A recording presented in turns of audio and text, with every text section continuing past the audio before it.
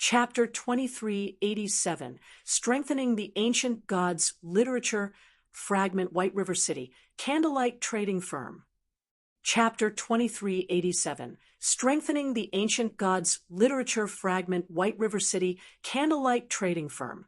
Compared to the surrounding player-owned shops and NPC shops, the Candlelight Trading Firm's 21-story shop loomed a giant overseeing the city's business district. Almost every new visitor to White River City gasped when they saw it. The players that focused on their subclasses gave the magnificent building particularly longing looks. These players' reactions weren't simply because White River City's Candlelight Trading Firm was a 4-star shop, but also due to Zero Wing's latest announcement. All Zero Wing and Candlelight Trading Firm members could purchase a private house in Stone Forest City with their GCPs. Even the various superpowers hungered after Stone Forest City's private houses, and because of this announcement, the various major powers players envied Zero Wing and Candlelight's members. Even a fool would recognize the immeasurable future ahead for Stone Forest City.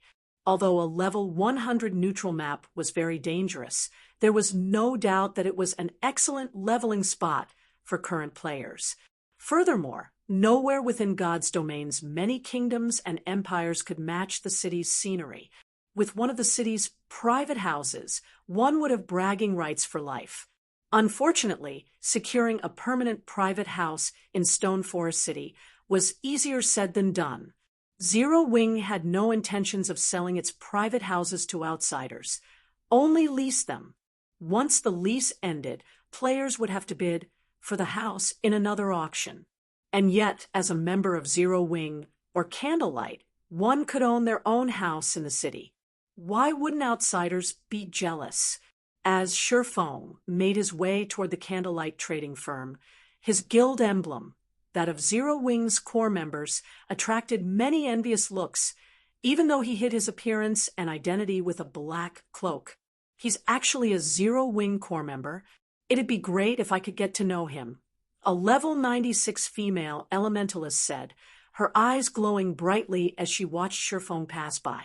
Nowadays, Zero Wing shone like the midday sun in Starmoon Kingdom and its several neighboring kingdoms. Even other kingdoms' major powers had to show respect for the guild. In addition, countless adventurer teams sought to befriend Zero Wing's core members in hopes of gaining some advantage in the cold spring forest. Isn't he just a core member?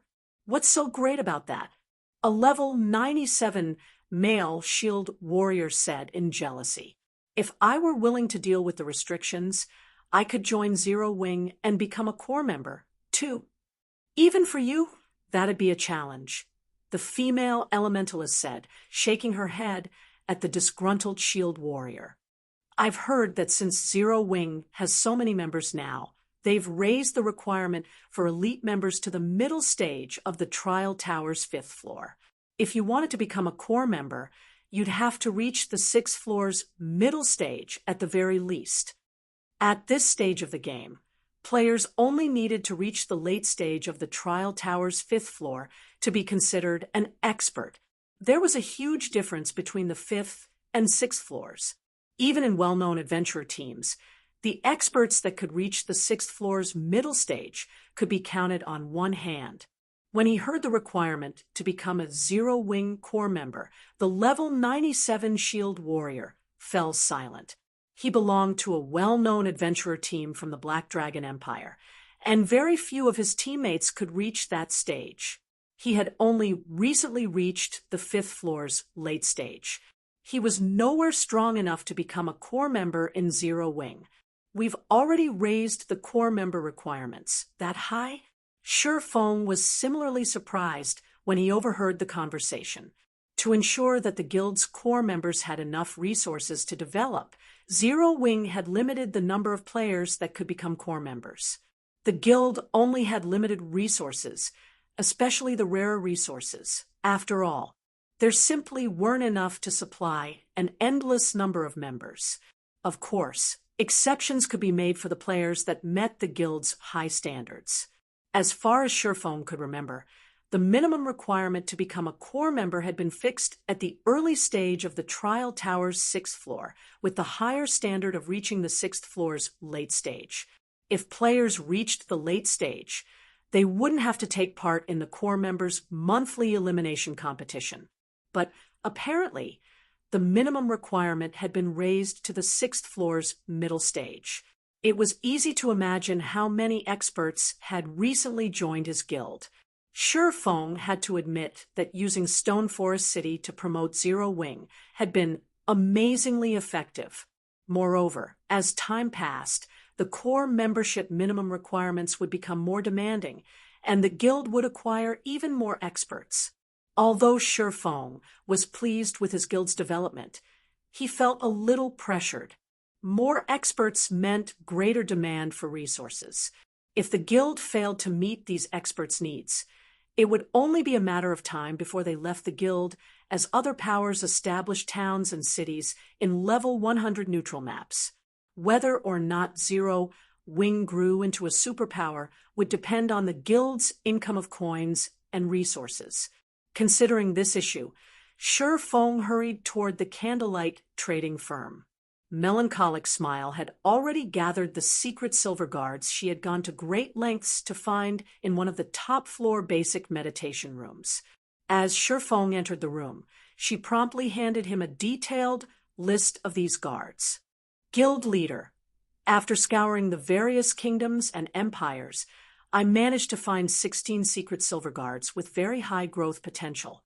I've secured other secret silver guards as well, but their growth potential isn't as high, Melancholic Smile awkwardly reported as she gestured to the row of guards behind her.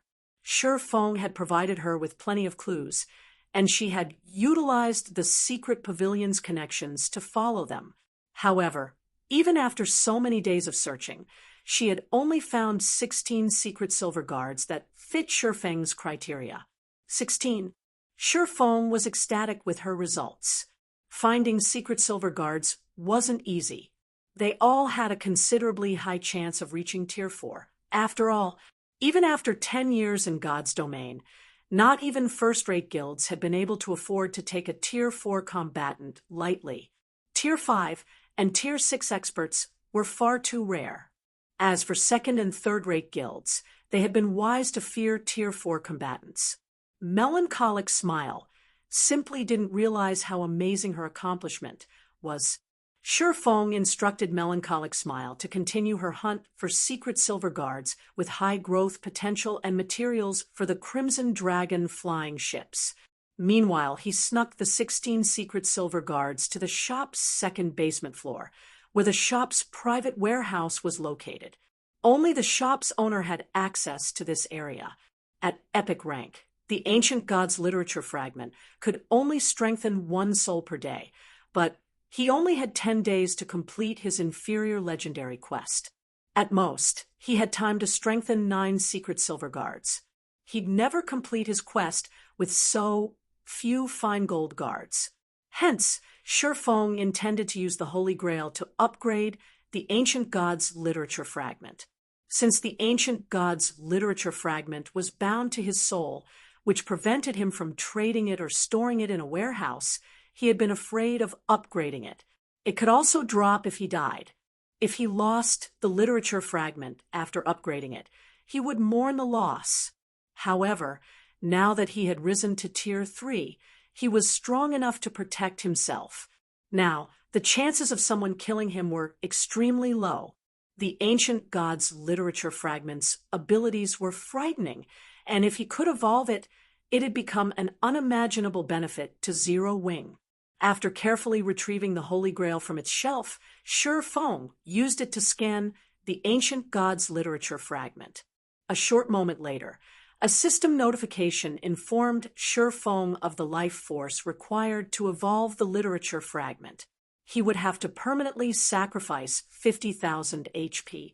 Read latest chapters at Wuxia World. You so much. The number took Shi Feng by surprise. For Tier 2 players, losing 50,000 HP was fatal, and the evolution wasn't even a guaranteed success. If the evolution failed, Then he'd lose 50,000 HP for nothing, which was why Feng didn't use the Holy Grail casually. However, Feng did not consider the issue for long.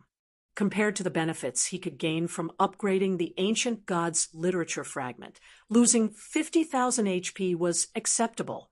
After all, the ancient gods' literature fragment wasn't an ordinary epic item, and he currently had nearly 1 million HP. Fortunately, HP wasn't particularly important for a swordsman, and Feng knew of many ways in God's domain to increase his HP permanently. Evolve! Feng growled, gritting his teeth. As he did, the Holy Grail plundered 50,000 HP from Feng and converted it into purple-blue smoke that enveloped the ancient gods' literature fragment. Chapter 2388, Evolution Effects.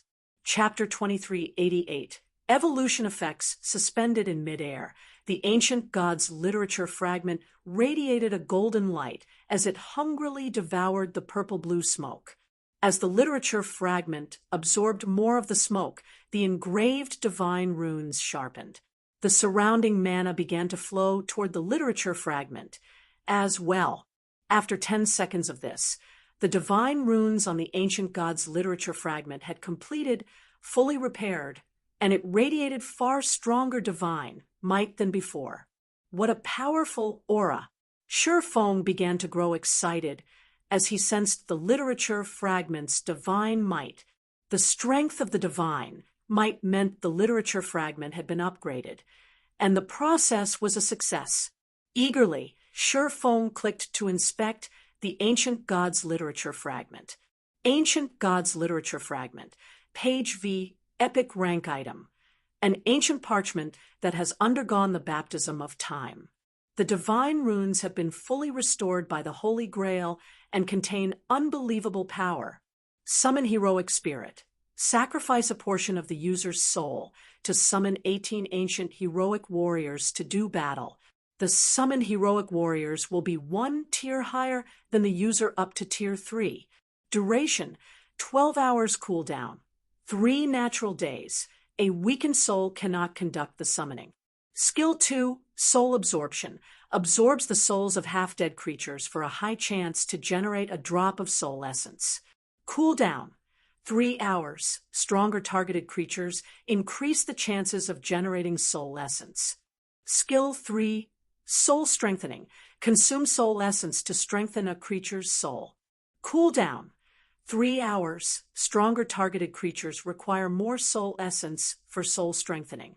Skill 4, Divine Resonance, automatically detects any ancient god's literature fragments within a 1,000-yard radius. This item is bound to the owner's soul and cannot be traded or stored in a warehouse. This fragment also has a chance of dropping on death. Drops on death if in a weakened soul state. Why is it still epic rank? Feng was confused when he saw the ancient gods' literature fragment statistics. In terms of abilities, the upgraded ancient gods' literature fragment was stronger than some of the fragmented legendary items Feng had seen. In fact, if the various superpowers found out about the literature fragment's current abilities, they'd likely offer to trade several fragmented legendary items for it. Yet, despite such abilities, the ancient gods' literature fragment was still an epic item. It was unbelievable. Sure enough, I'll need to collect more fragments if I want to upgrade its rank, Feng concluded. The ancient gods' literature was a divine tome which numerous ancient gods had written. It had the power to decimate the heavens and earth. Trying to upgrade a single fragment to fragmented legendary rank was simply unrealistic. However, Feng was satisfied with the results. With the minor strengthening, the literature fragment's summon heroic spirit skill had massively improved. The skill was enough to make him a one-man army. Furthermore, soul absorption and soul strengthening's cooldowns had shortened significantly. Every one of the changes had exceeded Feng's expectations. Most importantly, his ancient gods' literature fragment now had the ability to locate other fragments within range. This effect would make it much easier to compile the fragments.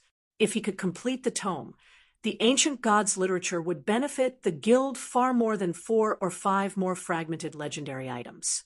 Following which, Shurfeng stored the Holy Grail and turned to face the secret silver guards behind him. These secret silver guards weren't like monsters like Anna and Kite. Each only needed 3 drops of soul essence for their first soul strengthening.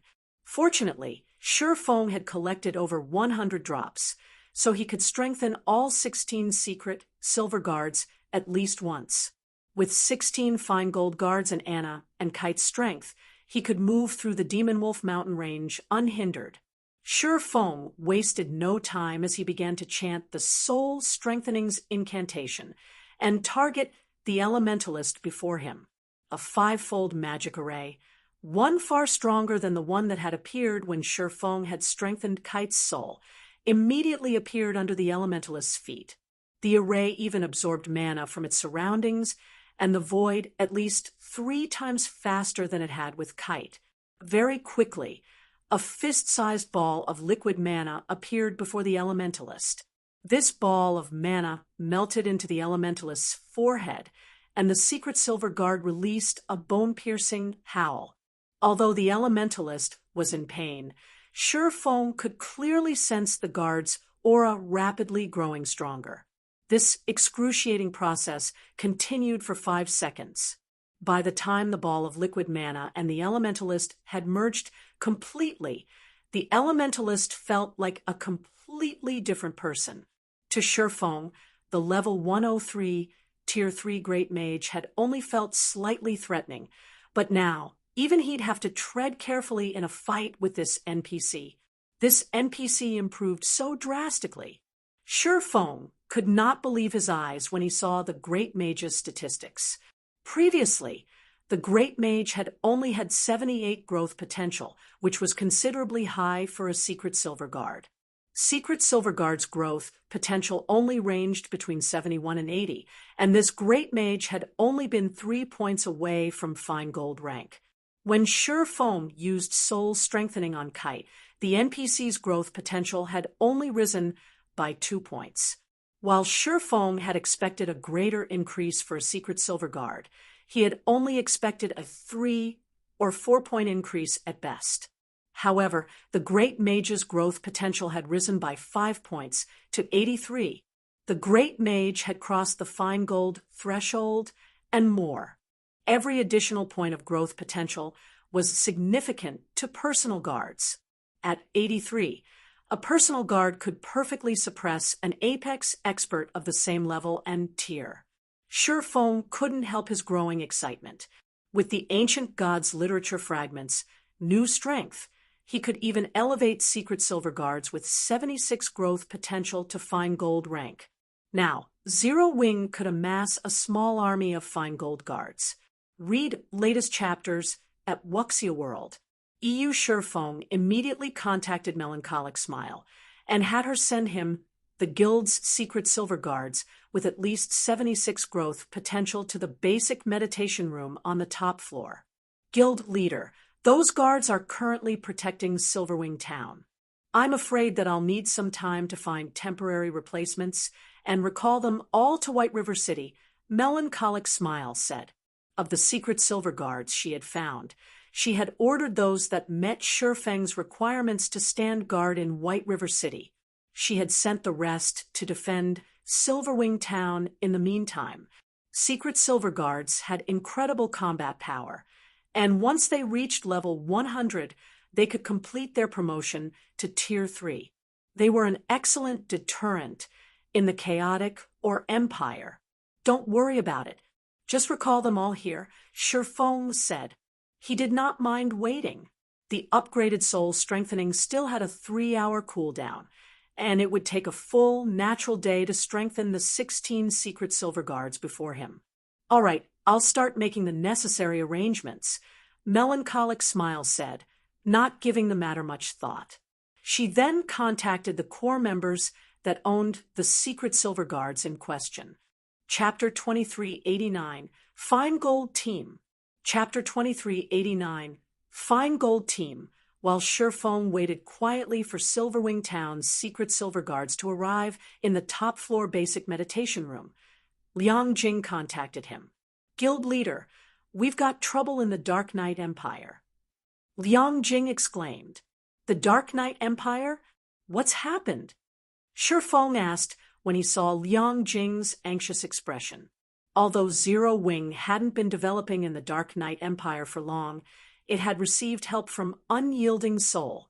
Because of that, both Zero Wing's strength and the Candlelight trading firm's business had been progressing relatively smoothly, and thanks to Stone Forest City, more of the Empire's experts sought to join Zero Wing.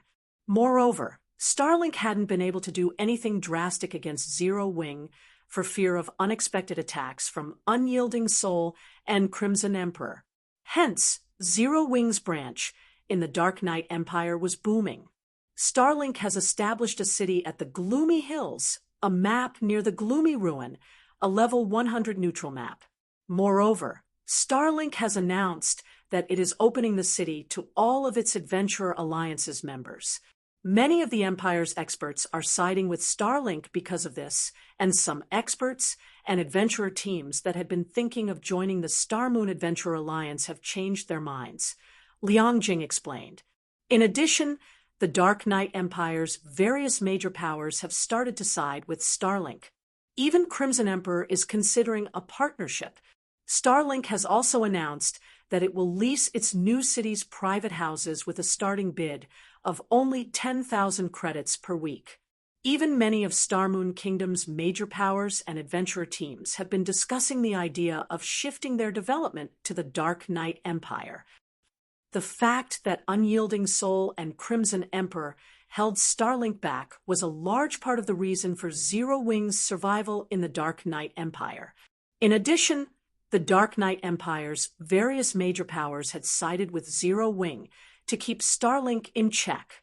Hence, the most Starlink had been able to do was pressure Zero Wing's territory in the Empire. However, if Crimson Emperor and the various major powers sided with Starlink, the Zero Wing's members in the Empire would be in danger. Furthermore, now that Starlink had a city in the Gloomy Hills, Zero Wing's experts couldn't operate in the level 90+ resource map. Needless to say, this also made it impossible for the guild members to reach the Gloomy Ruin.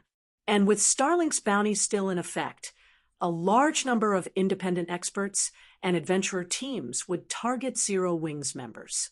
If this persisted, it wouldn't be long before Zero Wing could no longer survive in the Dark Knight Empire.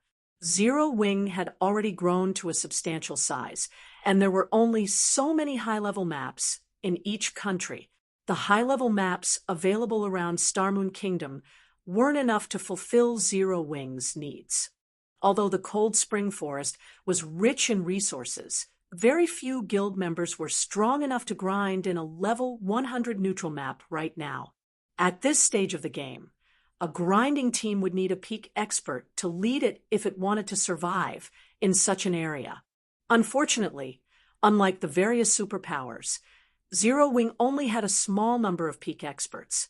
The majority of the guild's players would still need some time to grind in level 90+ maps. Starlink wants to gather both manpower and resources. Shifeng had a rough idea of what the enemy guild planned after listening to Liang Jing's report. Starlink's new city might not be as impressive as Stone Forest City, but it was near a level 100 neutral map. It would also be quite useful to players who wanted to explore the Gloomy Ruin, and Starlink was accepting far cheaper rent for the private houses in its new city. It was enough to tempt many players. However, this wasn't good news for Zero Wing, which needed credits and resources. What should we do, guild leader?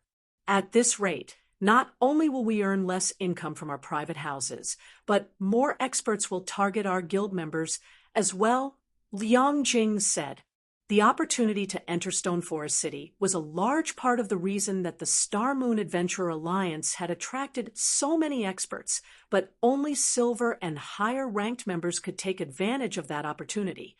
On the other hand, Starlink gave all of its Adventurer Alliance's members access to its new city.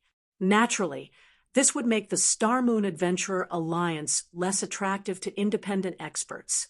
Starlink's Adventurer Alliances would also gain more independent experts to target Zero Wings members. Lu Xinglua is sacrificing his new guild city just to deal with us. I guess he really wants this to be a fight to the death, Shifeng said, frowning. Since he wants a war of resources, I'll play with him until he's satisfied.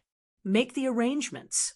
From now on, half the number of CPs required to become a silver member in the Star Moon Adventurer Alliance, and will hold auctions for the Crimson Sunsets. However, only silver members and above will be allowed to participate, and the starting bid will be 30,000 magic crystals and 10,000 gold. We're auctioning the Crimson Sunsets. Liang Jing could not help but gasp. But guild leader, those are a part of our guild's foundation. Our guild members also need those to survive in level 100 neutral maps. If we sell the Crimson Sunsets, nothing was more important than one's strength to the various powers and players. If the Star Moon Adventurer Alliance auctioned off the Crimson Sunsets to its members, there was no doubt that experts and adventurer teams would swarm to join the alliance. However, the Crimson Sunsets were an advantage Zero Wings members needed over other players. If they auctioned the Crimson Sunsets to the public, they'd only help other players rapidly improve, which wouldn't benefit Zero Wings' development. It's fine. The Crimson Sunset might be valuable, but it is still a consumable. Moreover, as players reach higher levels, it'll become less valuable. Since the various superpowers experts have started to reach level 100, this is the perfect opportunity to sell the sets, Shifeng said, chuckling. Before this, he would have hesitated to make such a decision, but he didn't mind now. Now, he had an even stronger trump card to assure Zero Wings' advantage in the Cold Spring Forest. The Ancient Gods literature fragment. With so many fine gold guards, Zero Wing wouldn't have to worry about the various superpowers peak experts. Giving the matter some thought, Liang Jing agreed with Shifeng. Besides, Zero Wing didn't have a better option to stop Starlink from poaching its potential members. She disconnected the call and immediately saw to Shifeng's orders, publishing a public announcement regarding the Crimson Sunsets auction on the notice boards in the Star Moon Adventurer Alliance's residences. When players noticed the announcement, it caused a sensation throughout the Adventurer Alliance. Crap! Zero Wing is too amazing. A Tier 2 mana set equipment. If I had a Crimson Sunset, I could challenge my Tier 3 promotion quest right away. The Star Moon Adventurer Alliance's members were astonished when they saw the Crimson Sunset's attributes. None of them had ever thought that Zero Wing would have such powerful equipment. The experts and adventurer teams that had considered joining Starlink's Adventurer Alliances changed their minds instantly. Some that had even joined Starlink's Adventurer Alliances already made their way to the Star Moon Adventurer Alliance after learning about the Crimson Sunsets. Of course, the various large guilds were just as stunned. Is Zero Wing insane? It's actually selling mana set equipment. Zero Wing is probably panicking. Starlink's new city has dealt quite a blow, after all. These large guilds all thought Zero Wing was foolish to sell the Crimson Sunsets. The guild was practically throwing away a huge advantage. Selling the Crimson Sunset might alleviate Zero Wing's current problems, but it wouldn't benefit the guild in the long run. Moreover, once the Crimson Sunsets were no longer useful, the various adventurer teams and independent experts would return to Starlink's side. While everyone discussed the mana set equipment, Shifeng visited his special forging room to produce more of them while he waited for the Soul Strengthening's cooldown to end. Before long, all 12 secret silver guards with 76 growth potential arrived in White River City's Candlelight trading firm, including the 16 secret silver guards he already had. Zero Wing would have 28 more fine gold guards in its ranks once he finished strengthening them all. Even 28 Secret Silver Guards would be more than enough combat power for a guild to rule a level 100 neutral map with an iron fist, not to mention 28 fine gold guards. After nearly 2 days, Shi Feng had finally strengthened all of the 28 Secret Silver Guards. The smallest improvement had still been a 5-point growth potential increase, while the largest had been a 7-point increase, rising from 79 to 86 growth potential. Even among fine gold guards, 86 growth potential was incredibly rare. Read latest chapters at Wuxia World. EU 28 fine gold personal guards. If the various superpowers of my past knew about this, they'd go mad. Shi Feng sighed ruefully as he gazed at the 2 rows of personal guards before him. If he had had so many fine gold guards under his command during his previous life, he wouldn't have even been afraid of standing up to superpowers, let alone first-rate guilds. Fine gold guards were exceptionally rare in God's domain, and every one of them had the potential to reach Tier 5. If they were provided enough resources, fine gold guards could have up to a 40% chance of completing their promotion to Tier 5. Even among the various superpowers, Tier 5 combatants were apex beings. Every one of them was a priceless treasure. Of course, Tier 5 NPCs were even stronger than Tier 5 players. To suppress a single Tier 5 NPC, one would need several players of the same tier. And now, he had 28 fine gold guards standing before him, waiting for his commands. Chapter 2390, Powerful Guard Team. Chapter 2390, Powerful Guard Team 10 Saints Empire, Demon Wolf Mountain Range. After nearly 2 days of fervent work, Shi Feng had produced 50 Crimson Sunsets. When he handed them to Liang Jing, he instructed her to keep 20 sets to gradually auction off in the Star Moon Adventurer Alliance, while the rest would be given to Zero Wings core members. These core members would lead their own grinding teams in the Cold Spring Forest, helping to alleviate the lack of manpower in that area. Shi Feng had taken a break from crafting the advanced mana set equipment after giving his new stock to Liang Jing, and he had made his way back to the Demon Wolf Mountain Range with his 28 newly upgraded fine gold guards. Although the Crimson Sunset would help resolve Zero Wings' need for manpower in the Cold Spring Forest, it was a temporary solution. Moreover, Shi Feng was the only person capable of producing the Crimson Sunsets, and he couldn't forge enough of them for Zero Wings members to secure a firm foothold in the Cold Spring Forest. He needed to take care of the root of this problem. The simplest method to do so was to secure a portal to the Western continent and acquire a large amount of the Western continent's resources. Crafting level 100+ weapons and equipment in God's domain was an arduous task, especially for Secret Silver rank and above. The required materials were very rare, and obtaining them in bulk was a major challenge. However, through their research, the forgers of Shi Feng's previous life had discovered that they could replace some of the rare materials the Eastern Continent's forgers needed to craft level 100+ Secret Silver and better weapons and equipment with some of the Western Continent's specialty materials. Likewise, some of the Eastern Continent's specialty materials could replace some of the materials the Western Continent's forgers needed. Not only had this discovery allowed the superpowers that could travel between the continents to earn tons of resources and coins, but they had also been able to acquire level 100+ weapons and equipment far sooner than their competitors.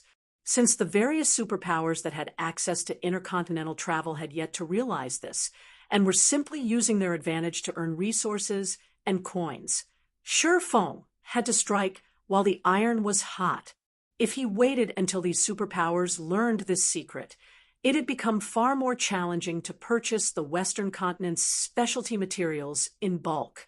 These specialty materials were essential to crafting level 100+ weapons and equipment at Secret Silver rank and higher, and if this secret got out, the various powers would try to collect and hoard the materials rather than sell them. If Shi Feng waited too long, he'd only be able to purchase materials from independent players and adventurer teams, which would limit his collection rate. After piloting the Crimson Dragon flying ship through the Demon Wolf mountain range's outer region for about 15 minutes, Shifeng finally located Kola and his team, who were engaged in a battle against several hundred battle wolves. After the past 2 days of grinding in the mountain range, Kola and the others had risen to level 101. If the various Tier 2 experts heard that this team could gain a full level every 2 days, they'd be incredibly jealous. However, Kola and his team weren't having an easy time against these battle wolves, especially as they fought the alphas, the two-headed battle wolves. Two-headed battle wolf, demonic creature, great lord, level 108 HP 270, 000, 000/270, 000, although the two-headed battle wolves had average HP for monsters of their rank and level. These monsters possessed the Dark Battle Wolf's bloodline. Their defense and agility were just as high as actual bloodline creatures, and their combat standards were on par with the Trial Tower's 5th floor. If a Tier 2 peak expert tried to take on a two-headed battle wolf, they wouldn't last more than a few exchanges.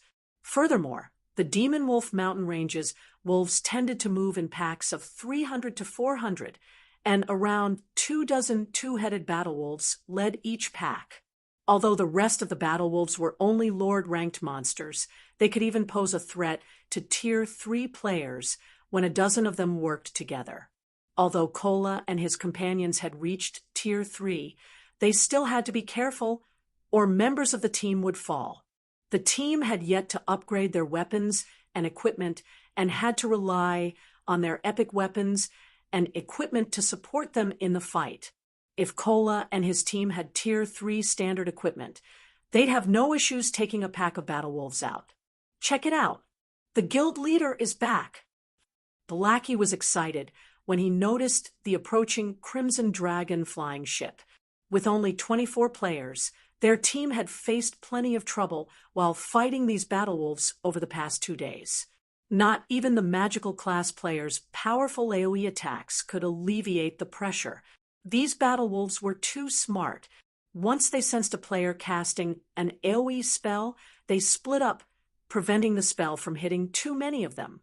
But if Shifeng joined the battle wolves would be much easier to defeat.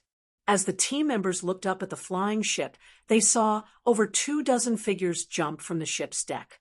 Every one of those figures' frightening auras made Kola and his companions' hearts skip a beat.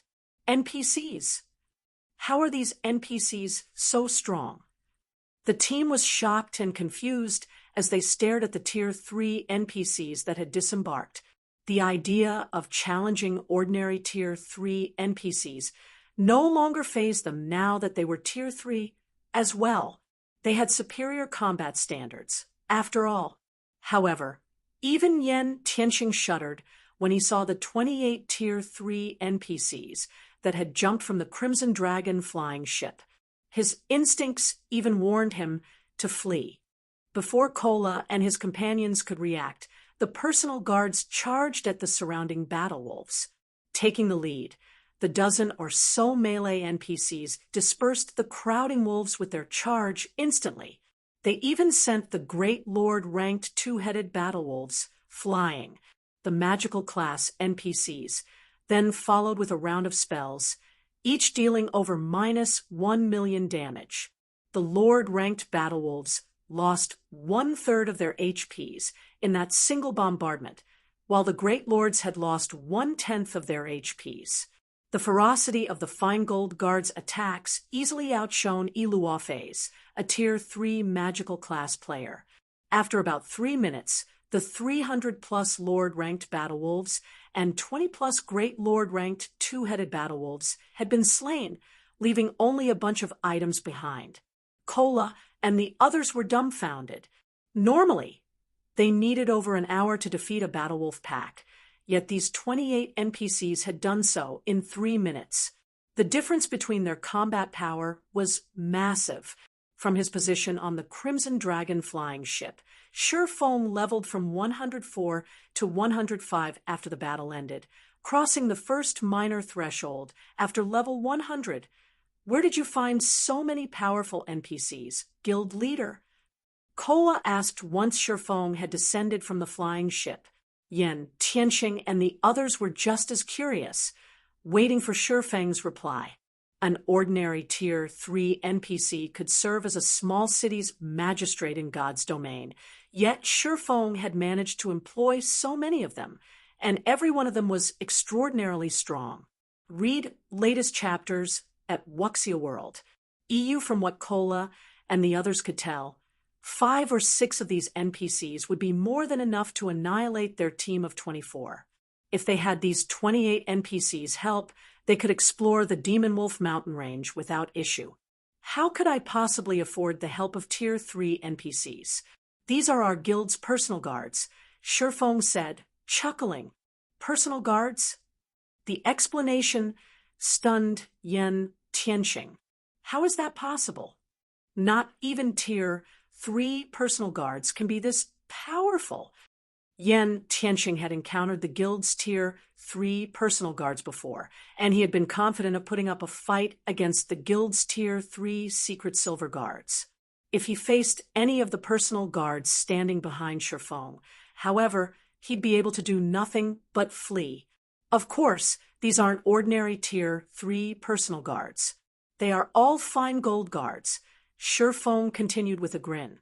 Chapter 2391, Pioneering Benefit. Chapter 2391, Pioneering Benefit, Fine Gold Guards. These are all fine gold guards.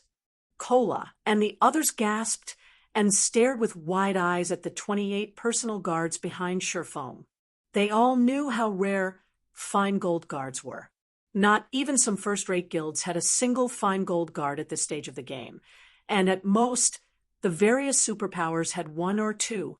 The various superpowers treated their fine gold guards like family heirlooms, and when these personal guards reached Tier 3, they'd be treated as a part of the guild's foundation. Fine gold guards were incredibly powerful. Even at Tier 2, they could suppress Tier 2 apex experts of the same level, and they'd only grow stronger at Tier 3. And yet, Shifeng informed them that the 28 personal guards behind him were all fine gold rank. You're too vicious, guild leader. If we stationed these fine gold guards in the Cold Spring Forest, they'd likely frighten the various superpowers to death, Blackie said, his eyes glowing as he gazed at the fine gold guards. Compared to the various superpowers' shock when they had found out that these players had reached Tier 3, the fact that Zero Wing had 28 fine gold guards would be devastating. Every one of these Tier 3 fine gold guards had even greater combat power than Tier 3 apex experts. In fact, one of these fine gold guards could take on 2 apex experts at once. Needless to say, these fine gold guards would easily overwhelm peak experts. Now that Zero Wing had so many fine gold guards, the various superpowers would have to seriously consider the potential losses before moving against Zero Wing, even when their experts reached Tier 3. All right, let's focus on completing the quest, Shifeng said, chuckling. These 28 fine gold guards might deter the various superpowers from attacking, but if Zero Wing wanted to become truly powerful, it would need to rely on players and resources. There were limits to what a personal guard could accomplish. After all, right, our quest, with these 28 fine gold guards, we can now raid the wolf dens we avoided earlier. Kola exclaimed. Their team had only dared to attack the battle wolves in the outer region, 1 pack at a time, but now that they had 28 fine gold guards to help, they could raid the battle wolves' dens. Not only could they collect the mana strands more quickly, but their leveling speed would also skyrocket. No, we're not going to the dens. We'll move to the Demon Wolf mountain range's inner area, Shifeng said, shaking his head as he gestured to the mountains in the distance.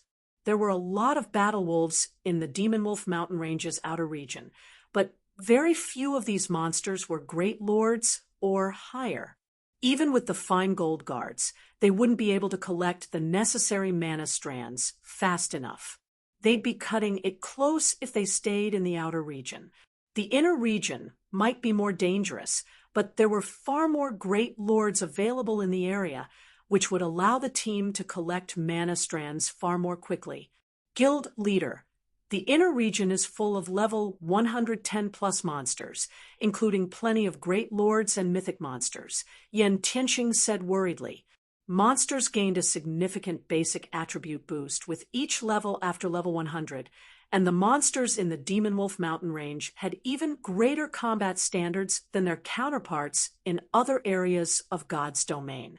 If their team accidentally encountered a level 110 plus mythic monster in the inner region, they'd risk annihilation, even if they had the help of 28 fine gold guards.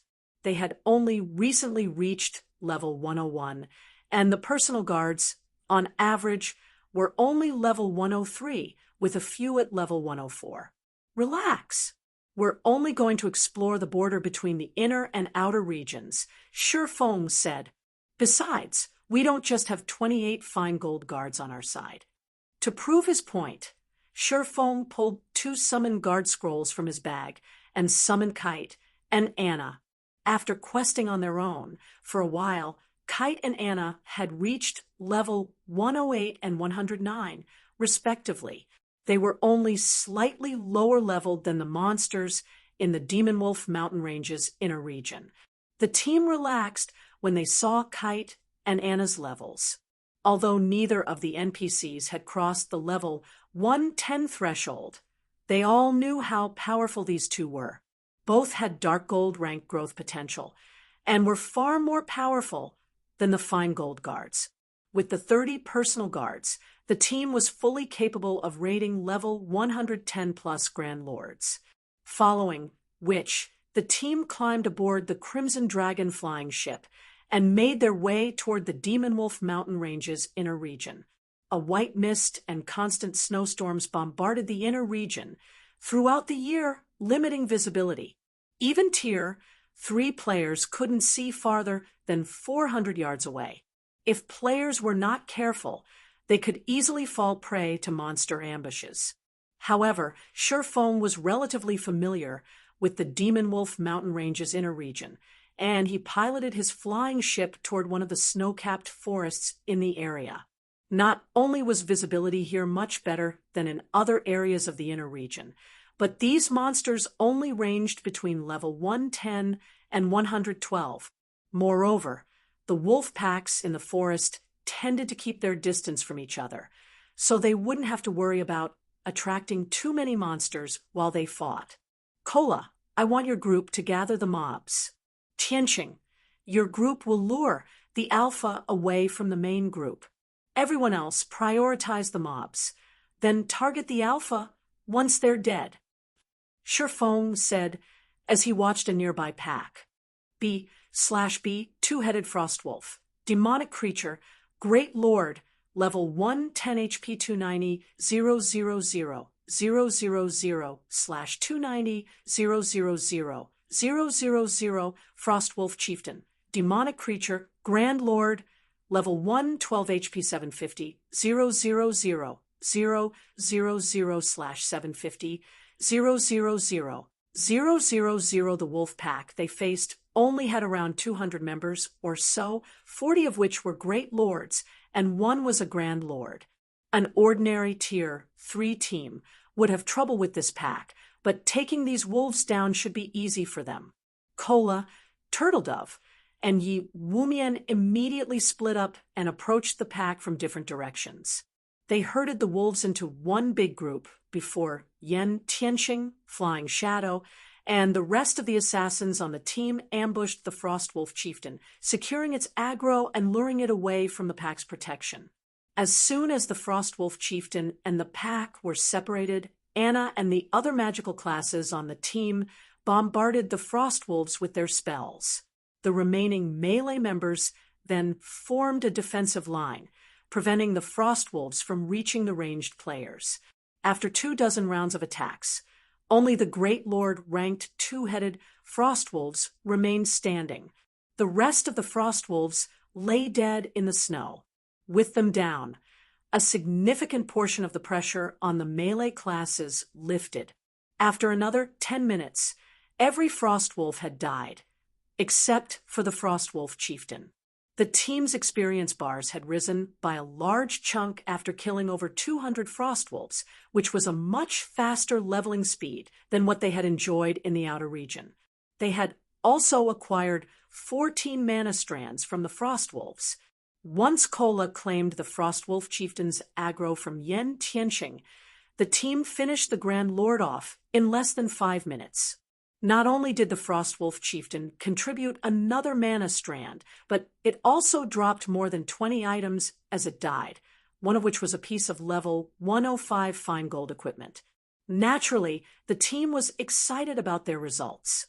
After 2 days of endless grinding in the Demon Wolf Mountain Range's outer region, the best loot that had dropped was a few pieces of level 100 secret silver equipment. Yet after killing one Frostwolf chieftain, they had obtained a piece of level 105 fine gold equipment, 2 ranks better than their best prior loot. Read latest chapters at Wuxia World. We've gotten lucky. This Frostwolf chieftain dropped a piece of the Snowfrost set, a fine gold set equipment for magical class players. Shifeng said, smiling at the level 105 fine gold ranked cloth armor he had picked up. The complete set can be used until level 110. Fine gold set equipment was extremely rare after level 100. The standard equipment for Tier 3 players was limited to fine gold equipment after level 100. Very few experts would be fortunate enough to equip a full fine gold set equipment. Aside from the Snowfrost set piece, the Frostwolf chieftain had dropped 2 pieces of level 105 secret silver equipment. This was definitely a benefit of pioneering the area. Normally, a Grand Lord like the Frostwolf chieftain wouldn't drop such abundant loot. Guild leader, since the Frostwolf chieftain drops pieces of the Snowfrost set, it should drop pieces of other level 105 fine gold set equipment. Based on the results of our earlier scouting efforts, there are several Frostwolf chieftains nearby. We should kill them all, Yen Tianqing suggested. MHM, everyone get ready. Kola, lure another Frostwolf chieftain our way, Shifeng said, nodding. Chapter 2392, Level Skyrockets. Chapter 2392, Level Skyrockets. With Shifeng's command, Kola eagerly left to lure another Frostwolf chieftain. Meanwhile, the rest of the team got into their battle formations with just as much enthusiasm. Although they had reached Tier 3, most of them wore the same equipment they had when they had reached level 100. They didn't even have many pieces of level 100 fine gold equipment on them, much less level 100 dark gold equipment. They had obtained the majority of their level 100 fine gold equipment during their promotion quests. Their epic weapons and equipment might still have been useful at level 100, but the items hadn't grown any stronger after that point. As they continued to level up, these epic weapons and equipment pieces would become increasingly ineffective. If they could get their hands on level 105 fine gold set equipment now, not only would it significantly increase their basic attributes, but they'd also become strong enough to raid level 100 super large-scale team dungeons. Level 100 super large-scale team dungeons were a major turning point for God's Domains dungeons because they dropped level 100 plus dark gold and epic ranked weapons and equipment. Most importantly, they dropped tier 3 skill and spell books. They hadn't really understood the importance of skills and spells when they had been tier 2 players, treating them as supplementary tools for combat. They had mainly relied on their basic attributes, combat techniques, and combat standards in battle. However, they had realized that that ideology was no longer useful after reaching Tier 3. Tier 3 skills and spells were no less important than powerful combat techniques. With a player's mana body, Tier 3 skills and spells would display far more power than Tier 2 skills and spells ever could. This was why, despite their inferior combat standards, Tier 3 NPCs could so easily suppress Tier 3 players of the same level. It wasn't a matter of different basic attributes, but the difference in how many Tier 3 spells and skills one had. If they could learn a large number of Tier 3 skills and spells as well, their combat power would reach new highs. Even if they encountered Tier 3 experts with greater combat standards, they'd be able to defeat their opponents. Meanwhile, after fighting alongside the personal guards, Kola and his companions handled the second Frostwolf pack much easier than the first. This time, they hadn't even needed to lure the Frostwolf chieftain away. They had simply bombarded the Grand Lord and its subordinates together. In the end, the team had annihilated the 200-plus Frostwolves in around a dozen minutes. Although the Frostwolf chieftain hadn't dropped any pieces of the Snowfrost set this time, it had dropped the gloves for the Frostwolf set, a 9-piece, level 105 fine gold set equipment for plate armor classes. When the team's plate armor classes saw the Frostwolf set's attributes, a passionate flame burned in their eyes. Crap, that's not fair. This Frostwolf set is so much better than the Snowfrost set. Its 6-piece set effect increases strength by 20%, and the set's level limit to level 120. The full 9-piece set effect even upgrades the set by 1 rank.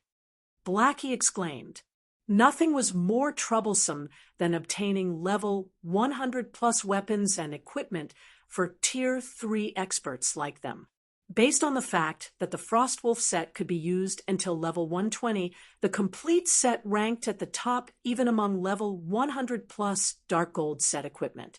With the full Frostwolf set, a Tier 3 player would have the basic attributes to even rival ordinary Tier 3 NPCs. The Frostwolf set. Feng was just as shocked when he saw the plate armor gloves that radiated a faint white glow. The Demon Wolf Mountain Range's Frostwolf set had been quite famous in his previous life. It had been considered one of the top 10 level 120 Dark Gold set equipment in God's domain.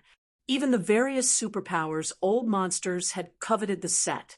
However, the Frostwolf set was normally so rare that one could only obtain the pieces by killing the monsters in the Demon Wolf Mountain Range's core, and yet it had dropped for his team in the inner region.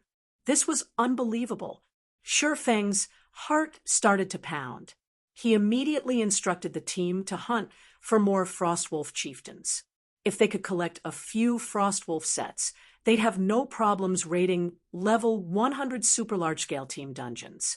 The team continued to grind for 7 consecutive days, during which they had practically killed every Frostwolf chieftain in the Demon Wolf Mountain Range's inner region at least once.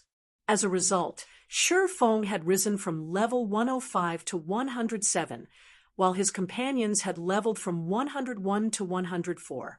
If the various superpowers experts discovered their leveling speed, they'd die from envy. Although the Frostwolves provided a lot of EXP, unfortunately, the Frostwolf set's drop rate was quite low. Even after using Divine Providence before the killing blow, the team had only completed 3 Frostwolf sets.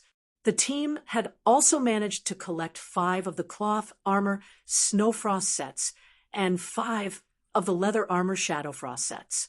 Aside from the set equipment, the team had obtained over 1,000 pieces of level 100 and level 105 secret silver equipment, a bountiful harvest.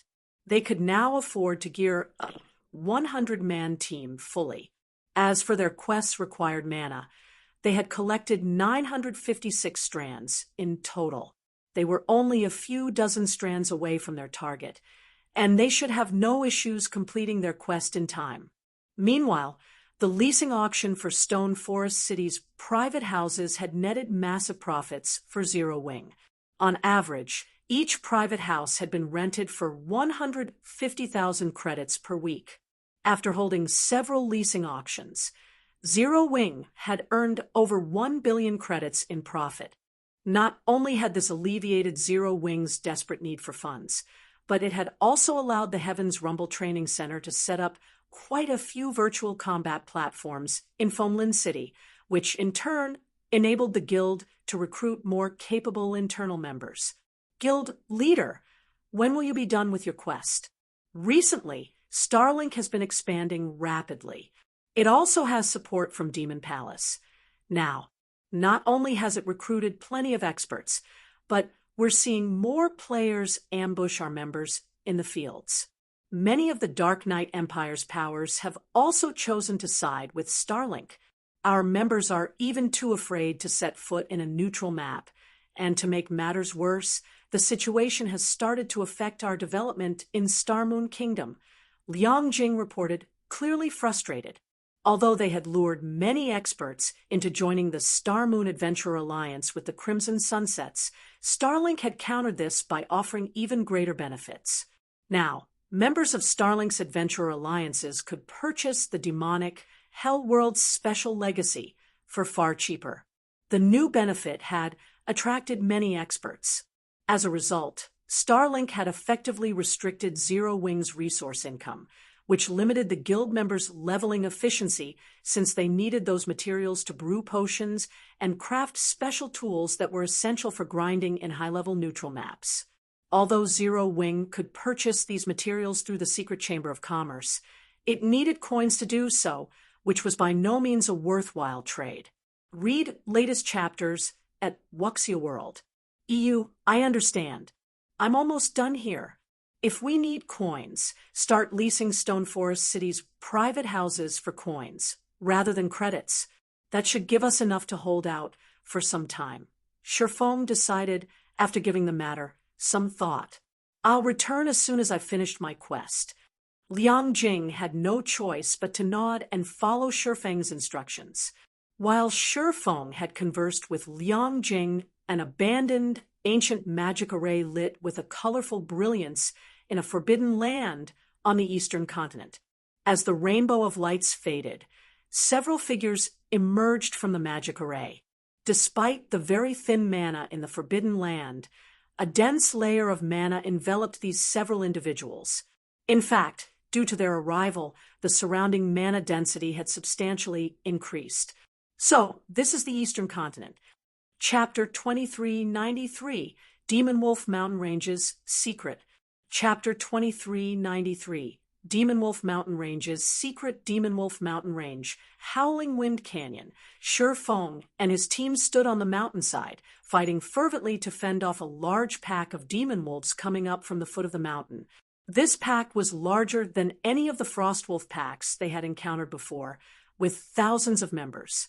Moreover, every demon wolf was level 110 or higher, including level 114 demon wolves. Many of these beasts were great lords, and there were a few grand lords in the pack.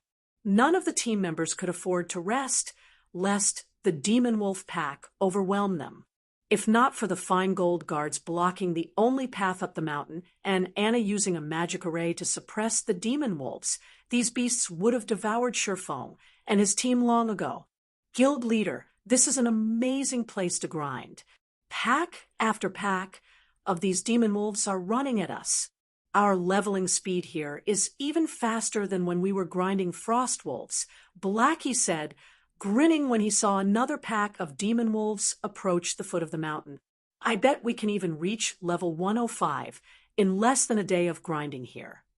Compared to when they had grinded frost wolves, their current leveling speed was on an entirely different level. They had invested a lot of time in their hunt for frost wolves, but they didn't need to chase down demon wolves, which regularly called for reinforcements. They simply needed to station the melee fine gold guards on the front line while the rest of the team attacked from a safe distance. These beasts are at least level 110. If we stay here, we can maintain our leveling speed until we reach the same level. If we do, we won't even have to fear the various superpowers experts when they catch up to Tier 3, Yen Tianxing said, his eyes glowing with excitement. It was true that Zero Wing had gained a massive advantage when they had reached Tier 3 so early, but Yen Tianxing understood that the various superpowers had far more and stronger experts than his guild. Zero Wing's advantage over the various superpowers was only temporary. Once the superpowers experts finished their promotion quests, as well, Zero Wing would be at a disadvantage. He had constantly been concerned about this. Zero Wing's feud with Starlink was still happening, and the various powers invading from the other worlds couldn't be underestimated. Every one of these powers was eyeing the resources in level 100 neutral maps and Stone Forest City. However, this expedition had alleviated some of his concerns. After reaching Tier 3 in God's domain, the basic attributes players earned with each level up wouldn't have as much of an impact on a player's performance as it used to. Rather, weapons, equipment, and combat standards would have a more prominent effect on players' combat power. However, by leveling up quickly, Zero Wings Peak experts would have more time for high-ranked quests, which would allow them to upgrade their weapons, equipment, and combat standards sooner. With a level advantage, they had a chance of contending with the various superpowers experts and stabilizing Zero Wings' position. How can a level 100 neutral map have such a wonderful place? Shifeng said, chuckling when he saw his teammates' passionate expressions after Yen Tianxing had mentioned the possibility of reaching level 110 so soon. There's no lack of monsters in this area, but remaining here will be taxing on our stamina and concentration. We can't stay for too long. Shifeng had already known about this area and its demon wolves, but he hadn't led the team here earlier because of the atmosphere's burden on players' stamina and concentration. Considering those factors, their grinding efficiency here wasn't that much better than grinding Frostwolf packs. Moreover, the Frostwolves drop better loot than Demon Wolves. However, Zero Wings' current predicament wouldn't permit him to remain in the Demon Wolf mountain range for long, which had led to his decision to grind the Demon Wolves. The team members couldn't help but glance at their stamina and concentration gauges, and just as Shifeng had warned them, they noticed that they were consuming twice as much as they had while grinding Frostwolves. They really wouldn't be able to fight the Demon Wolves for very long. Of course, the environment here isn't all bad. It does increase our stamina and concentration consumption rates, but it is also the perfect pace to adapt to our mana bodies and train with our Tier 3 skills and spells. You'll rarely find such an opportunity elsewhere, Shifeng said, smiling when he saw everyone's disappointment. The Demon Wolf mountain range was no ordinary forbidden land. It was a prized location for players to train after reaching Tier 3, especially since it was infested with berserk demon wolves. Not only was the map full of chaotic energy, which was much stronger here, but that energy also disrupted mana. It was the perfect situation to help players adapt to their mana bodies. The mana body was the biggest difference between Tier 2 and Tier 3. The mana body could also be referred to as a player's mana pool. Players with mana bodies controlled mana in an entirely different way than players without. At Tier 2, players used the ambient mana to power their skills and spells, but once they reached Tier 3, they'd use the mana inside themselves as well. This was why Tier 3 skills and spells were so much more powerful than those at Tier 2. However, using the mana within one's body wasn't easy. Players would need a certain level of understanding of their own mana body. Meanwhile, players would struggle to use the ambient mana in environments with chaotic energy, and as such, they'd be forced to rely on the mana within them. This was why such environments were so helpful to players as they adapted to their mana bodies. Indeed, I can sense my mana a little more clearly now. The effects aren't as apparent, but I'm finding it easier to use my own mana now, Iluofe said, after she had reached Tier 3. Something had felt wrong when she had cast her Tier 3 spells, but she had brushed it off, assuming it was simply due to how unfamiliar she was with her Tier 3 physique. However, it seemed that sense of wrongness had been a result of her lack of control with her mana body, which had limited her ability to cast her Tier 3 spells. When the rest of the team realized this, they adjusted their approach as they attacked the charging demon wolves. They started to focus on their own mana while they attacked, using this opportunity to adapt. After 2 hours of practice, the team saw significant improvements to their completion rates with their Tier 3 skills and spells. On average, the team members increased their completion rates by 4%, enough to push many of them across the 80% threshold. Luofe, Zhao Yueru, and Alluring Summer improved the most, with all three reaching past an 85% spell completion rate. Everyone on the team grew ecstatic. They had never realized that the Howling Wind Canyon would be such an extraordinary training ground. Even Shifeng managed to learn some new tricks. He had only had a bronze-ranked mana body in the past, and now that he had an epic mana body, the way he conducted mana had changed. Inspired, he could now manipulate his body with greater precision. He even gained a new understanding of his physical control in the real world.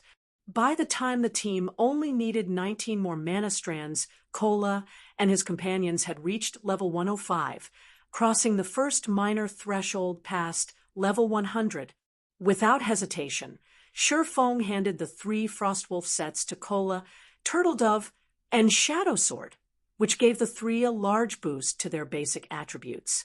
The defense and basic attributes are so high. I feel like I can even tank a level 110 mythic monster now, Kola exclaimed as he examined his newfound strength. Shifeng also gave the Frost Shadow and Snowfrost sets to Yen Tianxing, Luofe, and the rest. With their new equipment, these players' basic attributes were only slightly lower than those of ordinary Tier 3 NPCs. Armed with appropriate equipment, the team slew the incoming demon wolves far faster than before. As a result, they collected mana at a much faster rate. Guild leader, my group is almost out of stamina and concentration, Blackie announced, sounding tired. My group's running out of gas as well, Yen Tianxing added. Although the team members all had high-ranked mana bodies, they couldn't completely resist the effects of the violent mana in the area. If players with a bronze mana body tried to take their place, they would have run out ages ago. Let's retreat for now, since everyone's exhausted. Shifeng decided after seeing that they only needed 3 more mana strands to complete their quest. They could easily collect the rest on their way back to Alba Grey. Shifeng then retrieved the Crimson Dragon flying ship for everyone to board and rest. Once they boarded, the team found rooms to rest in and logged out of the game. Meanwhile, Shifeng piloted the flying ship back to the Demon Wolf Mountain Range's outer area. Once he had reached the safety of the outer area, Shifeng received a call request from Liang Jing. Has Starlink done something again? Shifeng asked. It hadn't been long since the last time she had called. Read latest chapters at Wuxia World. There's nothing new from Starlink, but I just received a message from Chairman Xiao regarding a problem in the Heavens Rumble Training Center.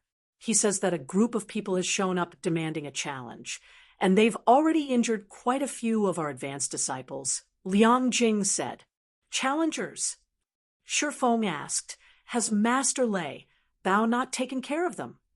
The Heavens Rumble Training Center had no lack of challenges, since so many people wanted to use Heavens Rumble as a stepping stone to earn fame in Fenglin City overnight. However, Shifeng normally let Xiao Yu and Lei Bao take care of these issues. I've heard that Master Lei Bao lost in just 3 moves. Chairman Xiao only contacted me after he had run out of options, Liang Jing said. They even defeated Lei Bao. The news surprised Shifeng. Who is the challenger? Since he had begun training with Zero Wing, Lei Bao had grown considerably stronger. Even among Apex internal force experts, few were his match. No one knows, and the training center is in an uproar over it. Chairman Xiao is hoping that you can send Fire Dance to take care of this, Liang Jing said. No need. I'll visit the training center myself, Shifeng said, shaking his head. Fire Dance and the others were still in the midst of their Tier 3 promotion quest, so leaving their virtual gaming cabins wasn't convenient right now. Moreover, Shifeng was curious to find out who was strong enough to defeat Lei Bao. Chapter 2394, Powerful Assault. Chapter 2394, powerful assault Fenglin City, Heaven's Rumble Training Center. As Shifeng arrived at Heaven's Rumble Training Center's top-floor training hall, he was greeted by the sight of a large number of people. They were split into two groups, a large group of Heaven's Rumble's disciples and a smaller group of 3 men and 2 women. The training center's members wore tense expressions as they stared at the smaller group on the opposite side of the hall in fear. The 3 men and 2 women appeared quite young. The oldest didn't look like he had even reached 30, while the youngest of these strangers seemed to be in their early 20s. However, these 5 visitors' auras made them stand out. The eldest of the group, a man with even more bulk than Feng Mingyu, the strongest member of the Feng family's younger generation, felt like a volcano. When Shifeng entered the hall, everyone's attention shifted to him. Hallmaster Lei Bao greeted Shifeng with an apologetic expression. Shifeng had requested that Lei Bao serve as the Heaven's Rumble Training Center's acting hallmaster and continued to supply training resources. The older man had even received quite a few bottles of S-rank nutrient fluids, and yet a bunch of youngsters had defeated him in 3 moves, and he had been forced to request Shifeng's presence. "How are your injuries?" Shifeng asked, noticing that Lei Bao seemed a bit weaker than normal. "It's nothing serious, just a few minor sprains. I'll be fine after some rest," Lei Bao said. "However, you should be careful. These people aren't ordinary fighters, especially the young man leading the group. His strength is inhuman. He even took my full-powered punch and avoided injury." At this point, Lei Bao was shocked and afraid of the gorilla-like youth leading the small group of visitors. He was extraordinarily strong. Not even a neutralizing grandmaster could take his full-powered hit and emerge unscathed. However, when he had punched that youth, it had felt as if he had hit a steel wall. While Lei Bao informed Shifeng of the recent events, the young woman in a red dress beside the gorilla youth walked over. "We meet again, Hallmaster Shi," the young woman said, smiling faintly. "I hadn't had the chance to introduce myself the last time we met. My name is Feng Shirhan, one of mythology's vice guild leaders. I am also the Qilin Corporation's representative. I've come to negotiate a partnership." Mythology? Liang Jing stared at the young woman with wide eyes. Liang Jing was no longer a stranger to the virtual gaming world. After joining Zero Wing, she had thoroughly researched both the virtual gaming world and God's domain in particular. She knew about mythology, one of the 5 great super guilds in the virtual gaming world. Mythology stood at the apex of the virtual gaming world. However, Liang Jing had never dreamed that the Feng family would have connections with the super guild. Even Shifeng gave Feng Shirhan a surprised look. However, he wasn't surprised to hear about mythology, but because he had never heard about Feng Shirhan being one of the super guild's vice guild leaders during his previous life. Partnership? What kind of partnership?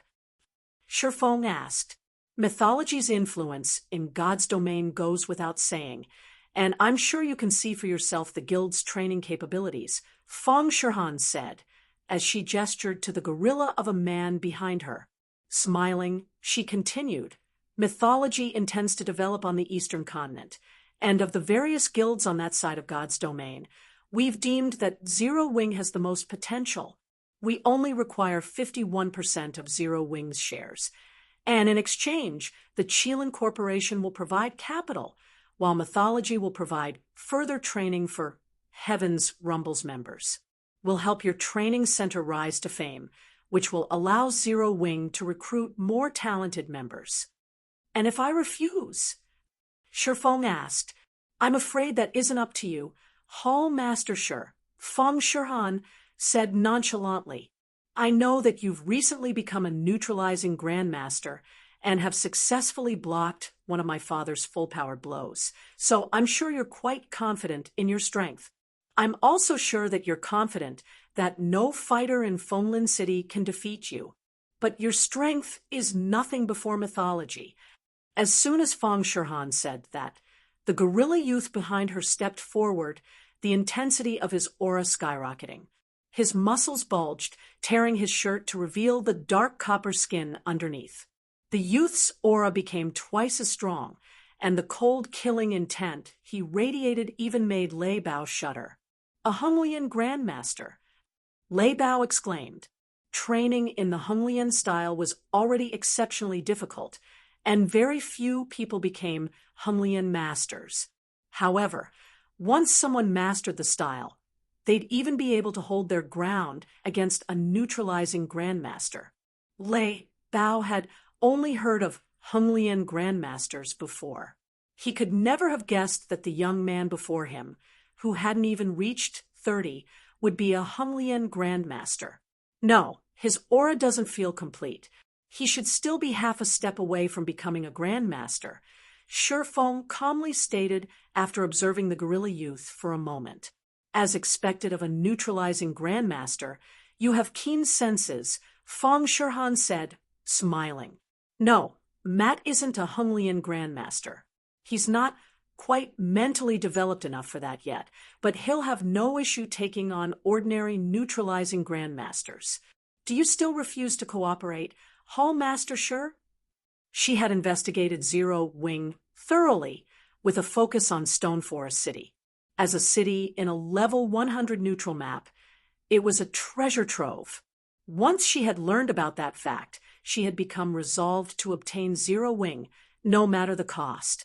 With Stoneforest City under her control, she could rise through mythology's ranks. When he heard Fong Shirhan's statement, Xiaoyu began to despair. He hadn't realized the Fong family was powerful enough to elicit the help of a half-step Honglian grandmaster. Read latest chapters at Wuxia World. Although Matt wasn't an actual Honglian grandmaster, he'd have an overwhelming advantage over ordinary neutralizing grandmasters in an official competition. If Shifeng lost to the older man, the Heavens Rumble Training Center would be finished. He was the reason that the training center had grown to its current size and fame. If Shifeng were defeated, Heaven's Rumble would lose everything. Liang Jing watched the exchange with a grim expression. As well, Zero Wing required the Heaven's Rumble Training Center to recruit talented members. Losing it would be a major hindrance to Zero Wing's development. I won't make this too difficult for you, kid. I'll accept defeat if you can last 3 hits. If you can't, then you'll hand over Zero Wing's shares, Matt declared before his fist shot toward Shifeng. Chapter 2395, 3 Palms. Chapter 2395, 3 Palms. Matt's sudden attack surprised everyone in the hall. Sure enough, he can't help himself. Fong Shirhan pitted Shifeng when she noticed Matt's attack. Matt was incredibly talented, and after working with the Hell training system, the lastest training system mythology had created, his already violent tendencies had become more prominent. Now, he was a combat maniac. Even in mythology, there were few people who could spar with Matt. With a neutralizing grandmaster before him, the man was naturally eager to spar with Shifeng. He had recently gotten closer to becoming a Honglian grandmaster and hadn't had the chance to test his strength properly. Before Shifeng made his decision was the best opportunity for Matt to force the younger man into a fight. Although stopping Matt wasn't impossible, Fong Shirhan thought it was necessary for Shifeng to experience mythology's power. Lei Bao, who stood by Shifeng's side, felt stifled when he saw Matt's punch. This strike was completely different than the hits Matt had used during their fight. Not only did this punch break the sound barrier, but it also seemed impossible to avoid. Lei Bao thought he could even hear the Grim Reaper call his name. However, just as Matt's hit was about to land, Shifeng casually took a half step back and rotated his right shoulder as if he had expected the attack. Almost as if an invisible barrier had manifested between them, Matt's punch harmlessly stopped a few centimeters away from Shifeng's shoulder. What Did I scare you?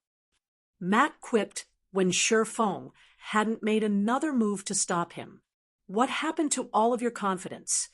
Matt was only a half-step Honglian grandmaster, and although he was more physically fit than ordinary neutralizing grandmasters, his mental processing couldn't compare.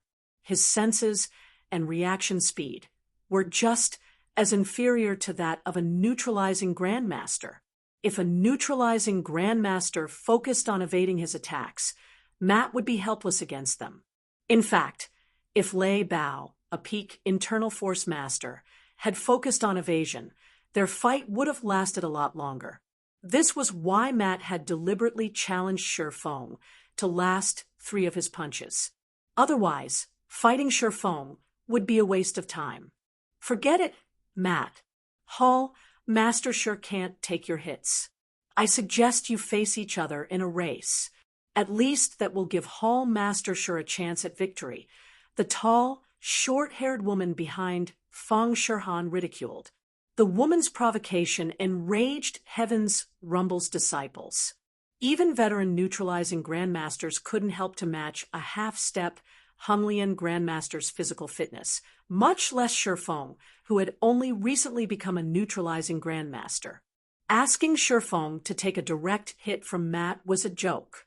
Xiaoyu began to move forward to advise Shi Feng against falling into the woman's trap.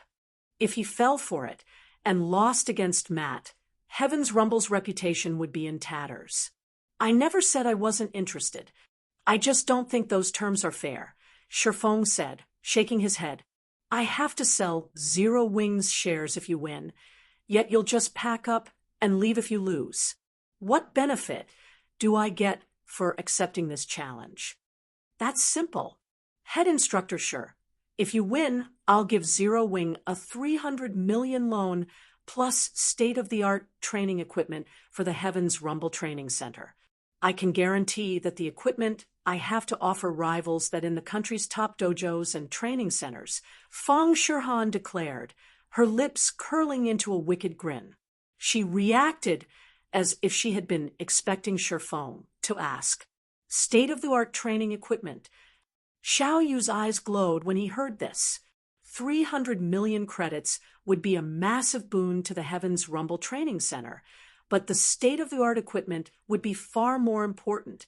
The equipment Fang Shihan offered might not be worth 300 million credits, but it was impossible to purchase on the market. Only the supplier's partners had any access. In comparison, the best equipment available to the public was 2 generations behind, which was why ordinary training centers and dojos' disciples couldn't hold a candle to those from top dojos and training centers. If the Heaven's Rumble Training Center could get its hands on this equipment, its facilities would undergo a qualitative transformation. In turn, this would make the training center more attractive to far more people. Shi Feng didn't respond immediately, however. What? You're still not satisfied? Fang Shihan chuckled at Shi Feng's silence. If that's not enough, state your demands, head instructor Shi.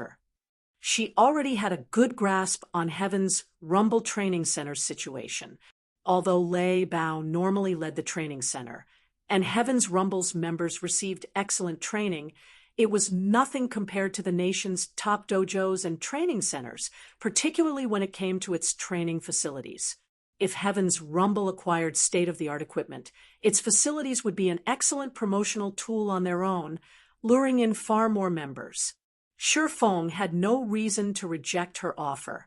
Zero Wing desperately needed manpower. After all, Fang Shihan assumed that the only reason Shi Feng hadn't jumped at her offer was that he wasn't confident in withstanding Matt's punches.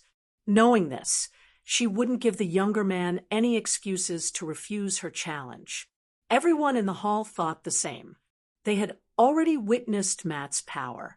Everyone would be impressed if Shi Feng remained standing after taking a single hit, let alone 3. Since Miss Feng has asked, I only have one condition, Shi Feng said, smiling. He must withstand 3 of my palm strikes, as well. If you win, Zero Wing will sell its shares. If I win, I want 20 bottles of life potion. For a moment, shocked silence filled the training hall. Are you insane? The tall woman behind Feng Shirhan blurted, staring at Shifeng. Hall Master. Even Lei Bao gave the younger man an incredulous look. Honglian-style practitioners were not famed for their strength, but for their frightening defense. It was why a Honglian master would dare to fight a neutralizing grandmaster, yet refused to acknowledge apex internal force masters. Matt was only a half step away from reaching grandmaster status in the Honglian style, and as such, his skin and bones were as solid as steel. Trying to injure him with human strength was an utter joke. Only bullets could break, though, his hide now. 20 life potions. Feng Shirhan frowned. Life potions weren't like S-rank nutrient fluids. They contained an extraordinary amount of life force. Consuming 1 bottle of life potion would restore youth to an ordinary person, and the potions were in high demand among grandmaster martial artists. Even a major corporation, like Qilin Corporation, could only secure a small number of bottles. Despite being the Qilin Corporation's princess, Feng Shirhan didn't even get that many life potions per year.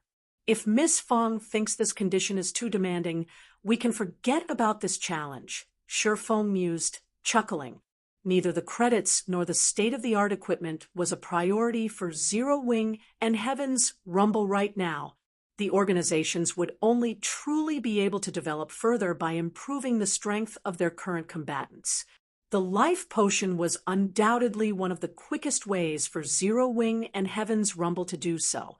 As long as Zero Wing and Heaven's Rumble became strong enough in the future, obtaining state-of-the-art was entirely possible if they were willing to spend a little money, but that wasn't the case for the life potions.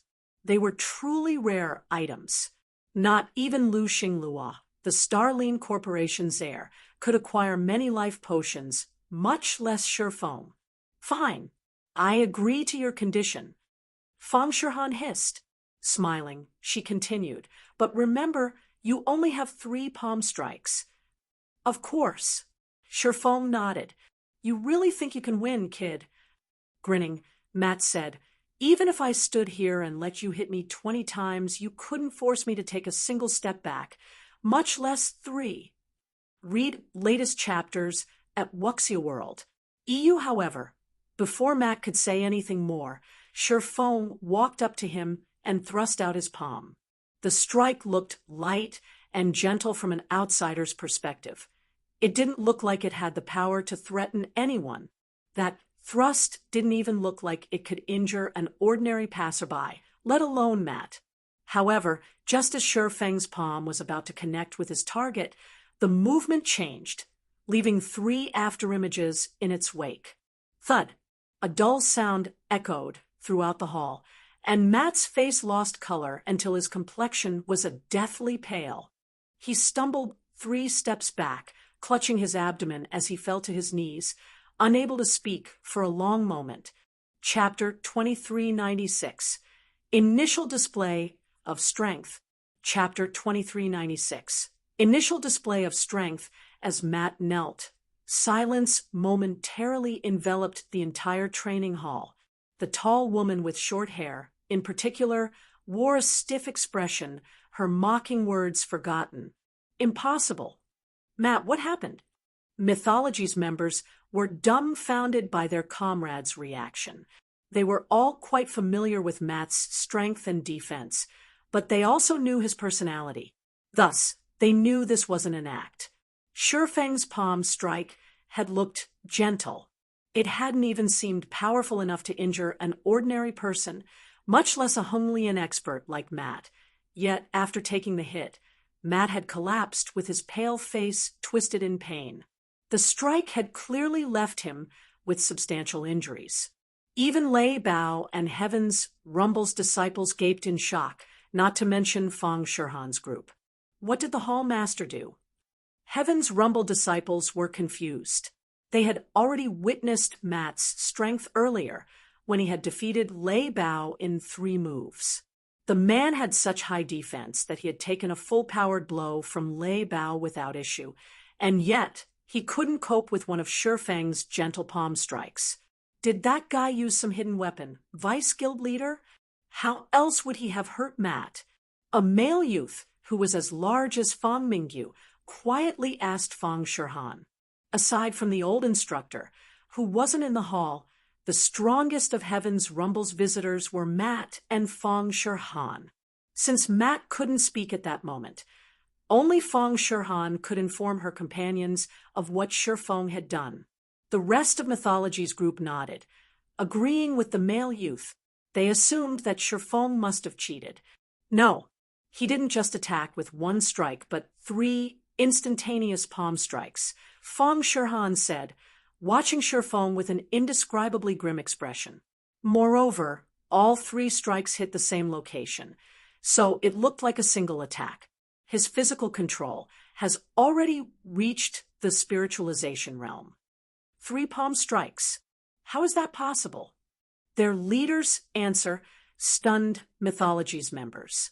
Ignoring the difficulty of striking the same location multiple times, executing 3 simultaneous attacks was an unbelievable feat. They couldn't even fathom what kind of mental and physical reaction speed one would need to accomplish it. That's right, I executed 3 palm strikes, as agreed, Shifeng said, not bothering to hide the truth. He was a little surprised to see Matt so pale. However, not only does combining 3 attacks allow me to increase my raw power, but it also doubles my hits penetrating power.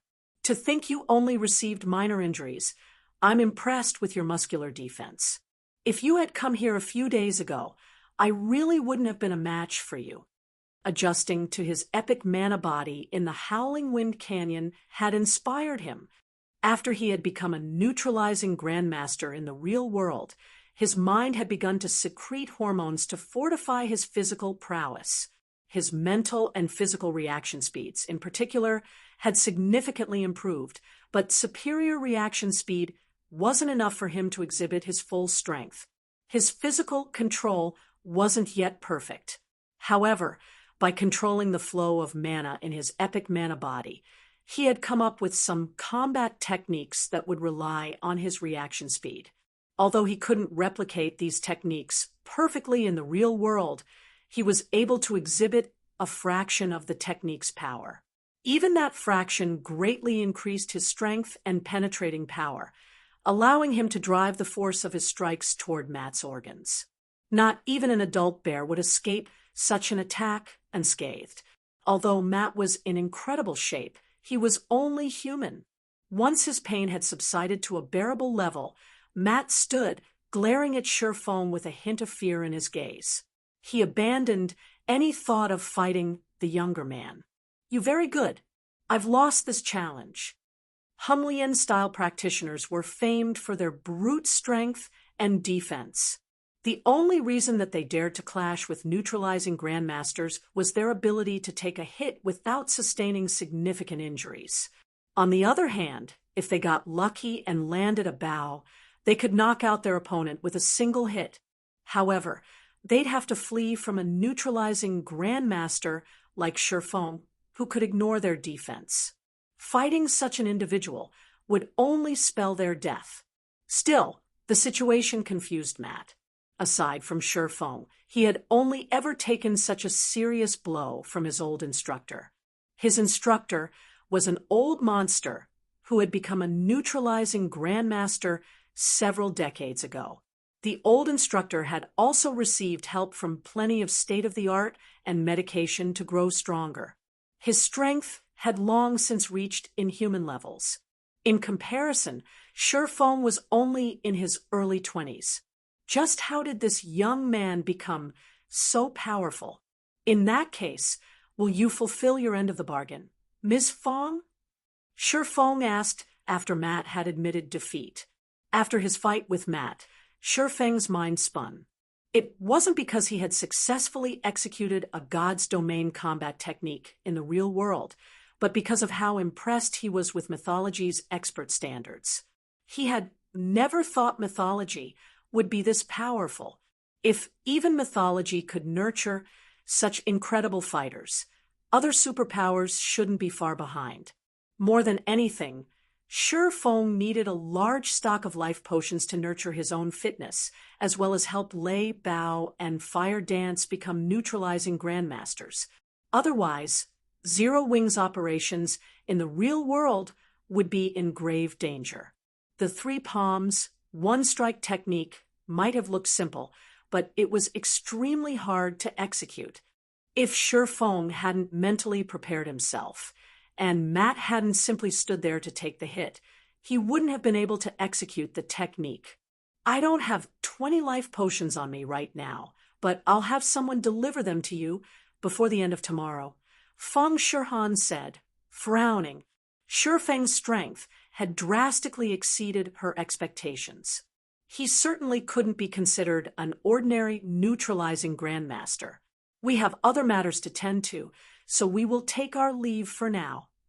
Read latest chapters at Wuxia World.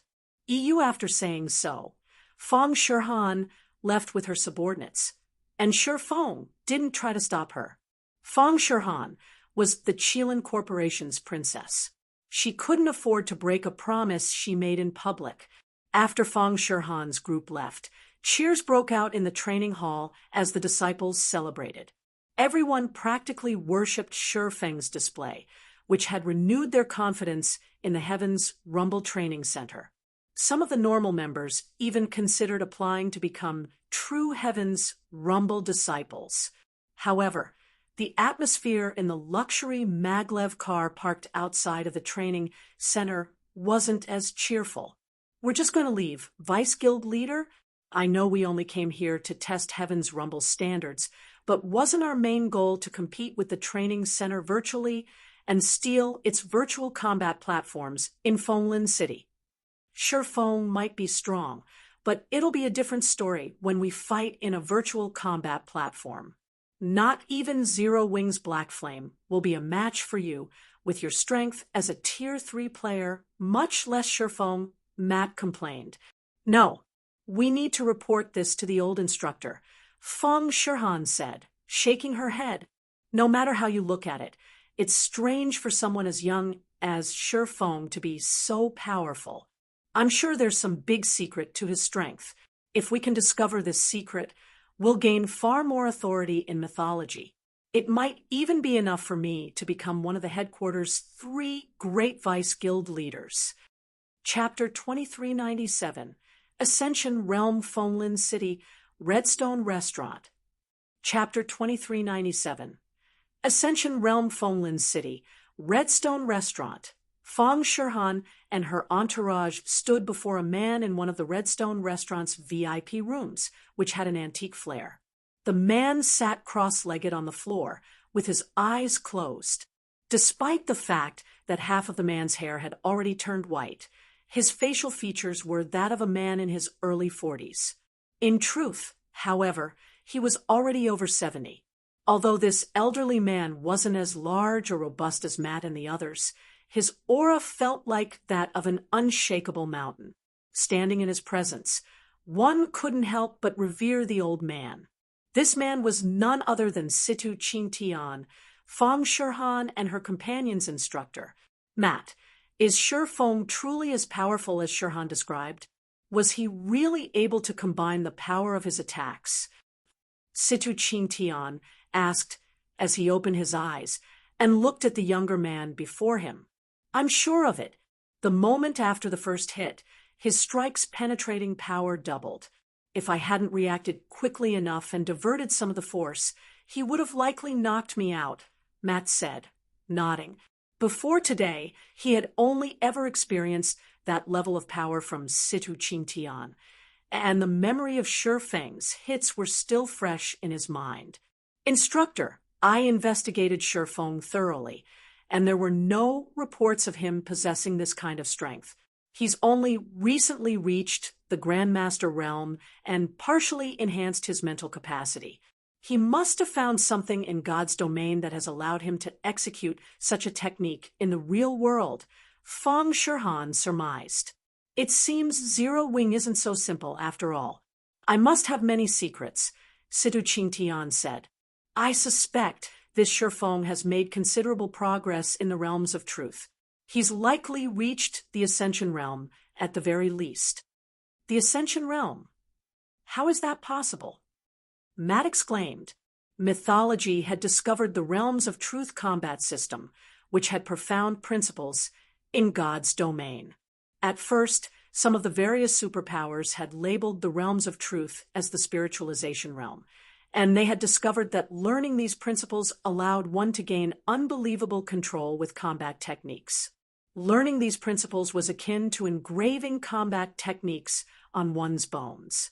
Players that learned these principles and practiced them successfully could execute a combat technique with every movement. They could exhibit strength far beyond their natural potential. However, progressing through the realms of truth was an intense challenge. Even Matt, a genius, had barely begun, yet he was considered one of the most accomplished individuals in mythology. And now, they discovered that Shifeng, who was much younger than Matt, had gone beyond reaching the Ascension realm. How could he allow himself to believe it? That is why I am sure Zero Wing has hidden many secrets.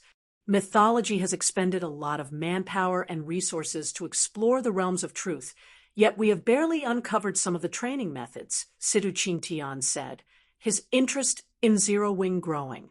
Zero Wing must have obtained some clues relating to the realms of truth and uncovered detailed training methods. No individual could reach such a standard by themselves. Otherwise, if that is true, we must obtain this secret.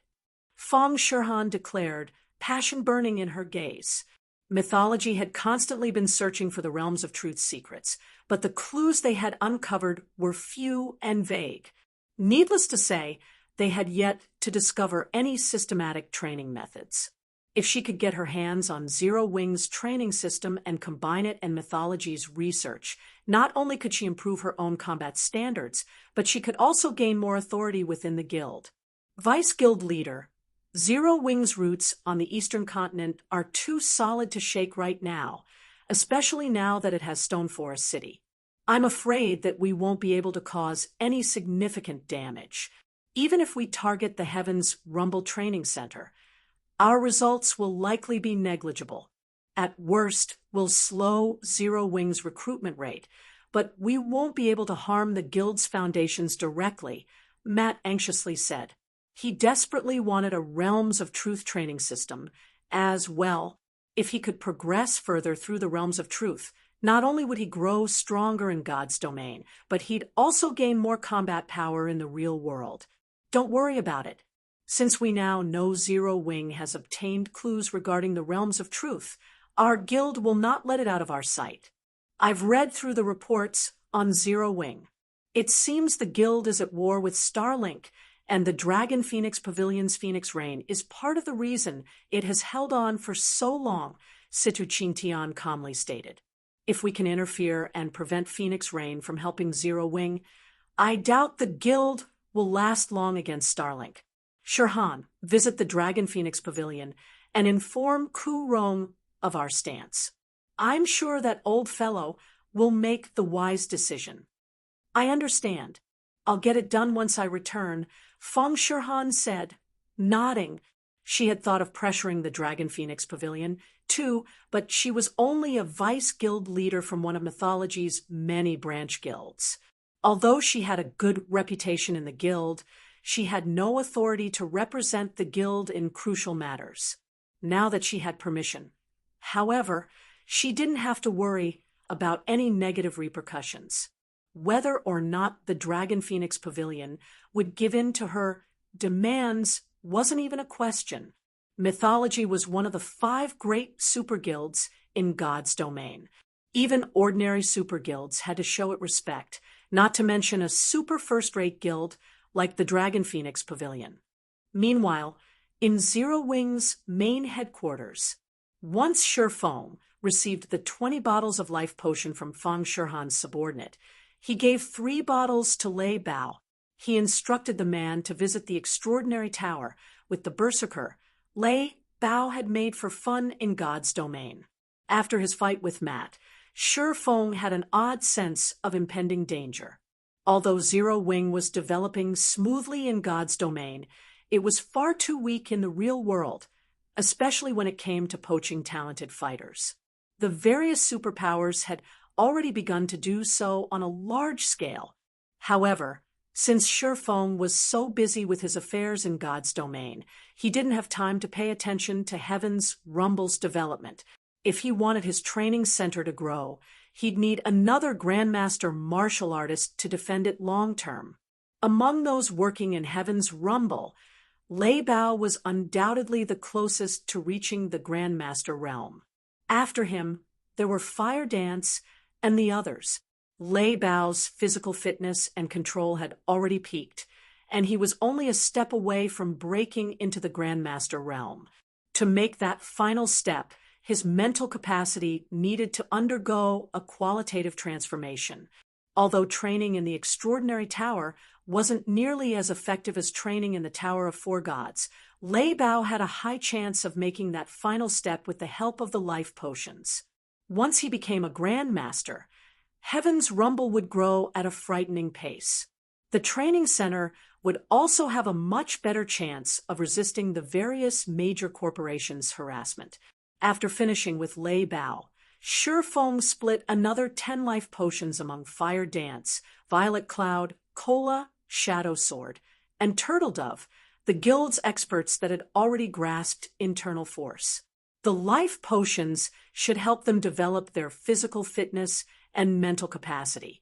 Shi Feng then drank one of the life potions before returning to his virtual gaming cabin and logging back into God's domain.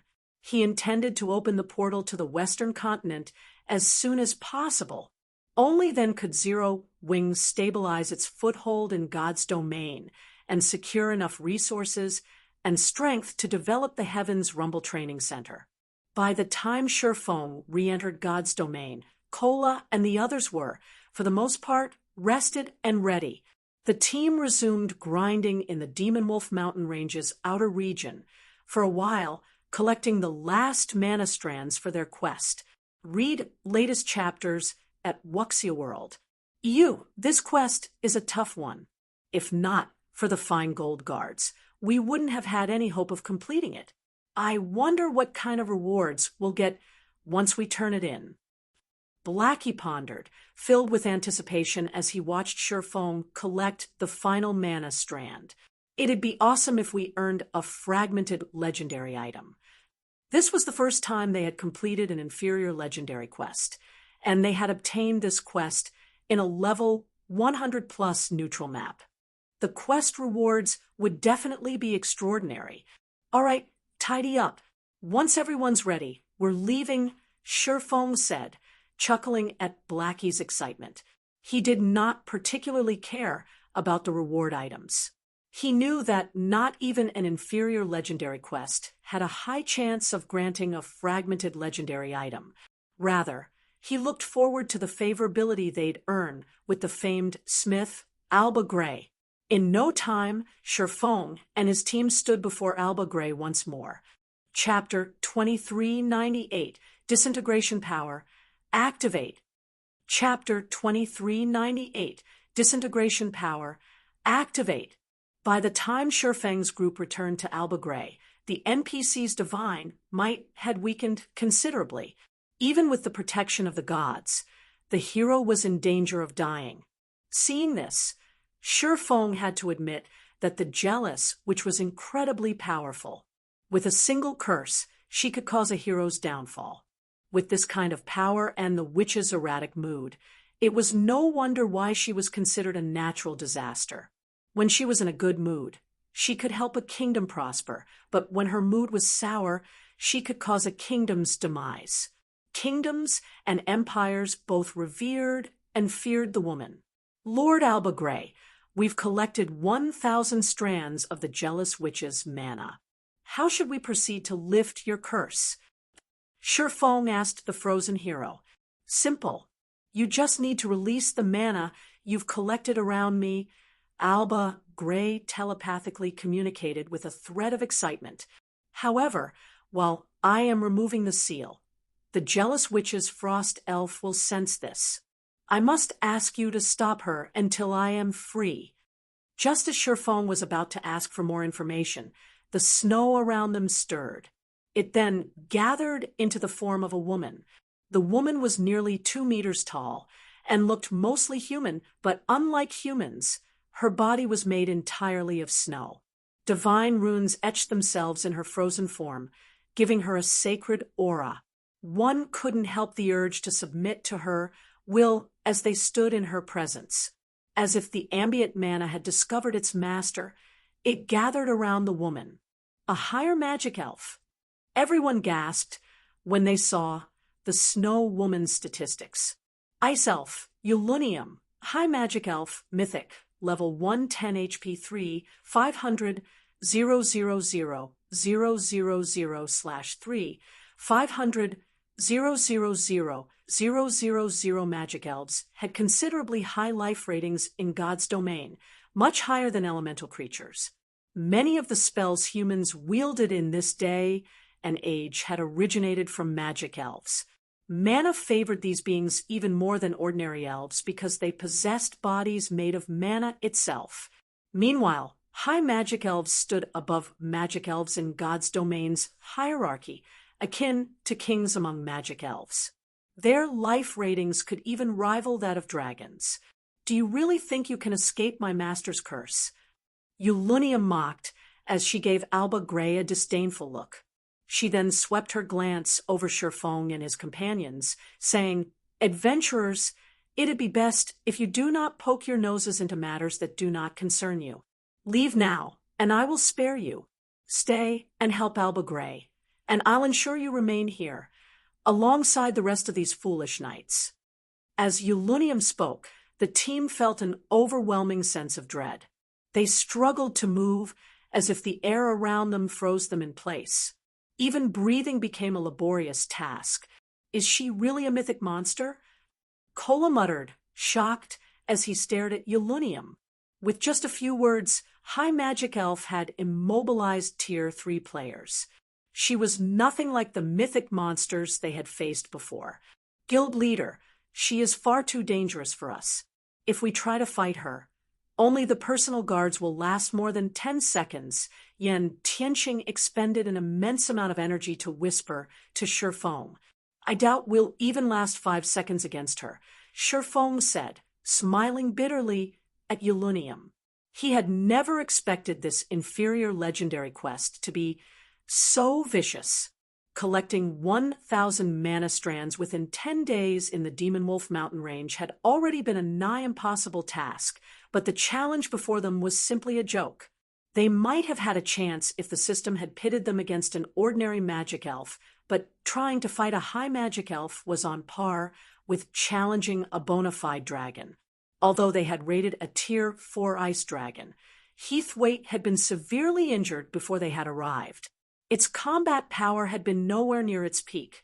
Furthermore, Sherfong had been able to suppress it with his heavenly dragon's breath, which was the only reason they had had a slim chance of defeating it. Eulunium, on the other hand, was a completely different story. Not only was Eulunium's combat power at its peak, but as a high magic elf, she had hundreds of spells under her command.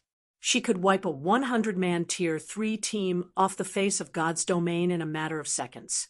If players tried to fight her without specific tools to counter her attacks, their only hope of survival was to flee as far and fast as possible. Unfortunately, summoning a Tier 4 Great Demon with the Bible of Darkness was impossible as well. Eulunium had high enough intellect that she'd target Sherfong immediately, and the Great Demon wouldn't be able to do anything about it. Adventurers, give me 90 seconds. If you can hold out for that long, I can free myself from this curse. Alba Gray suddenly shouted. Alba Gray's words left everyone speechless. They could barely move within Eulunium's domain. They'd be lucky to stall her for 10 seconds, not to mention 90. Eulunium was no normal mythic monster. She was a creature that was more skilled with her spells than Tier 4 great wizards, and she loved large-scale combat. she could annihilate them all with one AoE spell, leaving no opportunities to challenge her. 90 seconds. After some pondering, Shifeng turned to Kola and asked, "Kola, can you hold her for 10 seconds? If I activate my berserk and life-saving skills, it should be doable," Kola said after considering his prowess. He currently wore the Frostwolf set, and with his fragmented legendary shield, he was more than capable of tanking a level 100+ mythic monster. Yulunium's life rating rivaled that of dragons, but he shouldn't have any issues tanking her for 10 seconds if he activated his berserk and life-saving skills. "Do you have a plan, guild leader?" Yen Tianqing asked. They could simply surrender, but they'd have to bear the brunt of the quest's penalty. "I do, but I'm not sure if it will succeed," Shifeng replied. "Unfortunately, we have no other options. Kola, get ready." If Alba Gray had asked them to stall Yulunium for several minutes, Shifeng would have had no choice but to surrender, but he had a chance if he only had to hold her off for 90 seconds. Shifeng then retrieved the Bible of Darkness and summoned a great demon. Seeing this confused his companions. They knew that Yulunium was intelligent enough to ignore the great demon and attack its summoner. How could a great demon possibly slow the high magic elf down? Although they weren't sure what Shifeng intended, they followed his instructions and split up, putting as much distance between them and Shifeng as possible. Meanwhile, Kola activated his berserk skill and waited for Shifeng's signal. "Go!" Shifeng yelled once everyone was in position. He immediately released the mana they had collected around Alba Gray as Kola dashed toward the enraged ice elf, activating Justice Roar to attract her attention. "Foolish humans, you will die here with the rest of these fools." Yulunium bellowed. Watching Kola, she lightly waved hand. Ice lances, over a dozen meters long, coalesced in the air and flew toward the MT. Without chanting an incantation or drawing any runes, Yulunium had cast the Tier 4 Ice-type spell, Frost Tooth. As the ice lances flew toward him, Kola relied on his combat standards and reaction speed to dodge, but he failed to evade one of the lances. He was forced to block the attack with his shield. Boom! The ice lance exploded against his shield, and the impact forced Kola to sink into the snowy ground. The attack had dealt over minus 300,000 damage, taking more than 10% of Kola's total HP. How powerful is she? Everyone's eyes nearly fell from their sockets. Kola had activated his berserk skill and life-saving skills, so he should have substantial damage reduction, yet he had still lost over 10% of his HP from one of Yulunium's attacks. Had he tried to charge at the ice elf without these skills active, she would have one-shot him. Seeing that the first attack had failed to end her target, Yulunium raised her hand again and began to chant an incantation. Responding to her command, a powerful blizzard swept toward Kola, streams of wind striking like pythons and threatening to tear Kola apart. As these wind serpents attacked, Kola was forced to halt his advance and defend himself with his shield. His HP rapidly plummeted. At this rate, he didn't have enough HP to last 5 seconds, much less 10. Fortunately, every healer on the team focused on recovering Kola's HP, keeping him alive, albeit barely. As the seconds passed, Kola's HP climbed and fell like a roller coaster as he danced on the fringes of death. The team's healers couldn't mitigate Yulunium's damage fully, and each round of healing seemed less effective as Kola steadily lost HP. "I can't hold on for much longer." Guild leader, Kola knew he had bit off more than he could chew as he glanced at his HP bar. As Kola finished his last word, another blizzard assaulted him from behind. Unfortunately, the wind pythons attacking from the front had him preoccupied, and he could only watch as more approached from behind. "It's over."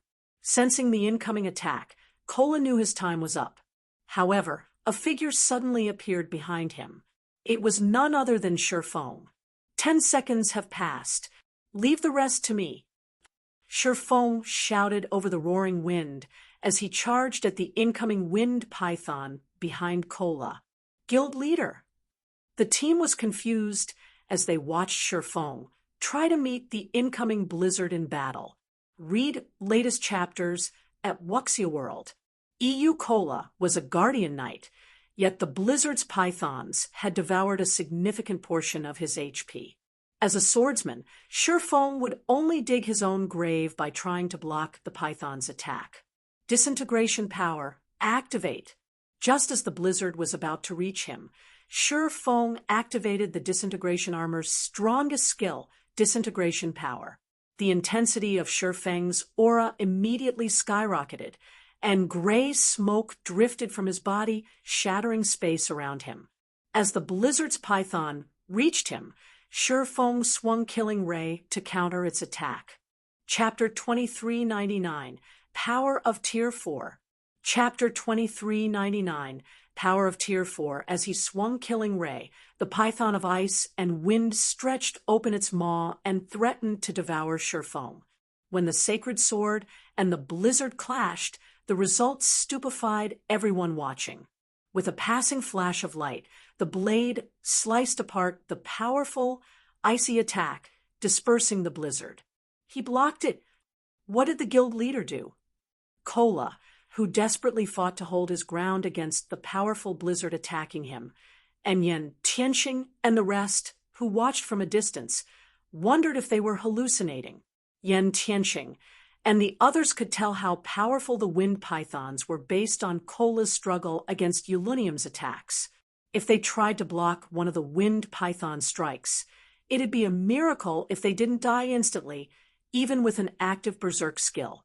Kola had already activated his life-saving skill, which drastically reduced incoming damage. Without that, Yulunium's wind pythons would have long since ended his life.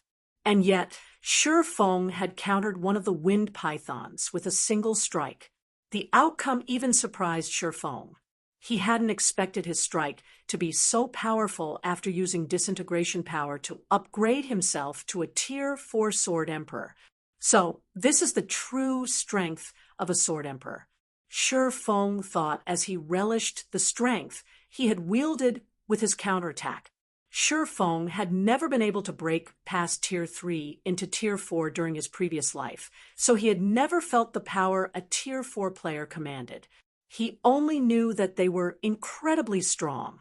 But after taking a moment to adapt to his Tier 4 epic mana body, he, more or less, understood why so few Tier 3 players could stand against those at Tier 4, even when wielding a fragmented legendary weapon.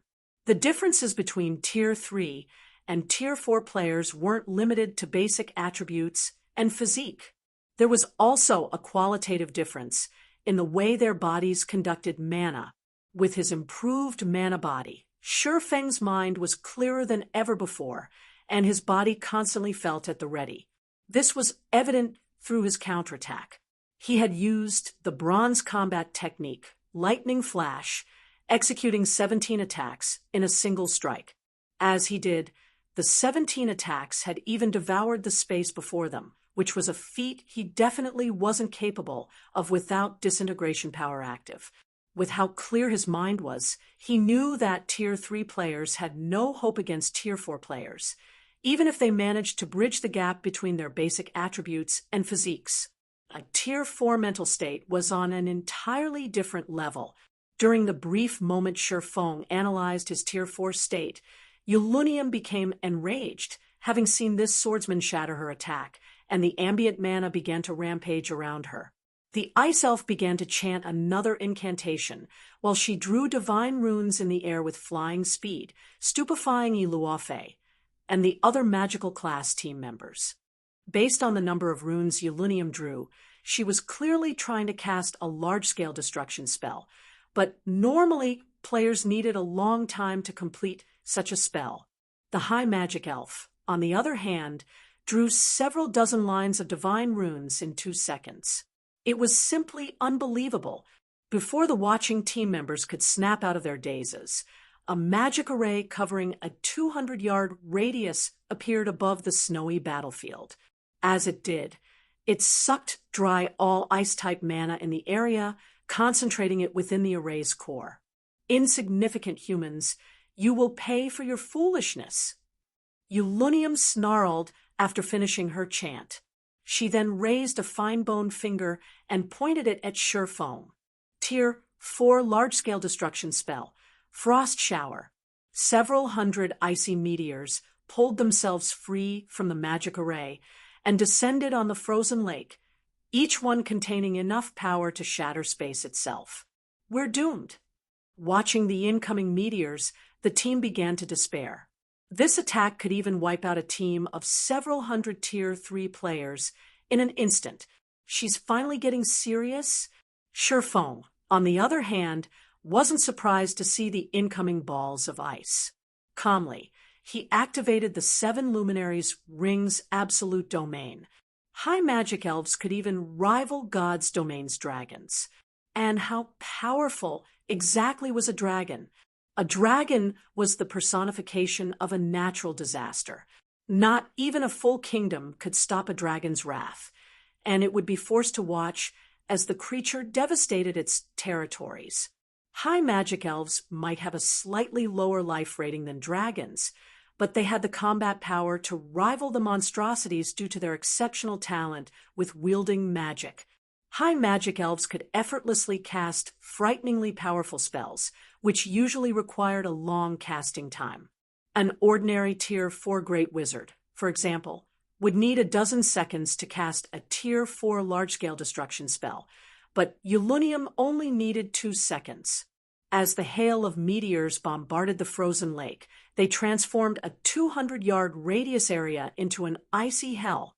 Fortunately, not even Tier 4 spells could break through Shurfeng's absolute domain, and Surefoam and his companions within range of his skill emerged unharmed. The moment Ulunium's attack ended, Surefoam charged at the Ice Elf. Ulunium was a magical class being. If she were allowed to cast her spells freely, she could even slay Tier 5 players, much less Shurfeng's Tier 3 teammates. If Surefoam wanted to prevent her from slaughtering them all, he had to face her in melee combat. With absolute domain's protection, Surefoam could approach Ulunium while she bombarded him with a steady stream of Tier 4 spells, but as he approached, he had to admit that this ice elf was incredibly powerful. Not only were her basic attributes considerably higher than his, but she also had an endless supply of Tier 4 spells at her command. Even after forcibly promoting himself to Tier 4, Surefoam was at a major disadvantage. With absolute domain's duration running out, Zero Wings members who watched from a distance began to grow nervous. Ulunium would have torn Surefoam to shreds by now, if not for absolute domain's protection. Her attacks against their guild leader weren't like the Ice Elf's assault against Kola. She had even begun to double speed cast, combined with her already absurd casting speed. Not even Surefoam could dodge all of her attacks in time. He was forced to rely on Sword's orbit to block some of the attacks, lest the impact knock him back. As though she had anticipated the moment, Ulunium sneered and summoned a crystalline staff. The instant absolute domain came to an end.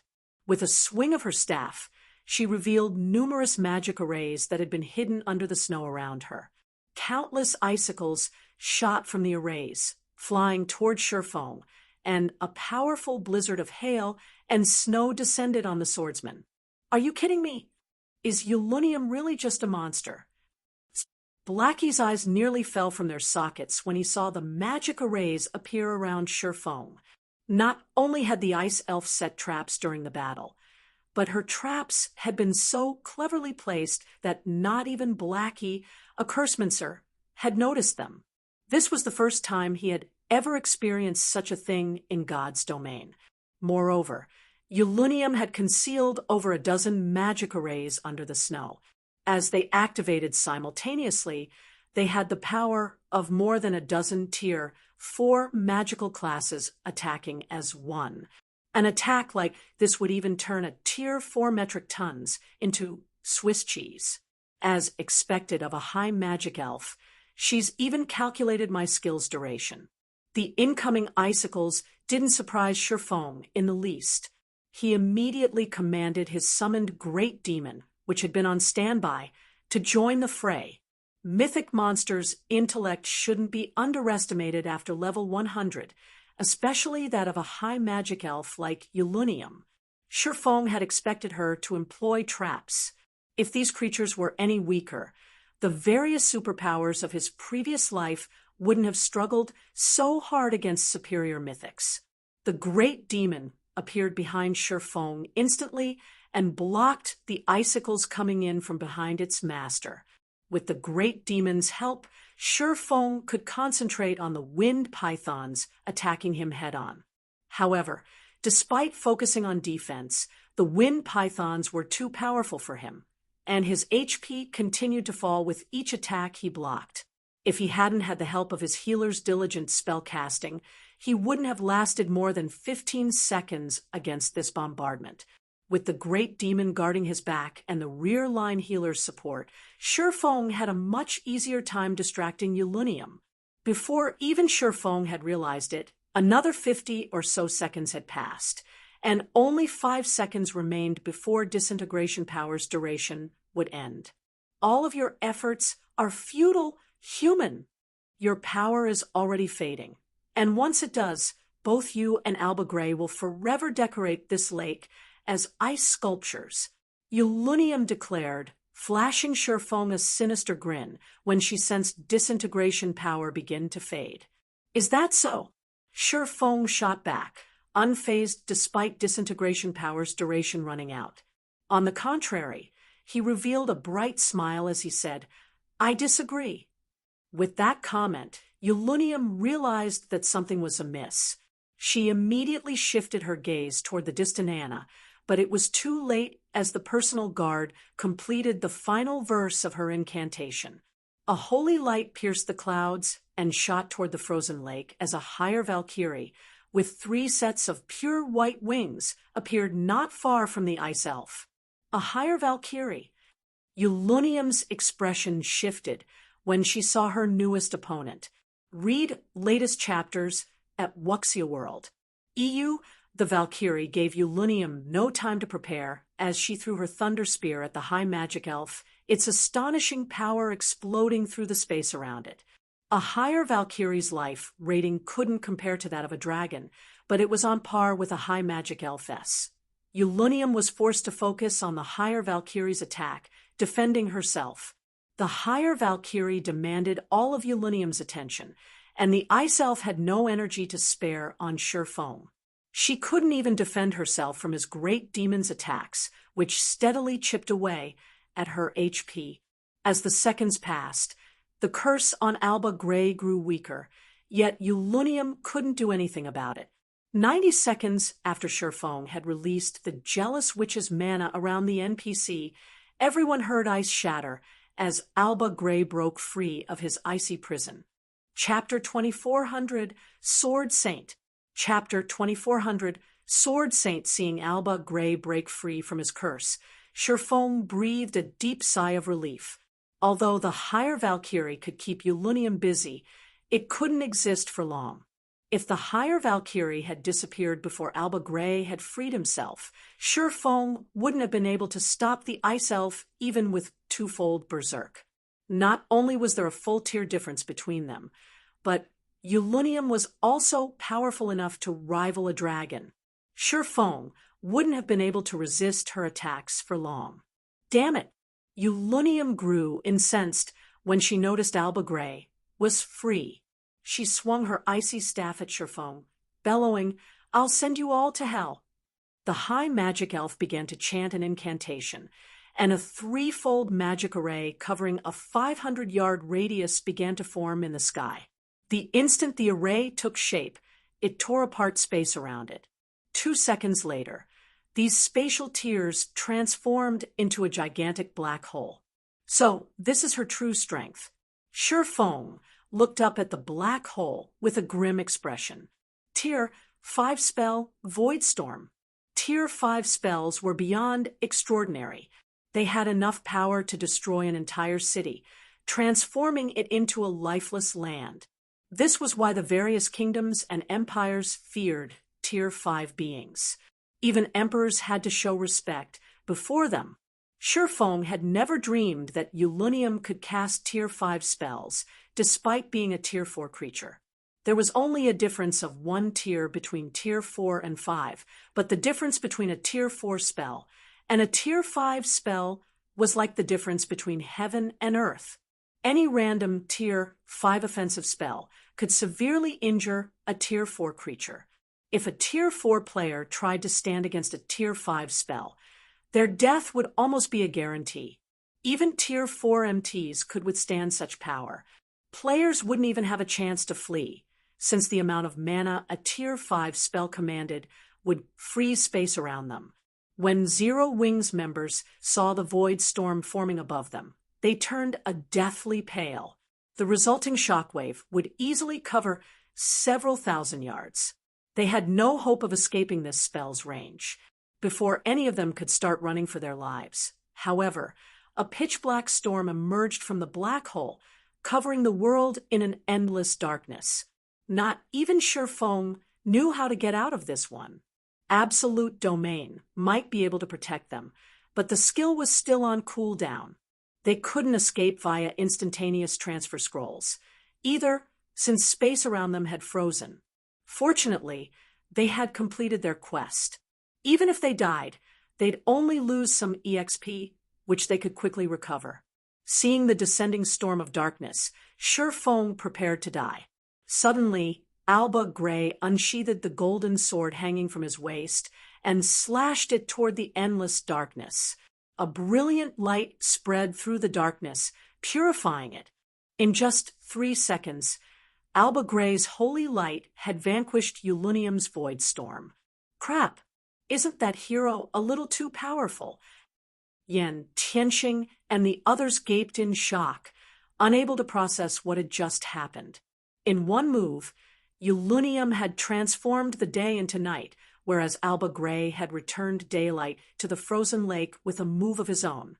Their combat power was simply unbelievable. Staring at Alba Gray, Zero Wings members finally understood what it meant to be a hero. A hero could not be overwhelmed by numbers. All of the monsters they had fought were insignificant before Alba Gray. The NPC could likely even slaughter a full group of Tier 4 players instantly. Damn it, you've actually become a sword saint. Ulunium stared at Alba Gray in astonishment as her void storm dissipated. That's right. Removing the curse has allowed me to grasp some of the principles I needed to make a breakthrough. You are no longer a match for me. Alba Gray roared, a hint of excitement lacing his tone. Although the jealous witch's curse had caused him endless suffering, studying it had allowed him to understand the concepts he needed to become a true Tier 5 sword saint. A Tier 5 sword saint. Shifeng was similarly shocked, and he spun to look at Alba Gray. Alba Gray, Sacred Magic Knight, Hero Sword Saint, level, HP, / NPCs faced greater struggles when trying to complete their promotions, but this was also why NPCs' status rose dramatically with every promotion in God's domain. A Tier 3 NPC, for example, could serve as a minor city's magistrate, while a Tier 4 NPC could serve as a magistrate in a major city. Even emperors had to show respect before Tier 5 NPCs. But as far as Shifeng could remember, Alba Gray had only been a Tier 4 hero during his previous life. This hadn't changed even after 10 years since God's Domain's launch. Alba Gray had never managed to become a Tier 5 sword saint. Even so, as a hero, Alba Gray had been able to contend with ordinary Tier 5 NPCs, including his identity as a famed smith. Even the various empires had taken him seriously. And yet, Alba Gray was now a Tier 5 sword saint. It is true. Now that you are a sword saint, I am no match for you, but don't you dare think this is over. Ulunium declared as she glared at Alba Gray. She then turned to Shifeng and continued, You, as well, adventurer. After her bold declaration, The ice elf began to disintegrate into snowflakes. "Don't think you can get away from me that easily," Alba Gray shouted. He unsheathed the second sword hanging from his waist and charged at Yulunium, swinging the pitch-black blade. He had only executed a normal slash, but from a distance, the attack had looked like a black wall rising into the air and extending more than 500 meters. The pitch-black wall bisected the high magic elf, and Yulunium released a harrowing scream as a snow-white energy crystal fell from her body. Although the attack had significantly weakened Yulunium's life aura, she successfully read latest chapters at Wuxia World. EU as the black wall faded from existence. Only Alba Gray remained on the snow-covered lake. It seemed she still managed to escape. Alba Gray frowned as he glared at the spatial tear before him. Shifeng, who stood nearby, wasn't surprised in the least that the ice elf had gotten away.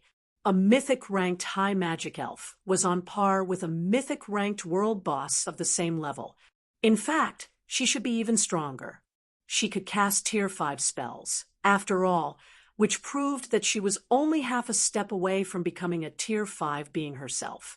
Even a Tier 5 hero would face a long battle to kill her. With Yulunium's disappearance, Shifeng heard the sound of a system notification. "System, congratulations. You have completed the inferior legendary quest. Last night. Quest completion rate, 93%. Quest rating, S rank. Chapter 2401, Alba Gray's Reward. Chapter 2401, Alba Gray's Reward and S rank rating?" Shifeng was astonished when he saw the outcome of his quest. He'd thought that he had barely passed with a C rank rating. His team had spent 9 days collecting the 1,000 mana strands. He had never dreamed that he would earn an S rank rating after taking so long. Receiving an S rank rating for high-ranked quests with completion rate indicators was incredibly difficult in God's domain. The quests themselves were typically challenging, and players had to complete the quest to near perfection to achieve such a high result. However, if players could earn an S rank rating, the original rewards would be improved slightly. Although the bonus wouldn't be very high, the additional rewards for an epic ranked or higher quest would be extremely valuable. A player had a 20% chance of earning an epic item as their reward for completing an epic quest, but if they gained the bonus from an S rank rating, their chances of earning an epic item would increase to 30% or even 40%. When completing an inferior legendary quest, an S rank rating could lead to a fragmented legendary item as a reward, which was normally impossible. Although Zero Wing had plenty of fragmented legendary items, every fragmented legendary item could enable a player to become a peak or apex expert in the future. Thus, every fragmented legendary item was a welcome addition. After the system had notified Shifeng of his results, Alba Gray approached him. "Fellow adventurers, thank you for saving me from that curse. I owe you all a big favor. Although my night division is no more, I will do my best to assist you with one matter," Alba Gray gratefully offered, showing none of the arrogance Tier 5 powerhouses usually possessed. "System, you have obtained Alba Gray's trust. Alba Gray's favorability of you has increased by 80 points. You have obtained Alba Gray's communication crystal." Alba Gray's statement and the system notification excited every member of the team. They had already witnessed the hero's power, and now they could reach out to Alba Gray and ask him for a favor. None of them had expected to receive this kind of reward. "Guild leader, with Alba Gray's help, we can destroy one of Starlink's cities. I can't wait to see their faces," Cola said, his eyes glowing as he gazed at Alba Gray. "That's right. Let's destroy Starlink's new city. I want to see how they intend to duke it out with us after that." Blackie exclaimed, nodding. Starlink had persistently caused trouble for Zero Wing, especially with its newest city. That city had claimed a ton of Zero Wing's potential profit. If they destroyed it, Not only would Stone Forest City regain its unique status as the only city in a level 100 neutral map, but they could also deal a heavy blow to their enemy, killing two birds with one stone. No, we no longer need to resort to such a tactic, Shi Feng said, shaking his head. Starlink had constructed a city near a level 100 neutral map, but even if Alba Gray destroyed it, there was no guarantee that Starlink couldn't construct a new city. Moreover, other superpowers would soon have cities of their own in level 100 neutral maps. The various superpowers experts had already reached level 100 and begun to challenge their Tier 3 promotion quests. Constructing a new city near a level 100 neutral map wouldn't be difficult before long. Moreover, Alba Gray's favor was incomparably valuable, especially now that he had become a sword saint. Even emperors would struggle to earn a favor from this hero. Asking Alba Gray to attack a mere guild city was like killing a mosquito with a bazooka. Shi Feng then walked up to the freed hero. Lord Hero, I am a forger and have always been passionate about my craft. I am particularly interested in mana forging, and I have heard that your research on the subject is unparalleled on the continent. I'd like to study your notes, if you'll allow it. Shi Feng stated his request after taking a deep breath. A Tier 5 sword saint could even destroy a kingdom with ease, much less a city, but destroying a kingdom was nothing compared to the value of a famed smith's knowledge. Due to Alba Gray's status as a famed smith, even demigods treated him with respect. Of the many things this NPC was known for, the most famous was his mana forging notes. It was the capital Alba Gray had relied on to become a famed smith in the first place. In fact, his mana forging notes were one of the reasons that the Ten Saints Empire had become as powerful as it was now. The various superpowers had fought tooth and nail for a single leaf of Alba Gray's mana forging notes. Some had even offered to trade fragmented legendary items for the pages. With Alba Gray standing before him and offering him a favor, Shi Feng had to secure the very item that made the NPC so famous. The hero took a long look at Shi Feng, and the silence stretched until it felt awkward. Is the request too much? Shi Feng anxiously asked. You have a very good, young adventurer. You know what is most valuable, Alba Gray praised. Unfortunately, I've stored my mana forging notes in the Ten Saints Empire's Imperial Library. Not even I have the authority to retrieve them. And unfortunately, the materials I would need to create a copy no longer exist in this world. Sure enough, although Shi Feng was disappointed, he wasn't surprised. The Ten Saints Empire treated Alba Gray's mana forging notes as a national treasure. The notes were even more valuable than a legendary item. Just as Shi Feng was about to give up and wondered if he should ask the famed smith to craft him a custom-made fragmented legendary item, Alba Gray opened his mouth to speak again. But don't be too disappointed. Before I penned the official mana forging notes, I created a few drafts. Although I have lost many of them, I do have one volume of my drafts with me. If you don't mind, I can gift you this volume. Alba Gray informed Shi Feng as he retrieved an ancient booklet that radiated faint traces of mana. The booklet was old and tattered, but it felt somehow timeless, as if very few things in this world could destroy it. Thank you, Lord Hero. I will take good care of it, Shi Feng said as he accepted the booklet. He was still disheartened that he couldn't obtain the full compilation of the mana forging notes. He was surprised and pleased that he could obtain one of the notes volumes. Alba Gray had relied on his mana forging notes to become a famed smith. A single volume could easily rival the value of a legendary item. There's no need to thank me. If you need help in the future, you may contact me through my communication crystal, Alba Gray said, smiling. He then transformed into a streak of light and disappeared from everyone's vision. Read latest chapters at Wuxia World. EU System. You have earned Alba Gray's admiration. Alba Gray's favorability of you has increased by 10 points. System. Alba Gray's favorability of you has reached 100 points. You have become Alba Gray's friend. Blackie and the others were confused as they watched the exchange. They didn't understand why Shifeng had asked the hero for a tattered notebook, and based on their guild leader's expression, he seemed ecstatic about it. As Shifeng stored the mana-forging notes draft volume in his bag, Yen Tianqing approached with a white energy crystal in hand. Guild leader, this crystal Ulunium dropped is very strange.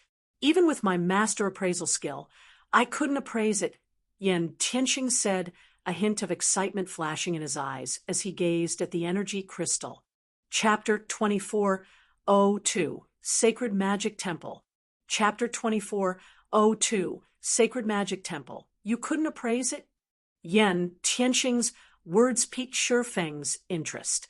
Immediately, the swordsman used omniscient eyes on the crystal.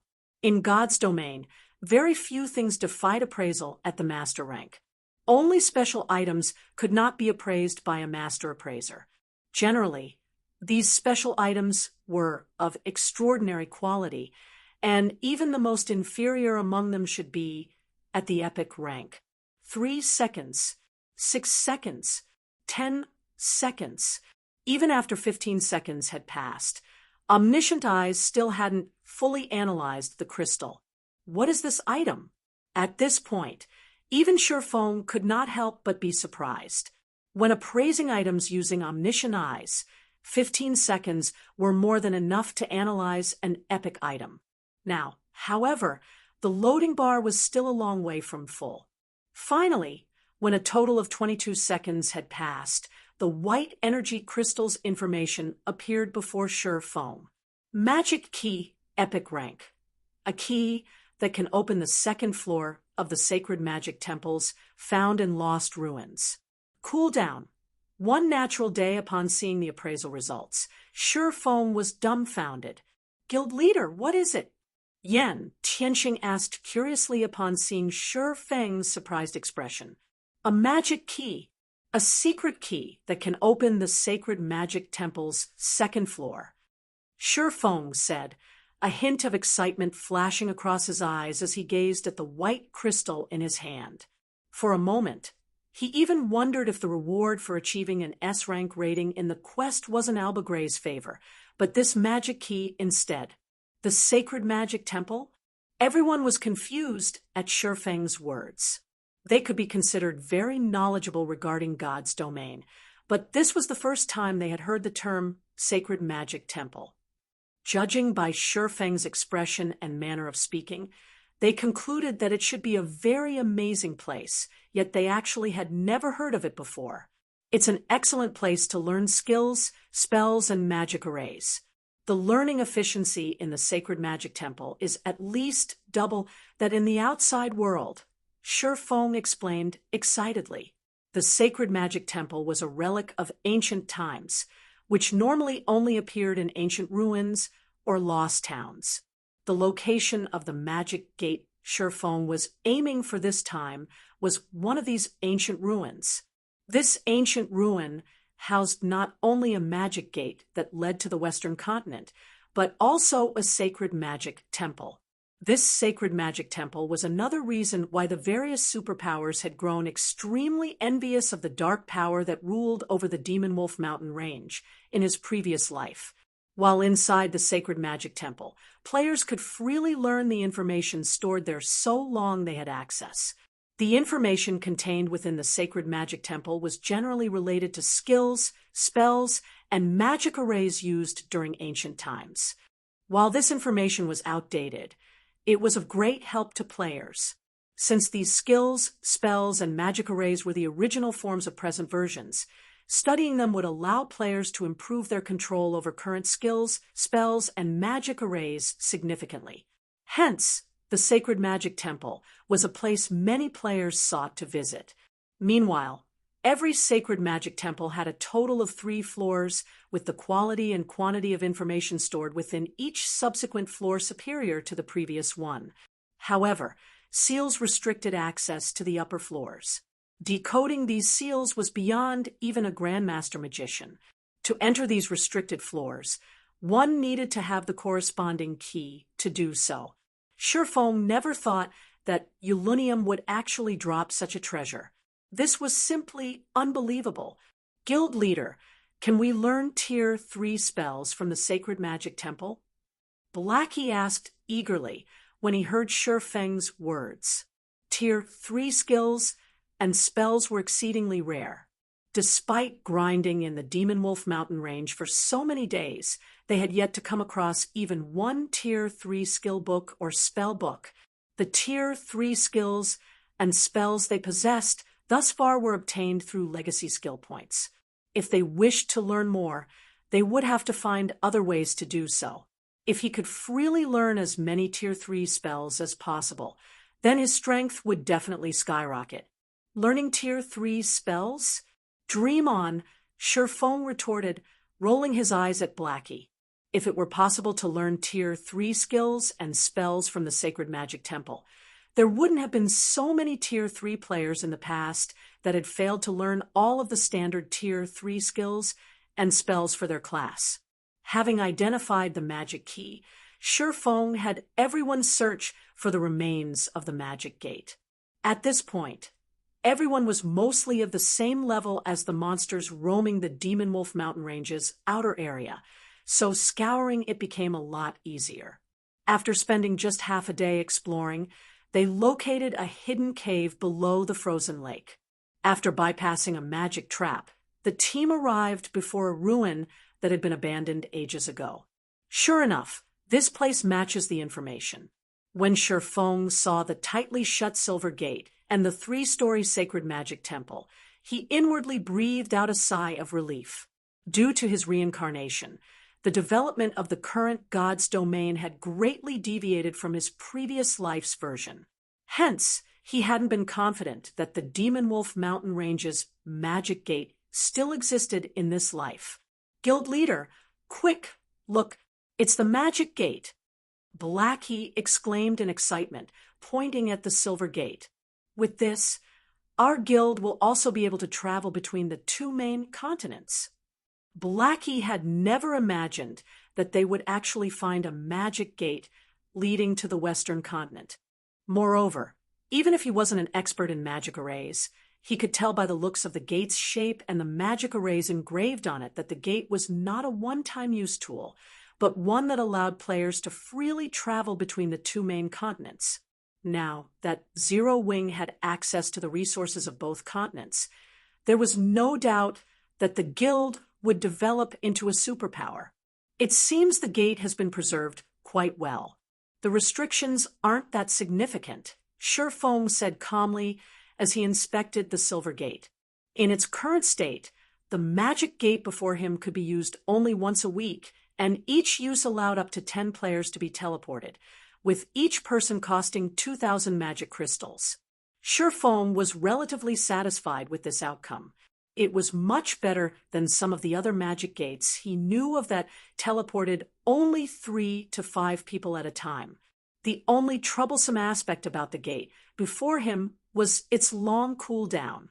However, now that he had activated the gate, he just needed to wait a few more days to travel to the Western continent and start raking in a ton of resources and credits.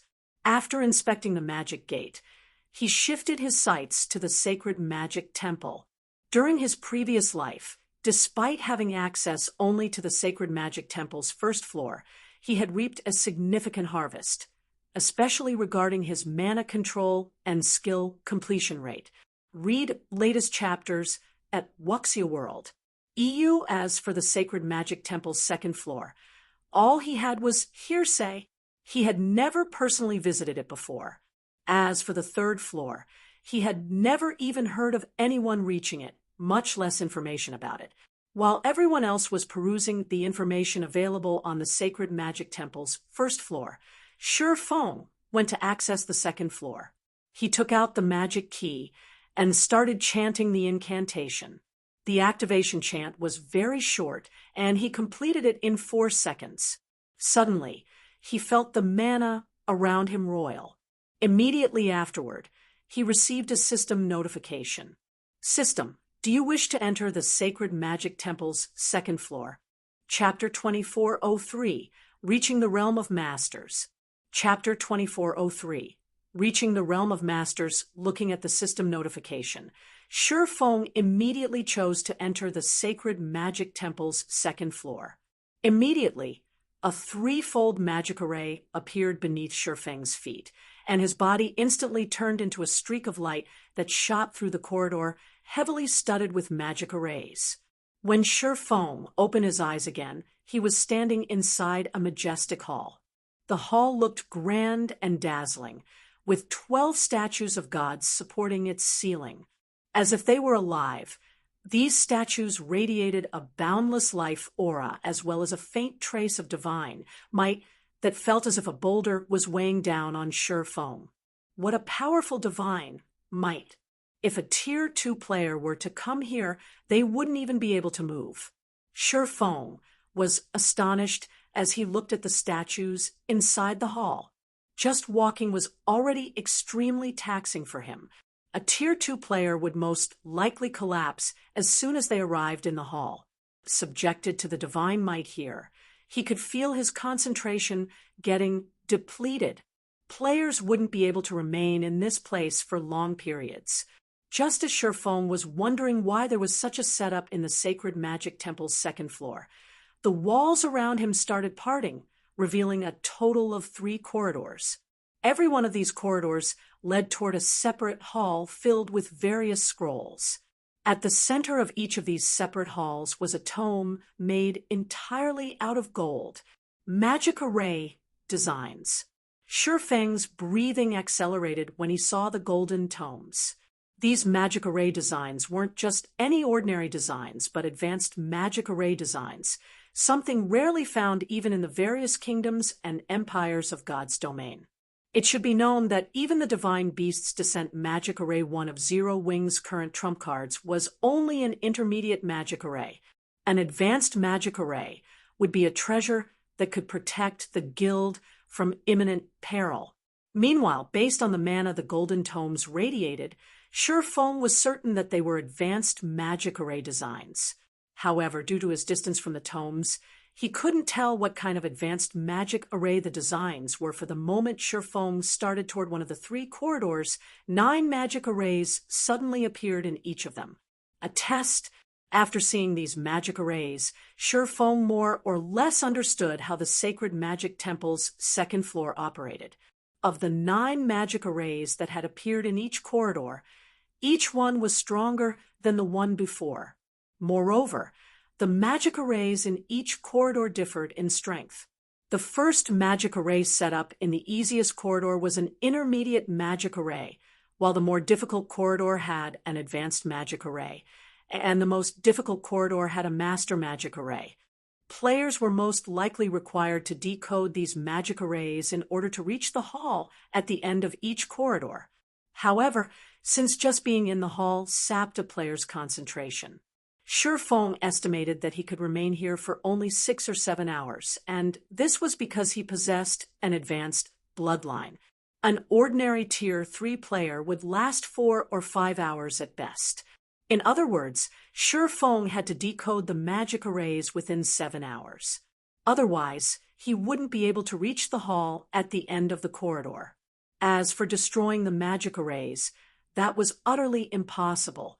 Due to the pressure from the 12 statues, even a Tier 4 player couldn't exert sufficient strength to destroy the magic arrays protecting the corridors, much less a Tier 3 player like Shi Feng. Only Tier 5 players would be capable of such a feat, however. It would still be a long time before Tier 5 players started appearing in the game. Shi Feng couldn't rely on external tools either. The moment he entered the hall, only his epic spatial bag remained usable. The system had locked everything else. My time is limited, so I have no choice but to take the simplest path. After giving the matter some thought, Shi Feng decided to go for the corridor protected by the intermediate magic array. However, despite the easiest corridor starting with only an intermediate magic array, the first magic array itself was by no means simple. it definitely ranked above average among intermediate magic arrays. Even an ordinary intermediate magician would need a lot of time to decode it. However, for Shifeng, who was only half a step from becoming a master magician, decoding it was a simple task. In the end, he spent only 2 minutes on the second magic array, was at least 20% more complex than the first. Shifeng spent 3 minutes on it. The third magic array was similarly an intermediate magic array, but it ranked at the top among intermediate magic arrays. Shifeng required nearly 5 minutes to decode it. Upon reaching the fourth magic array, he could not help but frown. The fourth is already an advanced magic array. Shifeng was startled as he studied the advanced magic array. Although the advanced magic array before him was a very simple one, even the simplest of advanced magic arrays was a lot more complex than the strongest intermediate magic array.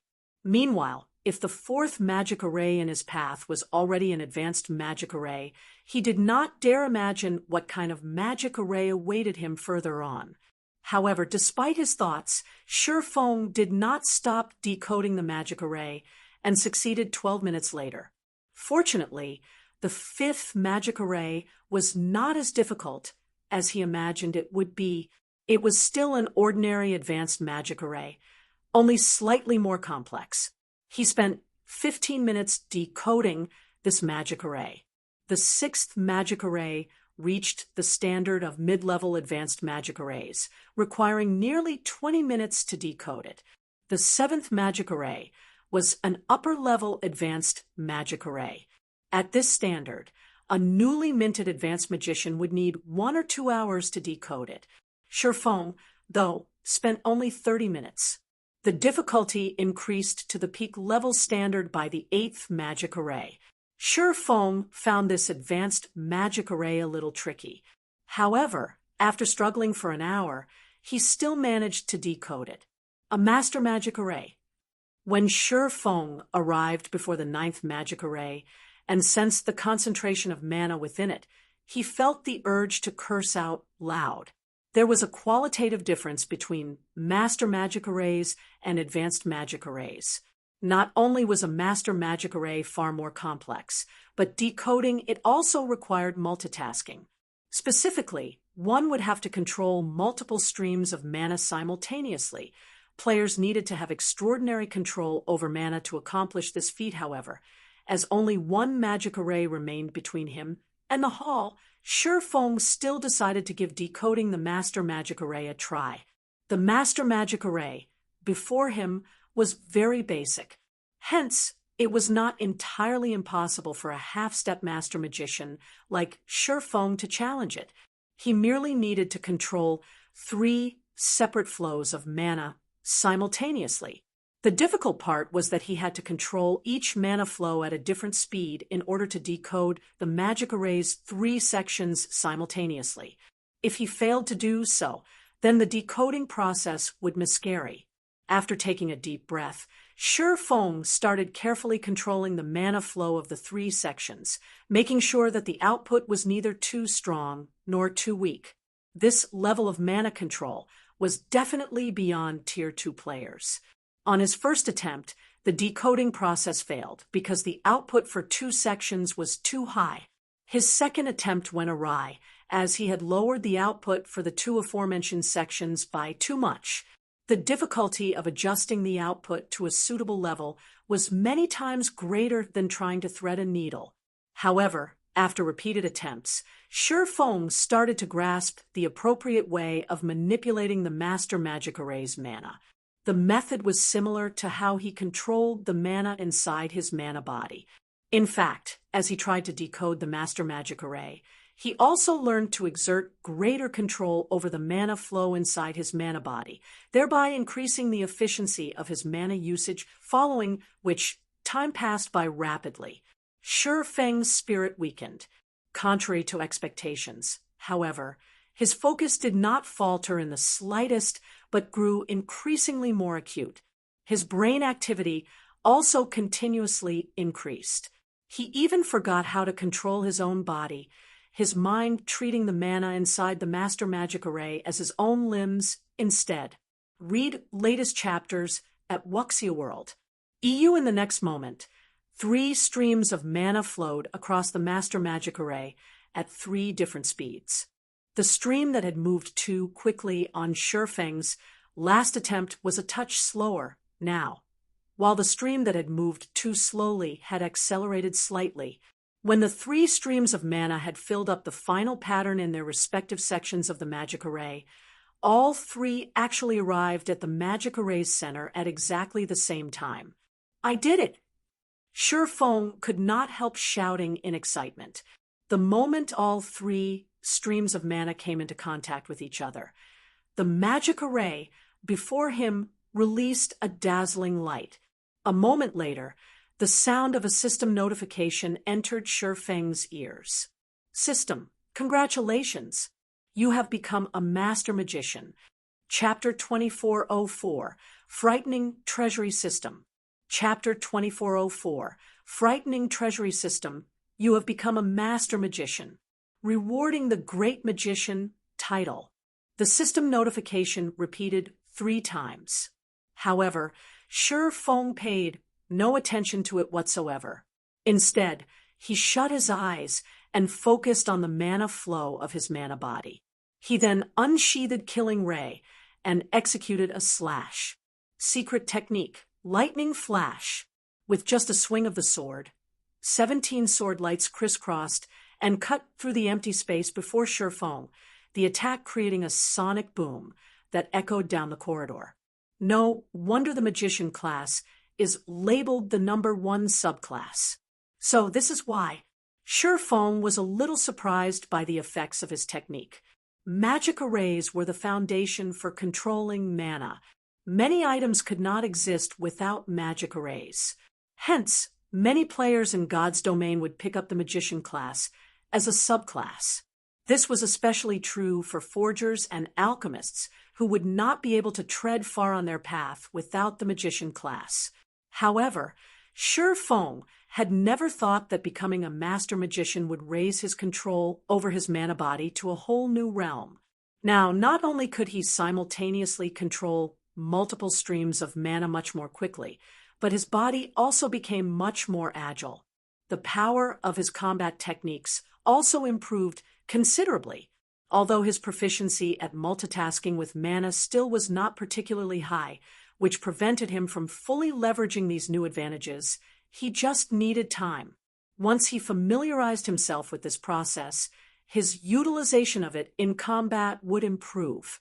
Moreover, the Great Magician title increased his maximum concentration by 10% and improved his mana control by 10%, which made controlling his mana body easier.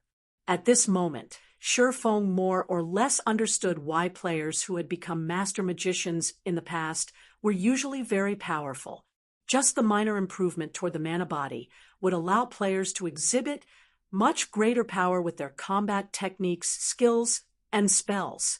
Not to mention, a Master Magician could construct basic magic arrays without the assistance of materials and use these magic arrays as a tool for support or interference. The benefits of becoming a Master Magician were massive. Now, if he could get Aqua Rose, Violet Cloud, and the other magical class experts of Zero Wing to become Master Magicians within a short period, the guild's overall strength would definitely increase substantially. Thinking up to this point, Shifeng shifted his gaze to the center of the nearby hall. Now that he had decoded the last magic array, the advanced magic array design was already within his reach. So long as he could obtain it, helping Zero Wing's members get promoted to the advanced magician rank, and, subsequently, the Master Magician rank would be much easier. When Shifeng stepped into the hall, the contents of the hall entered his view.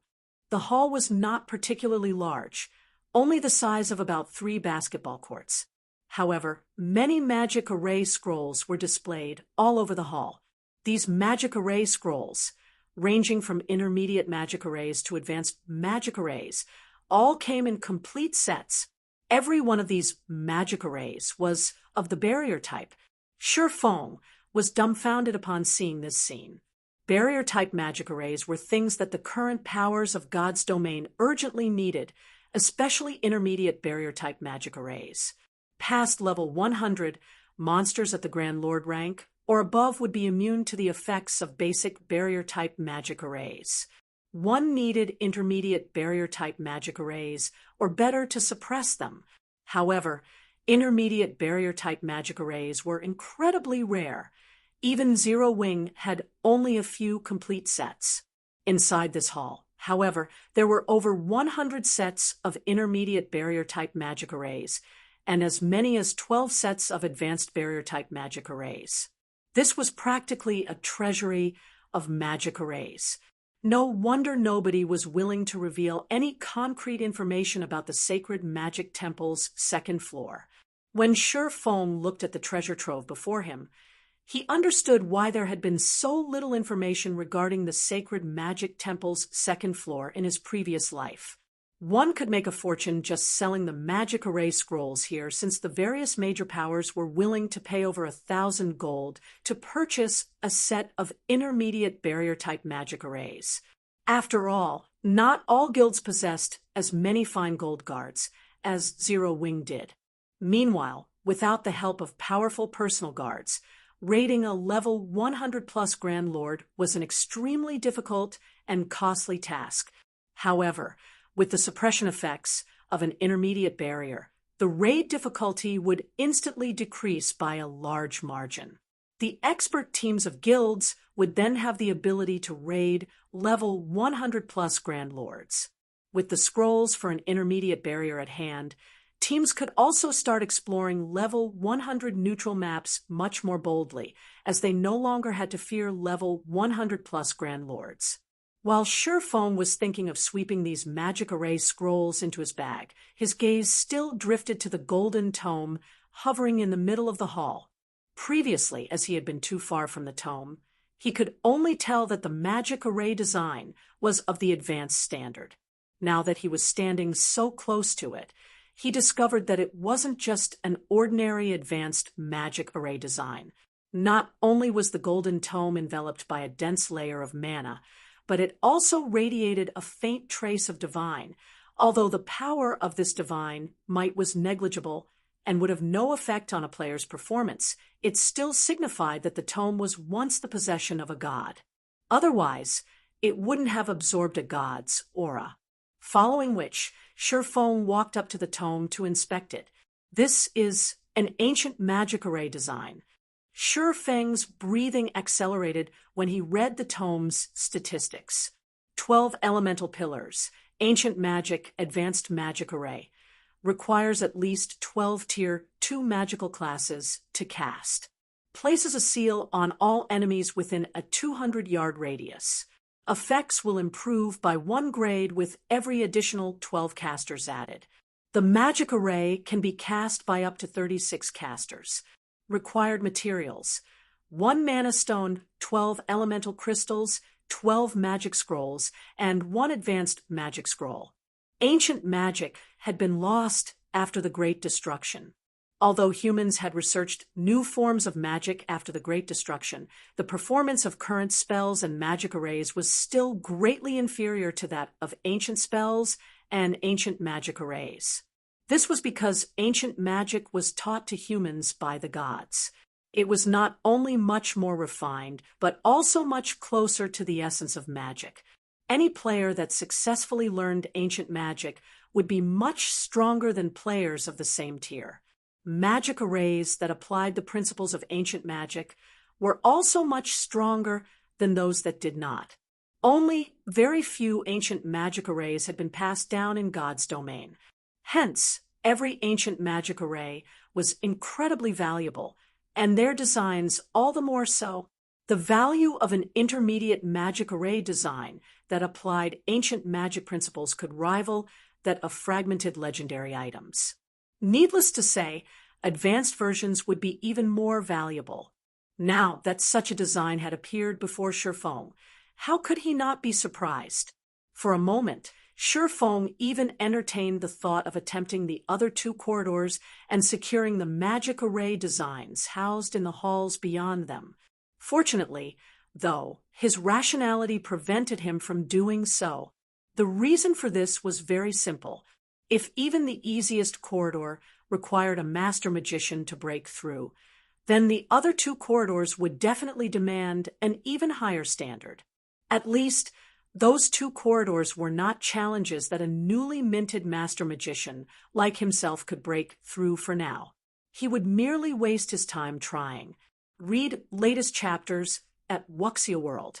The materials needed for the 12 elemental pillars are relatively easy to procure. Even the mana stone, which is the most troublesome material to get, is no problem for me. So long as I can mass-produce this magic array, I can definitely raise the performance of the guild's teams by a large margin.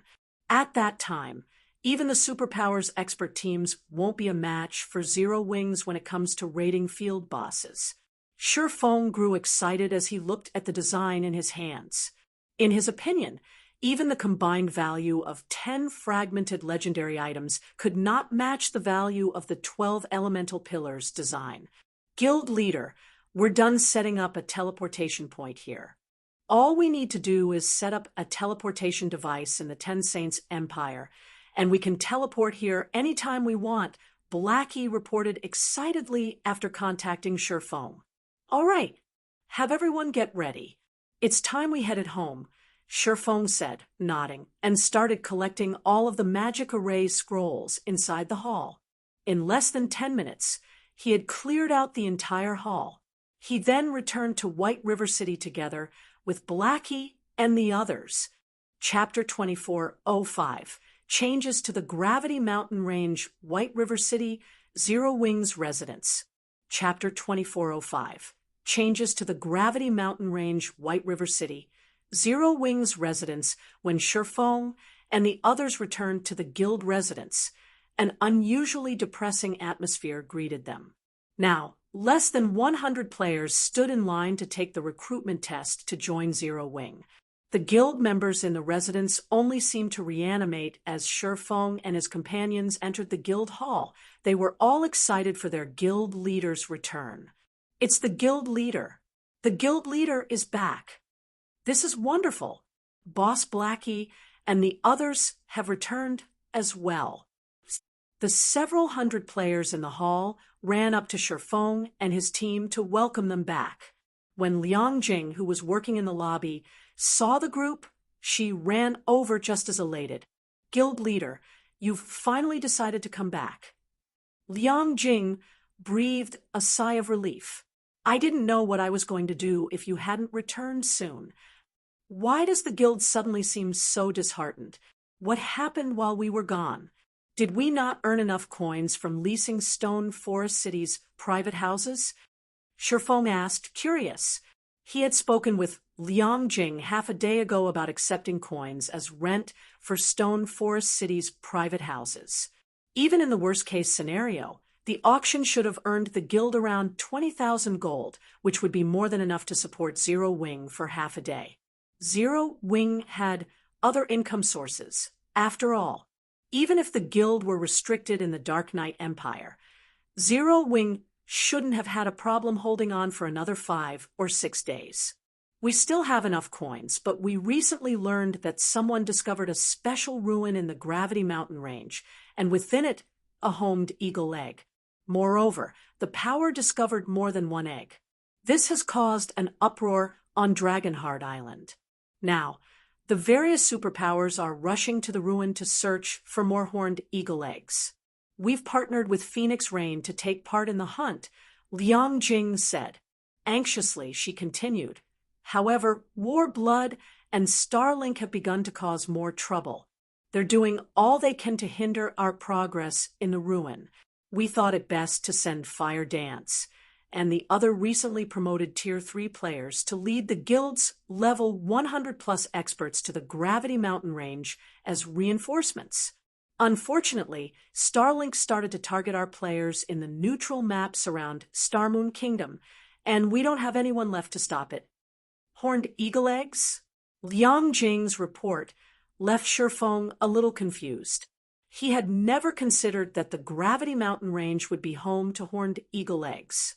He certainly hadn't heard of such a thing in his previous life. Horned eagles were one of God's domain's flying mounts.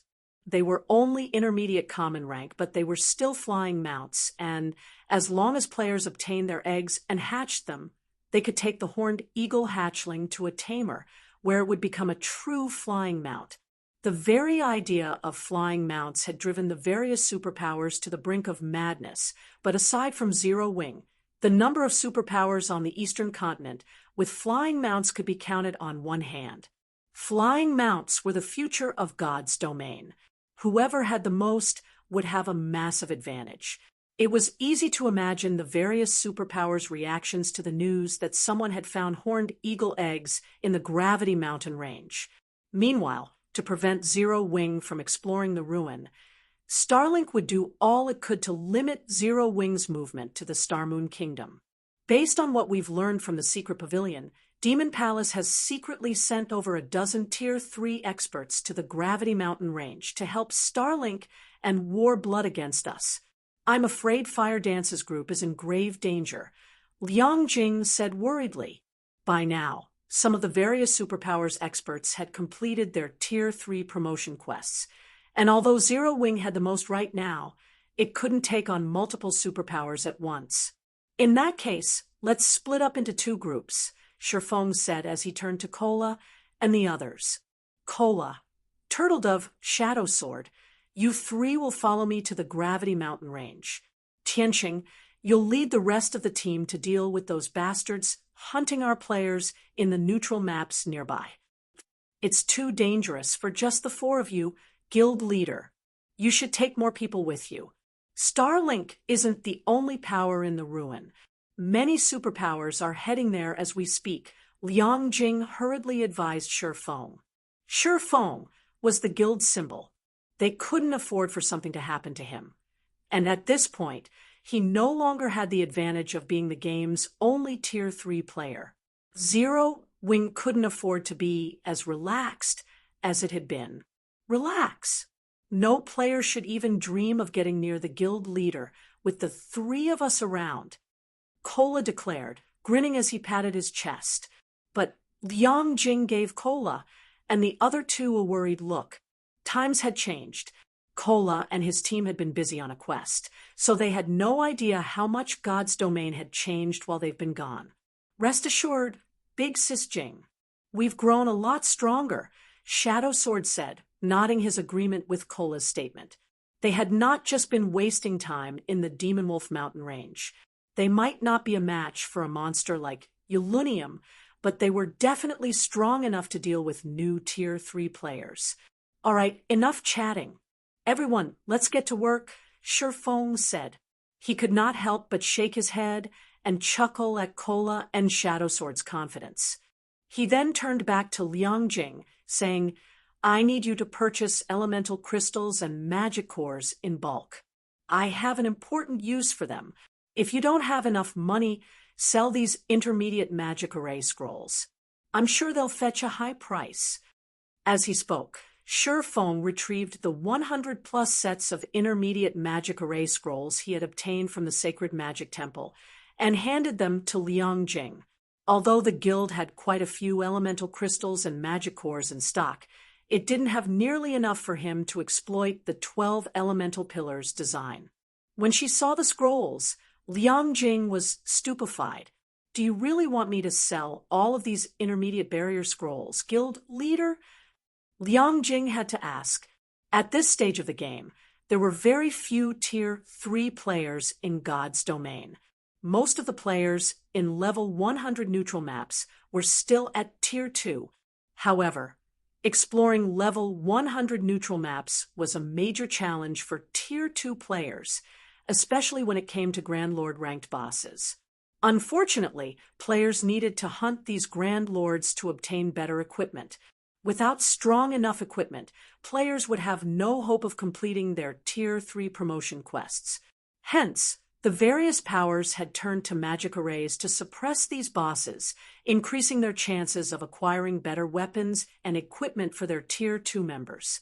Because of this, intermediate barrier scrolls were incredibly popular right now, especially when sold in complete sets. A full set of intermediate barrier scrolls could easily fetch 800 gold or more. MHM, I've obtained an advanced barrier-type magic array design, so we don't need these anymore, but don't sell too many at once. Post them for sale one by one, Shifeng said. Intermediate barriers were valuable, but they couldn't compare to the 12 elemental pillars. Furthermore, this was the best time to sell intermediate barrier scrolls. As more players reached Tier 3, these scrolls would become less valuable. Since Shifeng didn't need to keep them for his guild, selling them for materials to craft advanced magic array scrolls would only benefit Zero Wing as a whole. I understand. I'll start posting them in the various kingdoms and empires' auction houses, Liang Jing said, her eyes glowing with excitement. She hadn't expected Shifeng to return with such an abundant harvest. An advanced barrier-type magic array design. With such a design, Zero Wing could produce as many advanced barrier scrolls as it wanted. With an advanced barrier, a team of Tier 2 players would even have a chance of defeating a level 100-plus Grand Lord-ranked archaic species. Liang Jing left to carry out Shifeng's orders. Shifeng, on the other hand, hurried toward the Gravity Mountain Range with Cola, Turtle Dove, and Shadow Sword. The Molten Canyon, located within the Gravity Mountain Range's core region, was crowded with players. Most of them were from the various superpowers and top adventurer teams, and every one of these players had reached level 100 or higher. Several players wearing the Heaven's Blade Adventurer Team emblem fought desperately to escape the Molten Canyon. However, several hundred level 100-plus experts, led by a Tier 3 player, stood between them and the canyon's exit. Leader, what should we do? They have a Tier 3 expert on their side. We've already used up all our instantaneous movement magic scrolls, a level 101 assassin from Heaven's Blade said, watching the Tier 3 Berserker King a short distance away with an anxious expression. Read latest chapters at Wuxia World. EU, I'll hold them off while the rest of you get out of here. If you don't make it out, Blood Oath will kill the commander. The level 102 female Guardian Knight leading the team growled through gritted teeth. We've sealed the area off already. Do you really believe you can escape? Even if you guys get past us, no one can save you. No one can stop War Blood in the Gravity Mountain Range. The Tier 3 Berserker King shouted, sneering at Heaven's Blades members. The Heaven's Blades players despaired. The Berserker King had only spoken the truth. The War Blood Adventurer team had evolved. With the help of Starlink and Demon Palace, War Blood had become Dragonheart Island's #1 adventurer team. Even if they managed to break past War Blood's blockade and got far enough to ask for help, no one would help them. However, the moment the Berserker King finished his gloating, everyone in the area heard a deep voice. Is that so? And what if Zero Wing gets involved? Chapter 2406, Shock. Chapter 2406, Shock. As the question echoed throughout the canyon's exit, everyone fell silent. None of them had ever thought someone would willingly stand against War Blood, and they all spun toward the origin of the voice. For figures, 3 men and a woman, entered the canyon. They had all hidden their information under black cloaks, and the group's leader, a man who looked to be around 30 years old, walked into the canyon as if he hadn't sensed the tense atmosphere surrounding the adventurer team groups. Zero Wing. For players, are these people tired of living? Zero Wing's members must be insane. Shouldn't they be mindful of the time and place if they want to challenge War Blood? War Blood might be helpless against Zero Wing in the northern region, but we're in the Gravity Mountain Range's southern region. More than half of War Blood's members are in the area. Players from various major powers were watching the situation at the canyon's exit, and they were surprised and confused as they watched 4 Zero Wing members interfere in the fight between War Blood and Heaven's Blade. War Blood's members might have been afraid of the declaration if this were taking place in the Gravity Mountain Ranges northern region. However, in the Molten Canyon, even the various superpowers had to consider their options carefully before provoking Warblood. Warblood was the official #1 adventurer team on Dragonheart Island. After all, even if Zero Wings members were hellbent to poke their nose into the matter between Warblood and Heaven's Blade, they should at least compare the two sides. Numbers a total of 600 Warblood members blocked the canyon's exit, and every one of them was level 100 or higher. In contrast, Zero Wing had only sent 4 players to interfere. Zero Wing's audacity even rendered Heaven's Blade's members speechless, not to mention the spectators from the various major powers. Everyone thought Zero Wing was playing with fire. Although they were grateful that Zero Wing's members had stepped in, those 4 players really should have considered how outmatched they were before they had interrupted. You Zero Wing players sure are bold. You dare spout such nonsense before our team leader, Remnant. You must be tired of living. A level 102, Tier 2 Ranger mocked, sneering at Surefang's group. Their commander had long since ordered all of the adventurer team's members to kill any Zero Wing members on sight. Unfortunately, since Zero Wing held the northern fortress and could use return scrolls to teleport to it, Warblood's members had found their targets difficult to ambush in the fields. However, Warblood's team had sealed off the Molten Canyon. Not only was communication with the outside world impossible, but they had also rendered teleportation tools, such as return scrolls, unusable. Killing any Zero Wing members they encountered would be a piece of cake. Remnant, we are your targets. There's no need to involve outsiders. If you think you can take me, let's fight. I want to see how strong you've grown after becoming a Berserker King. For myself, Cleansing Flame, the female Guardian Knight leading Heaven's Blade's team, shouted to Remnant Snow, the Berserker King leading Warblood's team. She knew that escape was no longer possible for her team. Aside from how badly outnumbered they were, Remnant Snow was more than powerful enough to annihilate her entire team. She had already witnessed the strength of Tier 3 players, and she knew that Tier 2 players had no hope against them. She was grateful that Zero Wings members were so willing to help her, but she couldn't let them die for their good intentions. You actually think you qualify to challenge our leader to a one-on-one match? Flame, the level 102 ranger from Warblood, disdainfully asked Cleansing Flame. You might be strong, but our leader has already reached Tier 3. Even your vice commanders would have to think twice before challenging him. There's only one way we'll let your team leave in peace.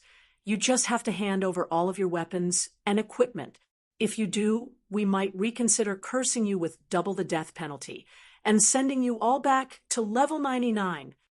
As the Tier 2 Ranger ended his threat, the various major powers spectators turned to Remnant Snow in awe. More players had begun to reach Tier 3, but most of them were peak experts from the various superpowers.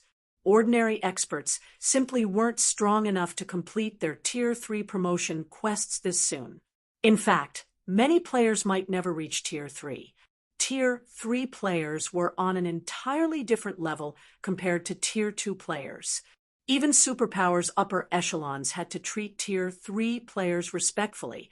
Cleansing Flame might be one of the top-ranked team leaders from Heaven's Blade, but she doesn't qualify to challenge Remnant Snow.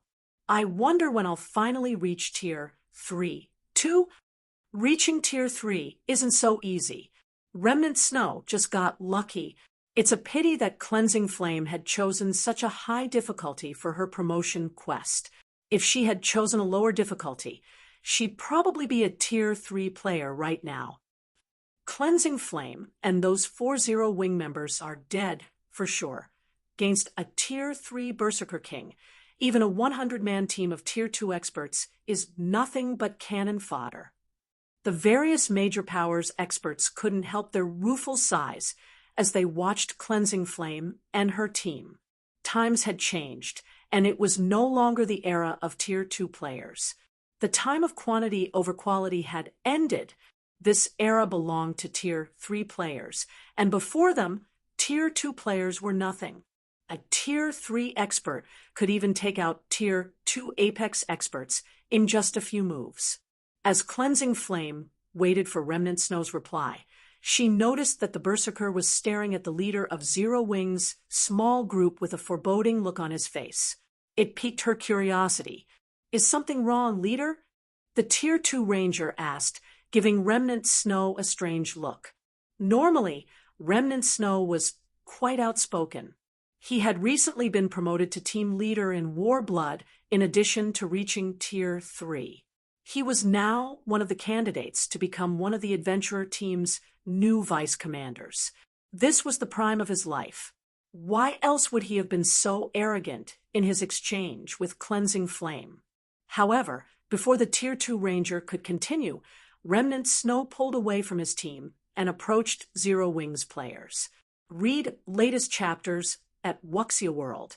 EU Zero Wing's members are doomed now.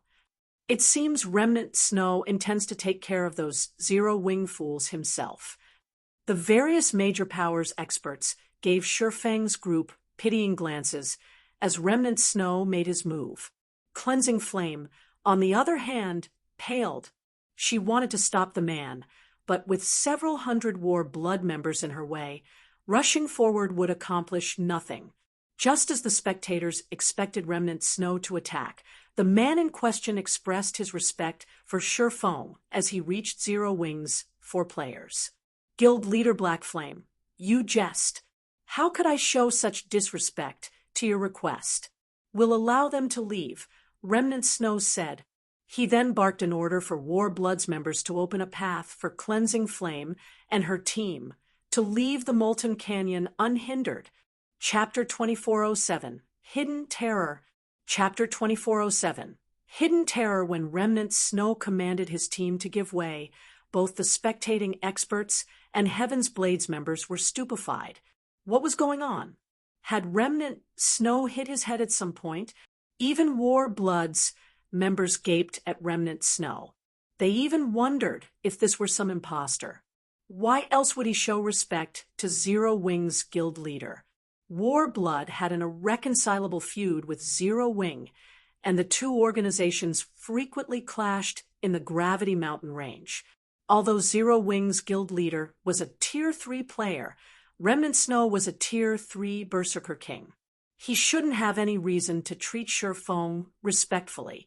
Not a single player watching the scene could understand why Remnant Snow behaved as he did. "Are you deaf? Why aren't you moving?" Remnant Snow snarled as his team members stared at him. Seeing his rage, Warblood's members followed their orders and opened a path for Cleansing Flame's team, regardless of how confused they were. When the watching experts saw this, they were utterly flabbergasted. At first, they had wondered if they had misheard Remnant Snow, but after watching Warblood's members move aside and let Cleansing Flame's team pass, they had to accept the odd situation as fact. "I'll thank you in their place then, Team Leader Remnant. I still have other matters to deal with, so I'll be heading out," Shifeng said. Remnant Snow's behavior had surprised him, too, but since the man had taken a step back, it'd be in poor taste if Shifeng escalated the situation. Thus, he decided to continue on his way into the Molten Canyon after a polite response. Remnant Snow couldn't help but breathe a deep sigh of relief as he watched Shifeng's group walk off. Others might not realize how powerful Shifeng was, but he had experienced the swordsman's astonishing might for himself. Shifeng had caused a huge scene on Tranquil Mine Island even before he had reached Tier 3. He had then slain Blood Oath, who had been protected by several of his bodyguards and one of the adventurer team's vice commanders within the Dragon Phoenix Pavilion's residence. And yet, Shifeng had still slain Blood Oath. The swordsman was inhumanly strong. Now that Shifeng had reached Tier 3, he had undoubtedly become even more terrifying. Remnant Snow had no wish to provoke such a monster. Even among Tier 3 players, there were still differences. Reaching Tier 3 did not grant invincibility. Are we really letting them go, leader?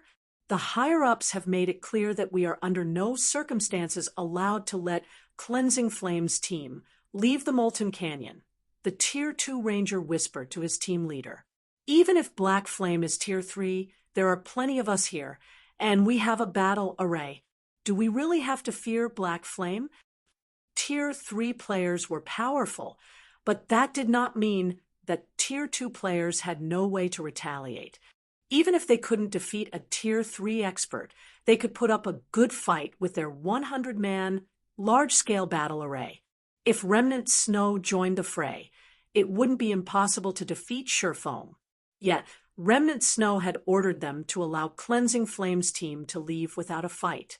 Warblood's upper echelons definitely wouldn't tolerate this insubordination. That is true. I am confident that I could hold my ground against Black Flame with the help of a battle array. But do you truly believe that he's only a Tier 3 player? Remnant Snow said as he rolled his eyes at his vice team leader. Didn't you see the 3 players behind him? Even if they are all Tier 3 players, we can buy enough time for our other Tier 3 experts and Starlink's Tier 3 experts to arrive. Winning that battle isn't necessarily impossible, the Ranger insisted. Although Tier 3 players were still rare at this stage, Warblood and Starlink had a few. Surrendering without a fight would tarnish Warblood's reputation. So what if they make it here? Remnant Snow shot back, chuckling. You're aware that I learned a special skill after I completed my Tier 3 promotion, right? With this skill, I can see through Black Cloak's concealment effects. Do you know what those players' levels and equipment standards are? How strong could they possibly be? Are they level 105 players in level 100 Dark Gold set equipment? The Tier 2 Ranger offhandedly mocked the notion. He knew about Remnant Snow's identification skill. That skill was the reason Warblood had ordered the Berserker King to guard the Molten Canyon's exit in the first place. With him running the show, Heaven's Blades members wouldn't be able to sneak out of the Molten Canyon with black cloaks. At this point, Tier 3 experts' equipment standards weren't much higher than Tier 2 players. Most Tier 3 experts were still wearing level 100 epic equipment. A player would only have a distinct advantage if they equipped level 100 Dark Gold set equipment, but obtaining that kind of equipment was nigh impossible for current players. More experts were reaching Tier 3, but not a single power had enough Tier 3 players to raid level 100 team dungeons. And because of that, obtaining level 100 plus top-tier equipment was still extremely difficult. Players could grind level 100 plus Grand Lords, but the best equipment those field bosses would drop would be fine gold rank. Bingo, Remnant Snow said, chuckling. Not only have they reached level 105, but they're even wearing Dark Gold set equipment. Level 105, level 100 Dark Gold set equipment. How is that possible? The Tier 2 Ranger exclaimed, astonished. Level 100 Dark Gold set equipment. Shaking his head, Remnant Snow revealed an envious expression as he said, they're not wearing level 100 Dark Gold set equipment. They're wearing level 105 Dark Gold set equipment. Impossible. How can they have possibly acquired such items? Stupefied, the Ranger refused to believe his leader's claim. Obtaining level 100 Dark Gold set equipment was an unbelievable feat at the moment, and obtaining level 105 Dark Gold set equipment was an utter joke. Yet that was what Remnant Snow had seen after using his special identification skill, so it must be absolute truth. Furthermore, the Ranger had no reason to doubt his leader. Remnant Snow was fighting to become a vice commander. He wouldn't benefit in the least from my Flames team go. As Remnant Snow had said, even if Warblood and Starlink sent Tier 3 experts as reinforcements, they'd be nothing but a joke against those 40 Wing members. Why else would I have let Cleansing Flames team leave without a fuss? Remnant Snow asked, rolling his eyes. As he stared at Shurfeng's departing figure, a trace of fear flashed in his eyes. There was one bit of information he hadn't revealed: the fact that he hadn't gleaned the slightest detail regarding Shifeng. When he had stood before the swordsman, it had felt as if he were trying to stare down a Tyrannosaurus Rex. Honestly, the Tier 2 Ranger silently celebrated his leader's wisdom. Had they started a fight with those players, they all would have died. As Shifeng's group passed, delving deeper into the molten canyon unhindered, the various experts in the area gaped in shock. Leader, is Zero Wings Black Flame really that powerful of a player? Remnant Snow actually stepped aside out of respect for him. The level 101 female cleric beside Cleansing Flame asked, confused and stunned. Even the various superpowers feared Tier 3 players. Yet Remnant Snow had conceded after a few words from Shifeng. It was utterly unbelievable. I don't know exactly how powerful Guild Leader Black Flame is, but I know that this is an opportunity for us, Cleansing Flame said, excitement flashing in her eyes after seeing Remnant Snow's extraordinarily respectful display before Shifeng. She immediately tried to catch up with the small Zero Wing group. None of Heaven's Blade's members knew what she was up to. Guild Leader Black Flame, I am Cleansing Flame, one of Heaven's Blade's team leaders. Thank you for saving us. If you hadn't come along, we would have died here. Cleansing Flame sincerely thanked Shifeng. It was just a small effort on my part. There's no need to be so polite, Team Leader Flame, Shifeng said. Read latest chapters at Wuxia World. EU Shifeng hadn't intended to save Cleansing Flame's team. He had just wanted to spoil Warblood's fun. He had hoped that Remnant Snow would attack him, and he could use the chance to wipe out some of Warblood's members. He certainly hadn't expected the Berserker King to concede. It had left him with no choice but to abandon his original plan. Guild Leader Black Flame, may I request your help in saving our trapped commander? If you're willing to save our commander and her team, Heaven's Blade will offer this item as compensation, Cleansing Flame said as she revealed an ancient withered tree branch. The branch didn't look like anything special, but it radiated a timeless aura. Moreover, it contained a powerful life force, the Tree of Life. When he saw that special tree branch, Shifeng couldn't help his shock. Chapter 2408, Elven Race's Divine Artifact. Chapter 2408, Elven Race's Divine Artifact. You really are amazing, Guild Leader Black Flame. You recognized it at a glance. Cleansing Flame praised the swordsman, a little surprised when Shifeng identified the tree branch. Heaven's Blade had tried all sorts of methods to appraise the branch, but failed to learn anything. In the end, they had only discovered the tree branch's identity after using an ancient appraisal scroll. And yet, Shifeng had known what the branch was after a quick glance. It was unbelievable. Everyone in God's domain knew about the Tree of Life, the elf's divine artifact, but there was very little information available about the tree itself. The most the average player knew about the Tree of Life was that it produced the Fruit of Life. The Fruit of Life was a sacred item that could resurrect NPCs, as well as a treasure that could drastically improve a living creature's potentials. Even kings and emperors coveted the Fruit of Life. It's no wonder why Warblood is out to get you and willing to go as far as to seal off the Molten Canyon. Shifeng realized what the previous encounter had been about when he saw the tree branch in Cleansing Flame's hand. That's right. Warblood found out about the tree branch and is doing everything it can to target us in the ancient ruin. Unfortunately, our commander is still trapped in the ruin, and we aren't strong enough to save her, Cleansing Flame said, clenching her teeth. However, that branch isn't one of the Tree of Life's main branches, just a side branch, Shifeng calmly deduced. Moreover, I'm guessing that you have more than 2 or 3 side branches on your hands. I suspect you also have a main branch.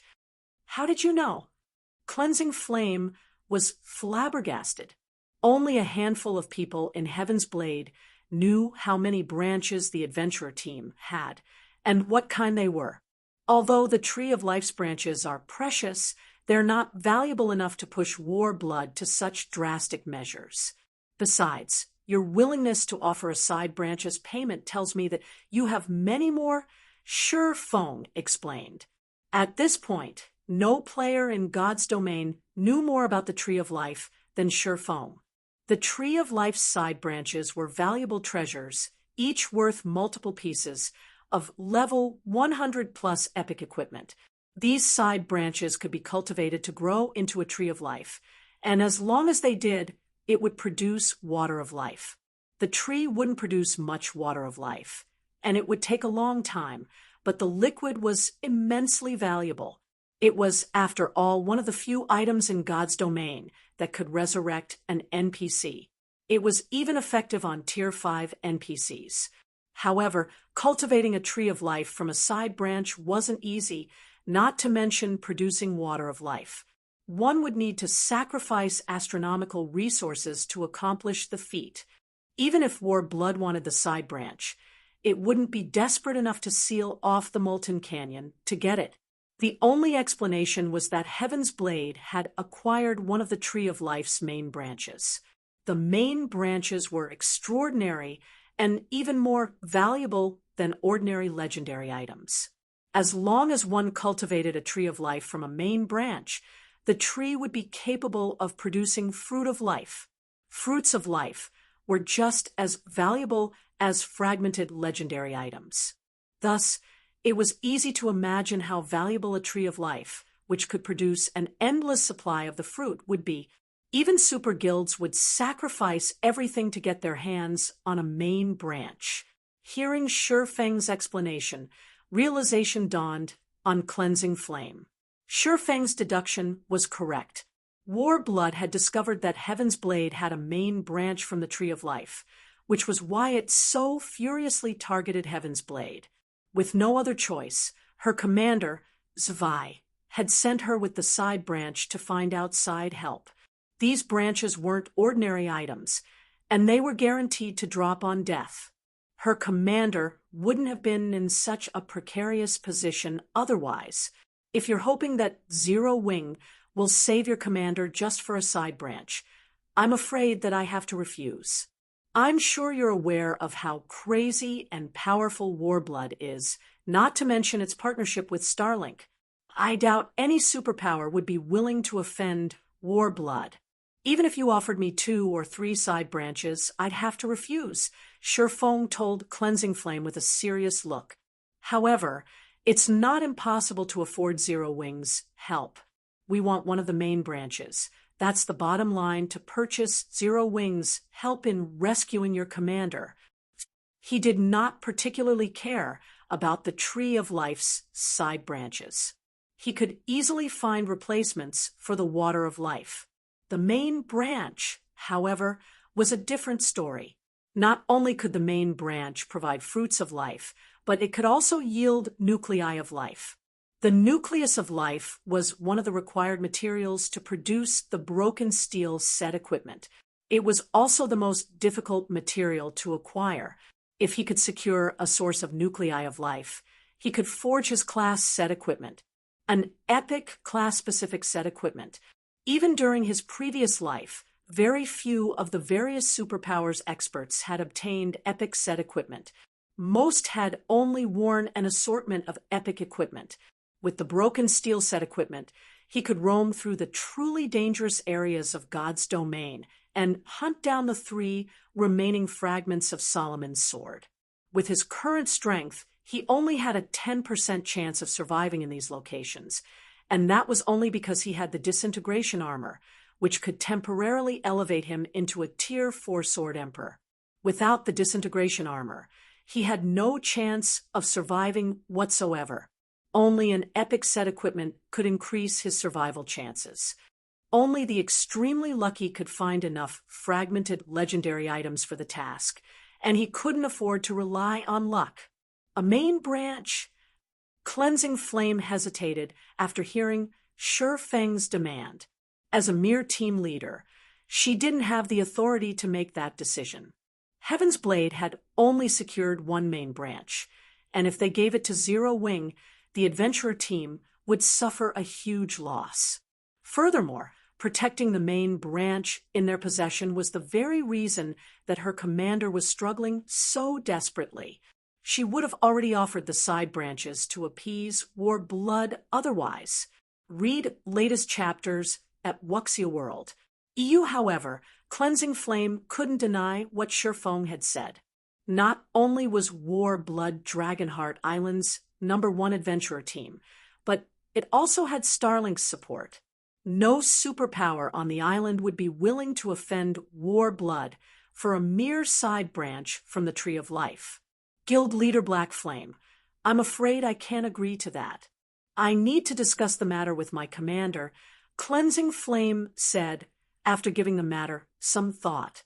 Rather than rejecting Shifeng's demand outright, she felt it was wisest to speak with her commander first. I understand, Shifeng said, not particularly surprised by Cleansing Flame's response. Cleansing Flame was only a team leader. How could someone of that rank possibly have the authority to make such an important decision? With Shifeng's agreement, Cleansing Flame logged out of God's domain to contact her commander offline. The offline messenger was the only way to communicate within Heaven's Blade now that War Blood had sealed off the Molten Canyon. Chapter 2409, Thunder Eagle Reappears Molten Ruin, Inner Corridor. Chapter 2409, Thunder Eagle Reappears Molten Ruin, Inner Corridor. A team with fewer than 50 members fended off two level 106 Grand Lord ranked Guardian Knights while desperately trying to retreat toward the Molten Ruins Inner Corridor. Although the team had so few members, as many as 8 of them were Tier 3 experts, including the female Guardian Knight that stood 9 meters tall and single-handedly held her ground against the 2 Grand Lords.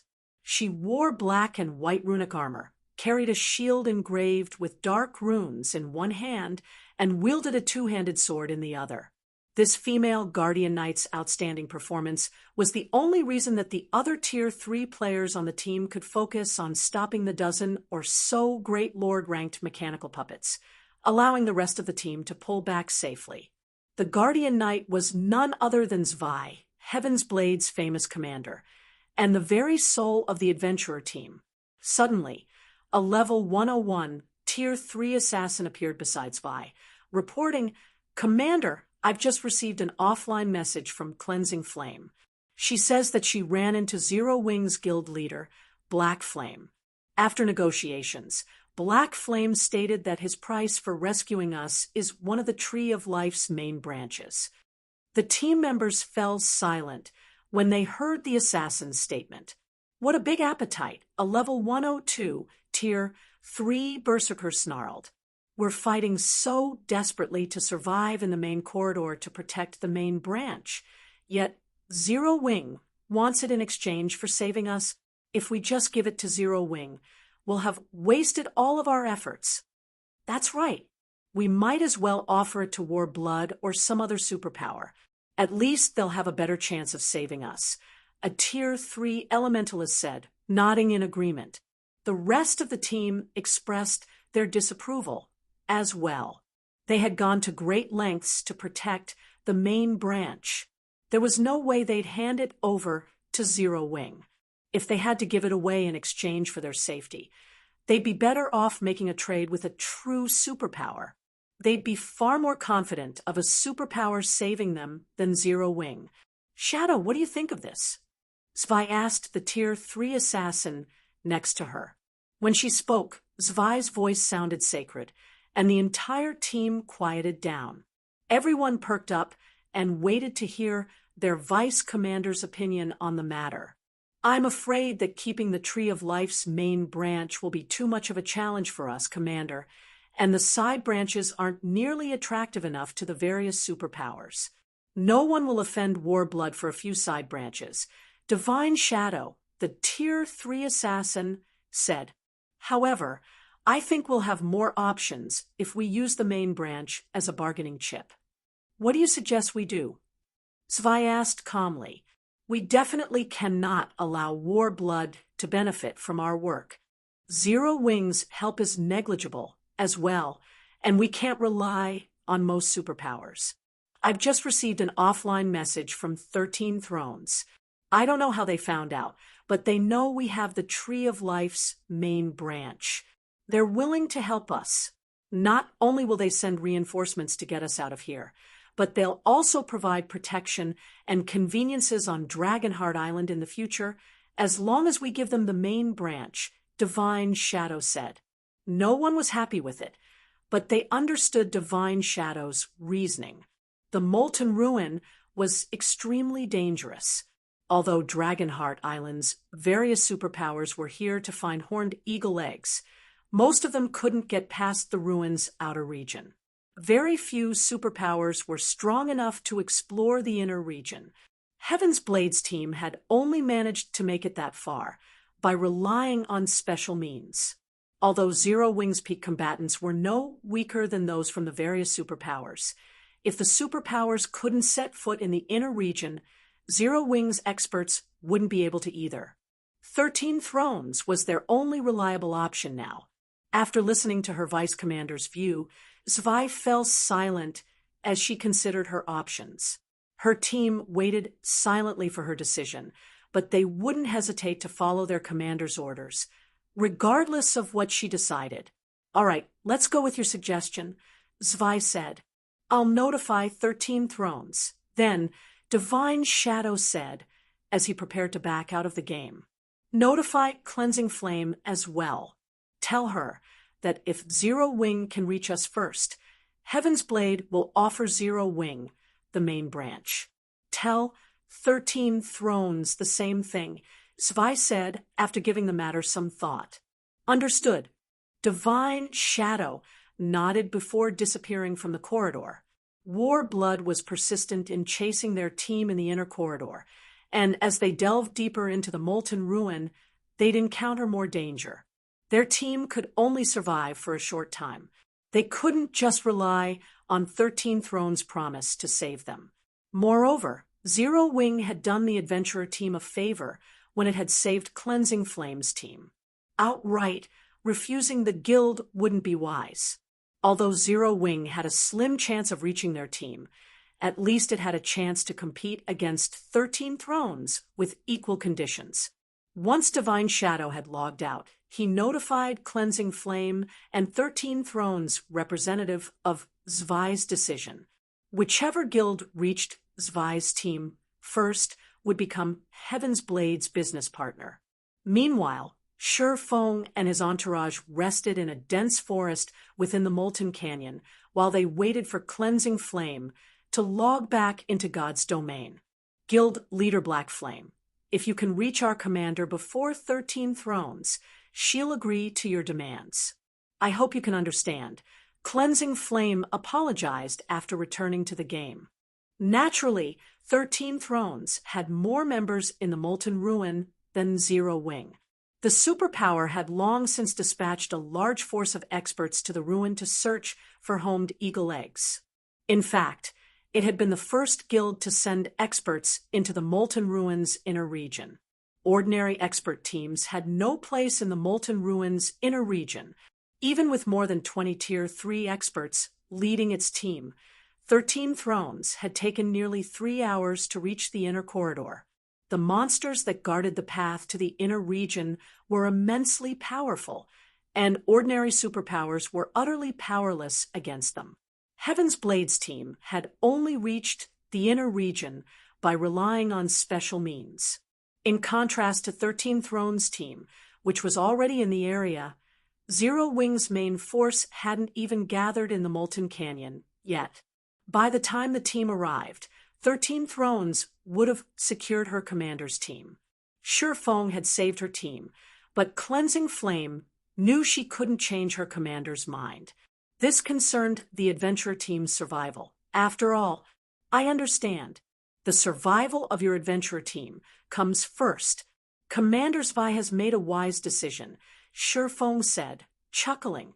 He knew what Heaven's Blade was trying to pull. I just want to clarify, you're saying that if Zero Wings members reach your commander and rescue her first, she'll hand us the Tree of Life's main branch, right? I believe that's the case. The question confused Cleansing Flame a little, but she nodded after finding no flaws in Shurfeng's statement. That will make things simple, Shurfeng said, smiling.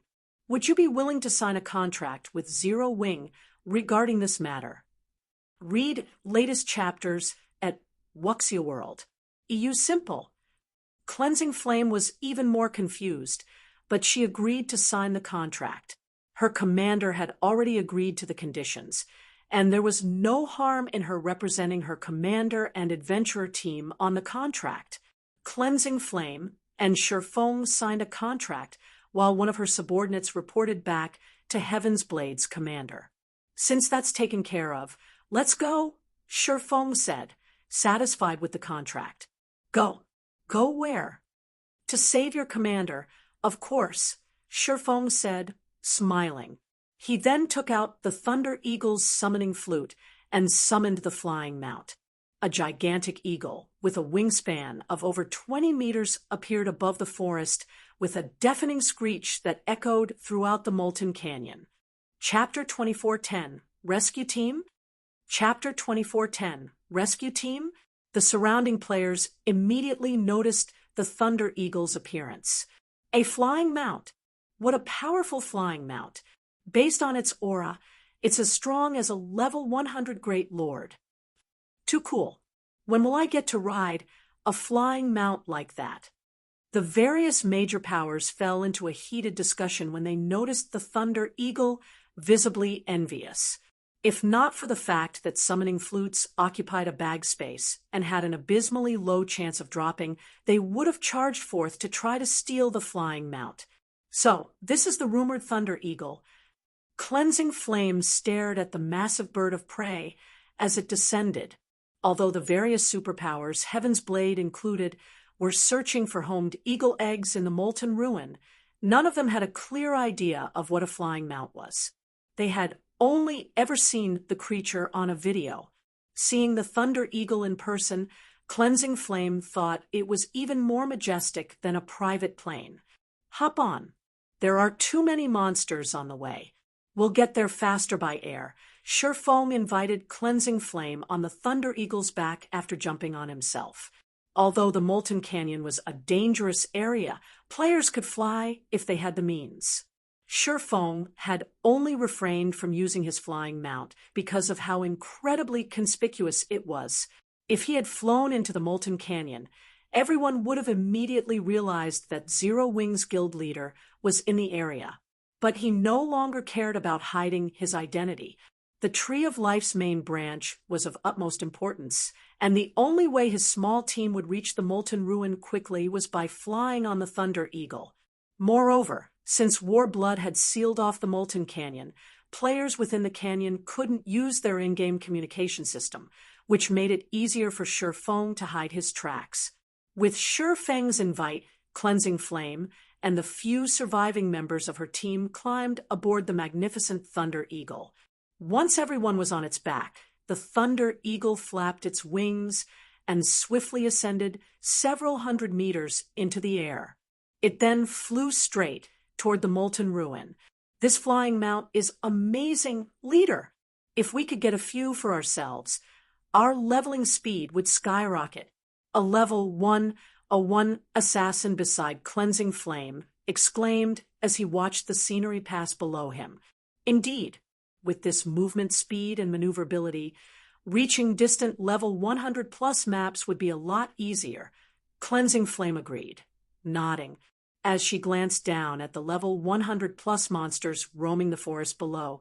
She, more or less, understood how beneficial a flying mount could be. It also explained how Zero Wing had become so powerful. If they had the help of a flying mount, they could explore and grind in a level 100 neutral map twice per day. They could spend nearly double the time grinding than if they traveled via land mounts. It was no wonder how Zero Wing had nurtured so many Tier 3 players so quickly. On the Thunder Eagle's back, The trip that should have taken them 2 hours was over in a dozen minutes or so. During that time, Cleansing Flame and her teammates had felt as if they were dreaming. It had taken them a lot of effort and plenty of sacrifice to fight their way from the Molten Ruin to the Molten Canyon's exit. Yet, without enduring a single battle, they returned to the ruin. They had even recovered some of their stamina during the trip, as if their earlier battles had been nothing more than a passing dream. Guild Leader Black Flame, our adventurer team has thoroughly explored the Molten Ruins outer region, so we know the path to the inner area. We can guide you there. We also have plenty of members stationed on the path to the inner area, so they should be able to help. Cleansing Flame suggested. Shifeng had saved her team, so she owed him a big favor. Since he intended to race 13 thrones to her commander, she would help him in whatever way she could. Moreover, they'd have a greater chance of victory with more players if they stumbled across War Blood's members.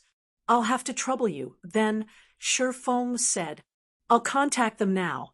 They should be assembled by the time we reach the cavern that leads to the inner region, Cleansing Flame replied. She then instructed one of her team members to log off and notify Heaven's Blade's other members within the Molten Ruins outer region. Cleansing Flame then directed Shifeng and his entourage to the entrance of the Molten Ruins inner region. In the Molten Ruin, even full teams of level 100+ experts in level 100 mysterious iron equipment risked a team wipe.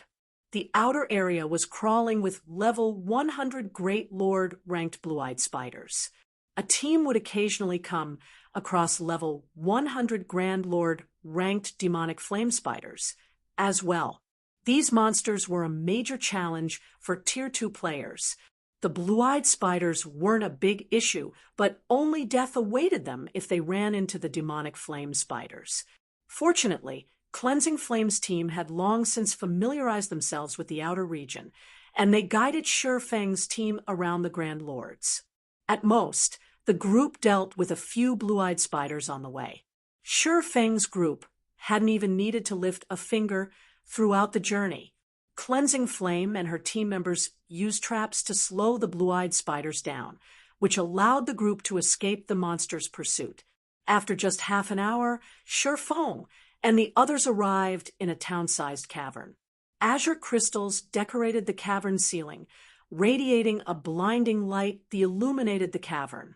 A steel tunnel that was more than a dozen meters across led out of one corner of the cavern. A frightening aura seeped from the tunnel, and Shifeng and his companions could even sense it from several hundred yards away. The aura was extraordinary.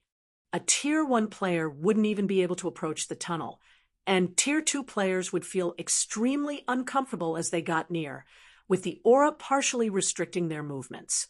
However, quite a few players had gathered at the mouth of the tunnel.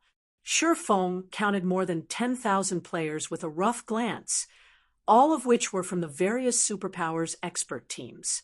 These players were high-leveled and well-equipped. Quite a few of them were even peak experts, wearing multiple pieces of epic equipment. Shifeng also spotted several dozen Tier 3 experts. Among the players, Shifeng noticed a team wearing capes with Heaven's Blade's emblem. The team wasn't particularly large, with only a little over 100 members, but their equipment standards were very high. Many of the team members were experts in level 100 secret silver equipment. The team was also one of the more eye-catching groups, standing near the tunnel. Luo, you guys sure got here quickly. We've rushed here as fast as we could, yet you still beat us. Cleansing Flame said to the Tier 3 female cleric leading Heaven's Blade's team in greeting. The female cleric was delicate and pretty. Although she had a small frame and looked harmless, none of Heaven's Blade's experts dared to look down on her. Rather, traces of fear and reverence flashed in their eyes when they looked at her. You're finally here. If you'd taken any longer, I would have challenged the path already. The female cleric named Luo said cheerfully when she saw Cleansing Flame. Read latest chapters at Wuxia World. EU Guild Leader Black Flame, let me introduce you. This is Yu Luo, Heaven's Blade's chief cleric. She is one of the top 5 clerics on Dragonheart Island. Cleansing Flame introduced. Yu Luo, this is Guild Leader Black Flame. Guild Leader Black Flame is amazing. He even convinced Remnant Snow to spare us with just a few words. Greetings, Guild Leader Black Flame, Yu Luo said after hearing Cleansing Flame's introduction. She gave Shifeng a careful, evaluating look. A moment passed, and she got straight to the point, asking, "May I know when your team will arrive? Our commander's situation isn't looking good. I'm not sure how much longer they can evade Warblood's pursuit. I'd like to move out as soon as possible." In consideration for the team in the Molten Ruins outer region, Zwei had instructed Yu Luo to remain in that area. As a result, Yu Luo hadn't been able to help her comrades when Warblood's experts had attacked. If the inner corridor hadn't been so dangerous, even for the various superpowers' main forces, she would have long since rushed to her commander's aid. "Commander's aid. My team's here already. We can get moving when you're ready." Chapter 2411, Commotion at the Molten Ruin. Chapter 2411, Commotion at the Molten Ruin. Shifeng's statement stunned Heaven's Blades members. Even Cleansing Flame and her team, who had led Shifeng to the cavern, stared at him in shock, not to mention Yu Luo and her people. The passage to the Molten Ruins inner area was incredibly dangerous. Even superpowers sent teams of several hundred main force members to ensure the team survived the path, and their survival still wasn't certain. The superpowers teams that had made it through the path had merely gotten lucky. Cleansing Flame had assumed Shifeng must have notified Zero Wings members within the Molten Ruin to join them. She had never thought that he intended to enter the ruin's inner region with just his 3 companions. It was utterly insane. "Do you know how dangerous this passage is, Guild Leader Black Flame?" Yu Luo asked after taking a moment to calm down. Seeing his serious expression, she continued, "Even the superpowers teams, which have 400 main force members, have less than a 50% chance of surviving the trip through the passage. If you really intend to go in there with just 4 people, I'm afraid that I cannot accompany you." If Shifeng hadn't done Heaven's Blade a favor by saving Cleansing Flame, Yu Luo would have likely erupted at him. Because of Warblood, her team was already in a tight spot. She had only agreed to take the risk of returning to the passage because she had heard that Zero Wings guild leader was willing to save her commander. Due to that decision, her team had suffered several dozen casualties. And now, Shifeng insisted that he only intended to rescue her commander, with 4 players, as if the Molten Ruin were his own backyard. It's a pity that team leader Yu Luo isn't willing to come with us. "Kola, get ready. We're heading in," Shifeng said, unfazed by Yu Luo's response. Understood. Kola was excited to head out, and without hesitation, he approached the tunnel's entrance. Helplessly, Turtle Dove and Shadow Sword followed after him. Heaven's Blades members were again dumbfounded as they watched Zero Wings members. They hadn't actually thought Shifeng was serious about going in with just 4 players. "Yu Luo, you went too far. Guild Leader Black Flame is only entering the inner area to save our commander," Cleansing Flame hissed. "Moreover, he's only recently arrived in the Molten Ruin. He doesn't know much about the ruin yet." This disagreement didn't bode well for either side.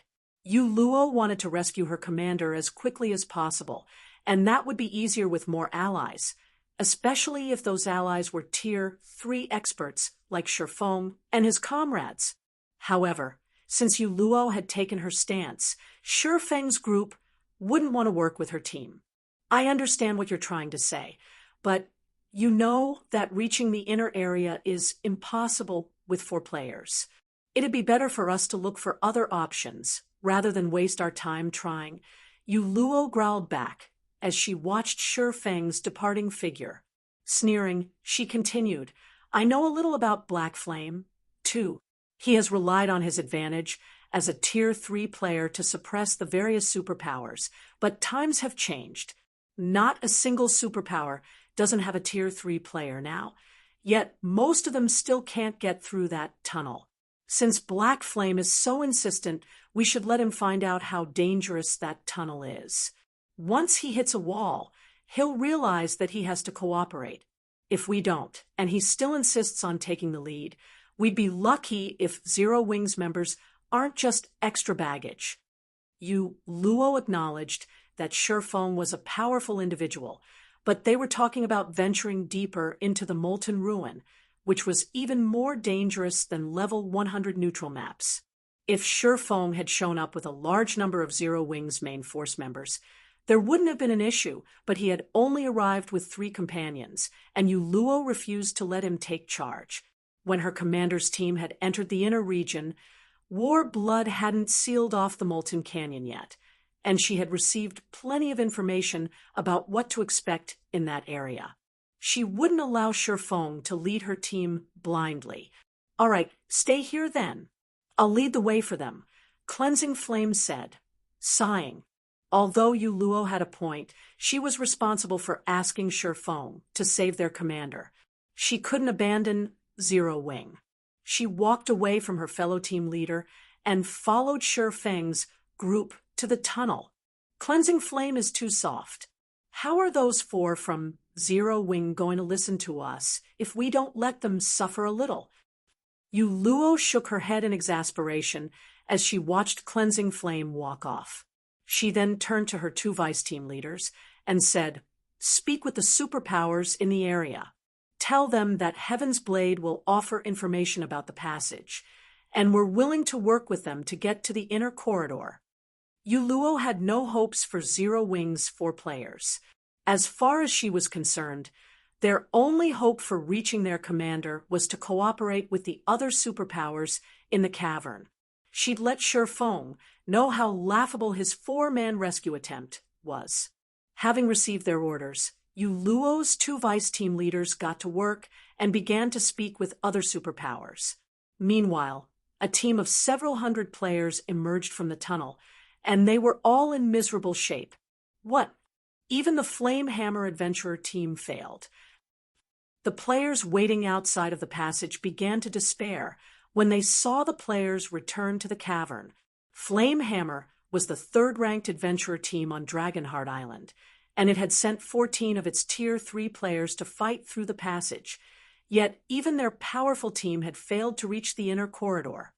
The team had gone in with 500 members, but only returned with 300. In addition, only 8 of the Tier 3 experts had survived the expedition. The loss was devastating for Flame Hammer. "Look at them and realize how immature you're being," Luo thought, chuckling as she glanced back at Shi Feng. However, Shi Feng reacted as if he didn't see Flame Hammer's team and continued toward the tunnel without any hesitation. As he and his 3 comrades approached the tunnel with Cleansing Flame in tow, a commotion broke out in the cavern. "They're entering the passage with just 5 players? Are they insane? Who are they? Didn't they see that even Flame Hammer's team failed to make it through? Isn't that female guardian knight Heaven's Blade's Cleansing Flame? I heard that War Blood is going all out to hunt down Heaven's Blade's commander in the inner corridor. They must be going in to save her. But with just 5 people, are they suicidal? I bet they won't even get past the first guardian. I guess Heaven's Blade is really doomed." The various superpowers experts discussed Shi Feng and his small party mocking Heaven's Blade. Overhearing it, Luo's complexion turned ashen. While everyone badmouthed her adventurer team, a giant statue, which had stood 100 yards in the tunnel, began to move. Primordial Guard, elemental creature, archaic species, Grand Lord, level 105 HP2, 400 000 000/2, 400 000 000, when the various superpowers experts noticed the Primordial Guard, they were overcome with dread. A level 105 Grand Lord was already a very powerful foe. Even a tier 3 metric tons would struggle to tank a level 105 Grand Lord, and to make matters worse, the Primordial Guard was an archaic species. It had such overpowered strength that it could easily send a tier 3 metric tons flying with an ordinary punch. Moreover, players couldn't use berserk skills while inside the tunnel. Even if they activated their life-saving skills, tier 3 MTs would barely be able to tank the Grand Lord. Many teams had ventured into the tunnel, and every one of them had made plenty of sacrifices to hold the Primordial Guard, allowing the rest of the team to pass. Fortunately, the Primordial Guard only prevented players from entering the tunnel. It didn't prevent players from leaving. Otherwise, teams that retreated from the passage halfway through would have been in for another beating. I wonder if the 5 of them can last more than 20 seconds. 20? Are you kidding me? That's the Primordial Guard we're talking about. Not even tier 3 MTs with active life-saving skills last more than a few hits. I bet they'll survive for 10 seconds at best. I agree. While the players within the canyon chatted about how quickly they thought Shurfeng's party would fall, the Primordial Guard had already reached the players in question. It was easily faster than a tier 3 assassin. Read latest chapters at Wuxia World. The Primordial Guard immediately raised a foot and kicked at Shurfeng's party. The Grand Lord was a 12-meter-tall giant, and the foot it thrust at Shurfeng's party was as large as a small house. Dodging the attack would be impossible for tier 3 players that didn't focus on agility builds. Boom! When the kick struck Shurfeng's party, the very ground shook, contrary to everyone's expectations. However, Shurfeng and his companions didn't fly through the air. To the various superpowers experts' shock, the Primordial Guard's foot had stopped just before it had reached Shurfeng and the others. Kola, the reason the kick had failed, remained steady in his original position. Chapter 24:12 Frostwolf Sets Might. Chapter 24:12 Frostwolf Sets Might. This? Impossible. Is that Guardian Knight a monster? Who are they? Not even Zvi, Heaven's Blade's strongest MT, is that powerful. The various superpowers experts were indescribably shocked as they watched Kola stop the Primordial Guard's attack without stumbling back in the slightest. For a moment, they even wondered if they were hallucinating, but no matter how they rubbed their eyes, the scene before them remained the same. Realizing that this was real, they all wondered about Kola's identity. All of these players had personally experienced the Primordial Guard's strength. The Grand Lord's raw power was unstoppable. Only by rotating 3 or 4 tier 3 MTs could a team hold the monster off long enough for the rest of the team to slip by the Primordial Guard. And yet, Kola single-handedly stopped the Primordial Guard's attack, and he did so without relying on a life-saving skill. Why wouldn't they be shocked? Among the spectating players, no one was more shocked than Yuluo. How is this possible? Yuluo stared at Kola, unable to believe her eyes. She hadn't thought that Zero Wings MT would be this powerful. Heaven's Blade's commander, Zvi, had fought with everything she had to tank the Primordial Guard, and she was one of the top 3 MTs on Dragonheart Island. Her astonishing strength was the reason that so many prideful independent experts were willing to submit to her commands. Before anyone could overcome their shock, the Primordial Guard, seeing that its first attack had failed, thrust its golden spear at Kola with enough power to make space itself tremble. What? It's using its spear already. I thought it only used its spear once players had crossed the halfway mark. All of the players in the cavern were surprised by the Primordial Guard's second attack. They couldn't help the fear they felt when they saw the golden weapon. That golden spear had claimed many Tier 3 MTs' lives thus far, giving those players no chance to retaliate. That spear was also the reason that so many superpowers teams had failed to pass the tunnel's first checkpoint, those that had only done so after suffering tremendous casualties. Come. In contrast, Kola was excited to see the weapon. He immediately raised his Titan guard to greet the spear in battle. Boom! When the golden spear and Titan guard collided, the resulting impact stirred an intense storm that spanned over several hundred yards. Kola stumbled back a step as a damage exceeding minus 30,000 appeared above his head. To Tier 3 MTs, who possessed nearly 1 million HP, minus 30,000 was practically negligible, especially for Kola, who had 1,540,000 HP thanks to his Frostwolf set and Titan Guard. Seeing Kola block the Primordial Guard's spear, a deathly silence descended on the crowd watching from the tunnel's entrance. Is that Guardian Knight even human? Could he be a Tier 3 NPC? Kola had nullified the Primordial Guard's full-powered attack so easily, and he had only lost a little over 30,000 HP in the process. His performance shattered everyone's understanding of Tier 3 MTs. Even the best Tier 3 MTs from the various superpowers could only tank level 100 Grand Lords.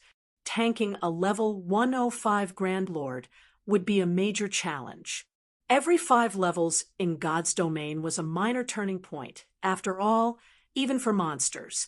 Yet, Kola had successfully stopped a level 105 Grand Lord ranked archaic species' full-powered attack without using a single skill.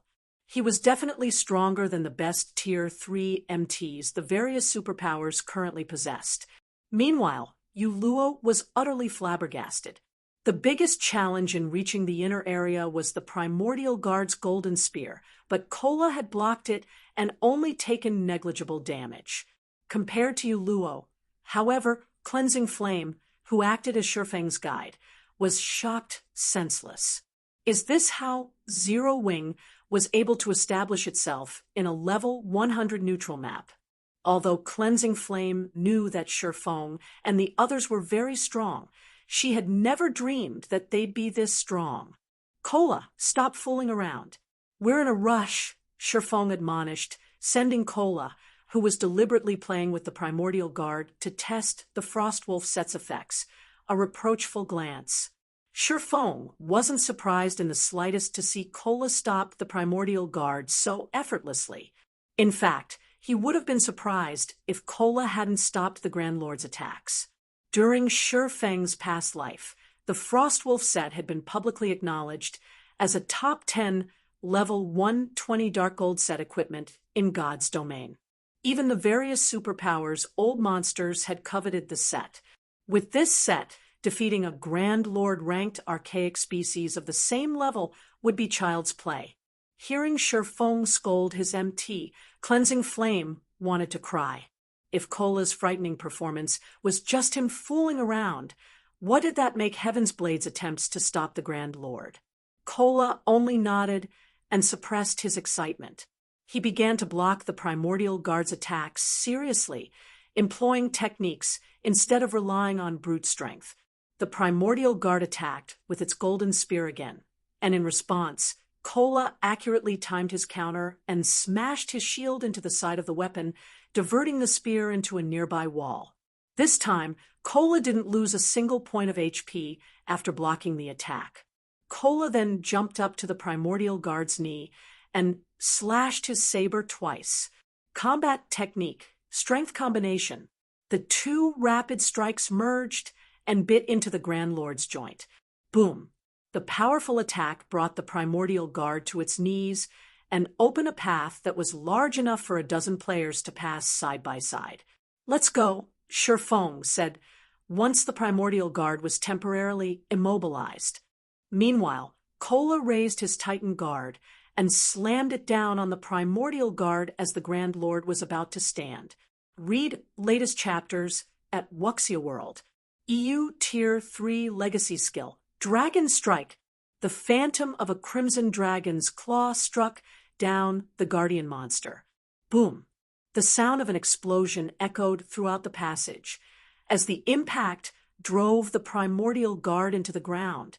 The spectating crowd was speechless. They merely watched silent as Shurfeng's party walked past the Grand Lord ranked archaic species, unhindered, eventually disappearing into the tunnel.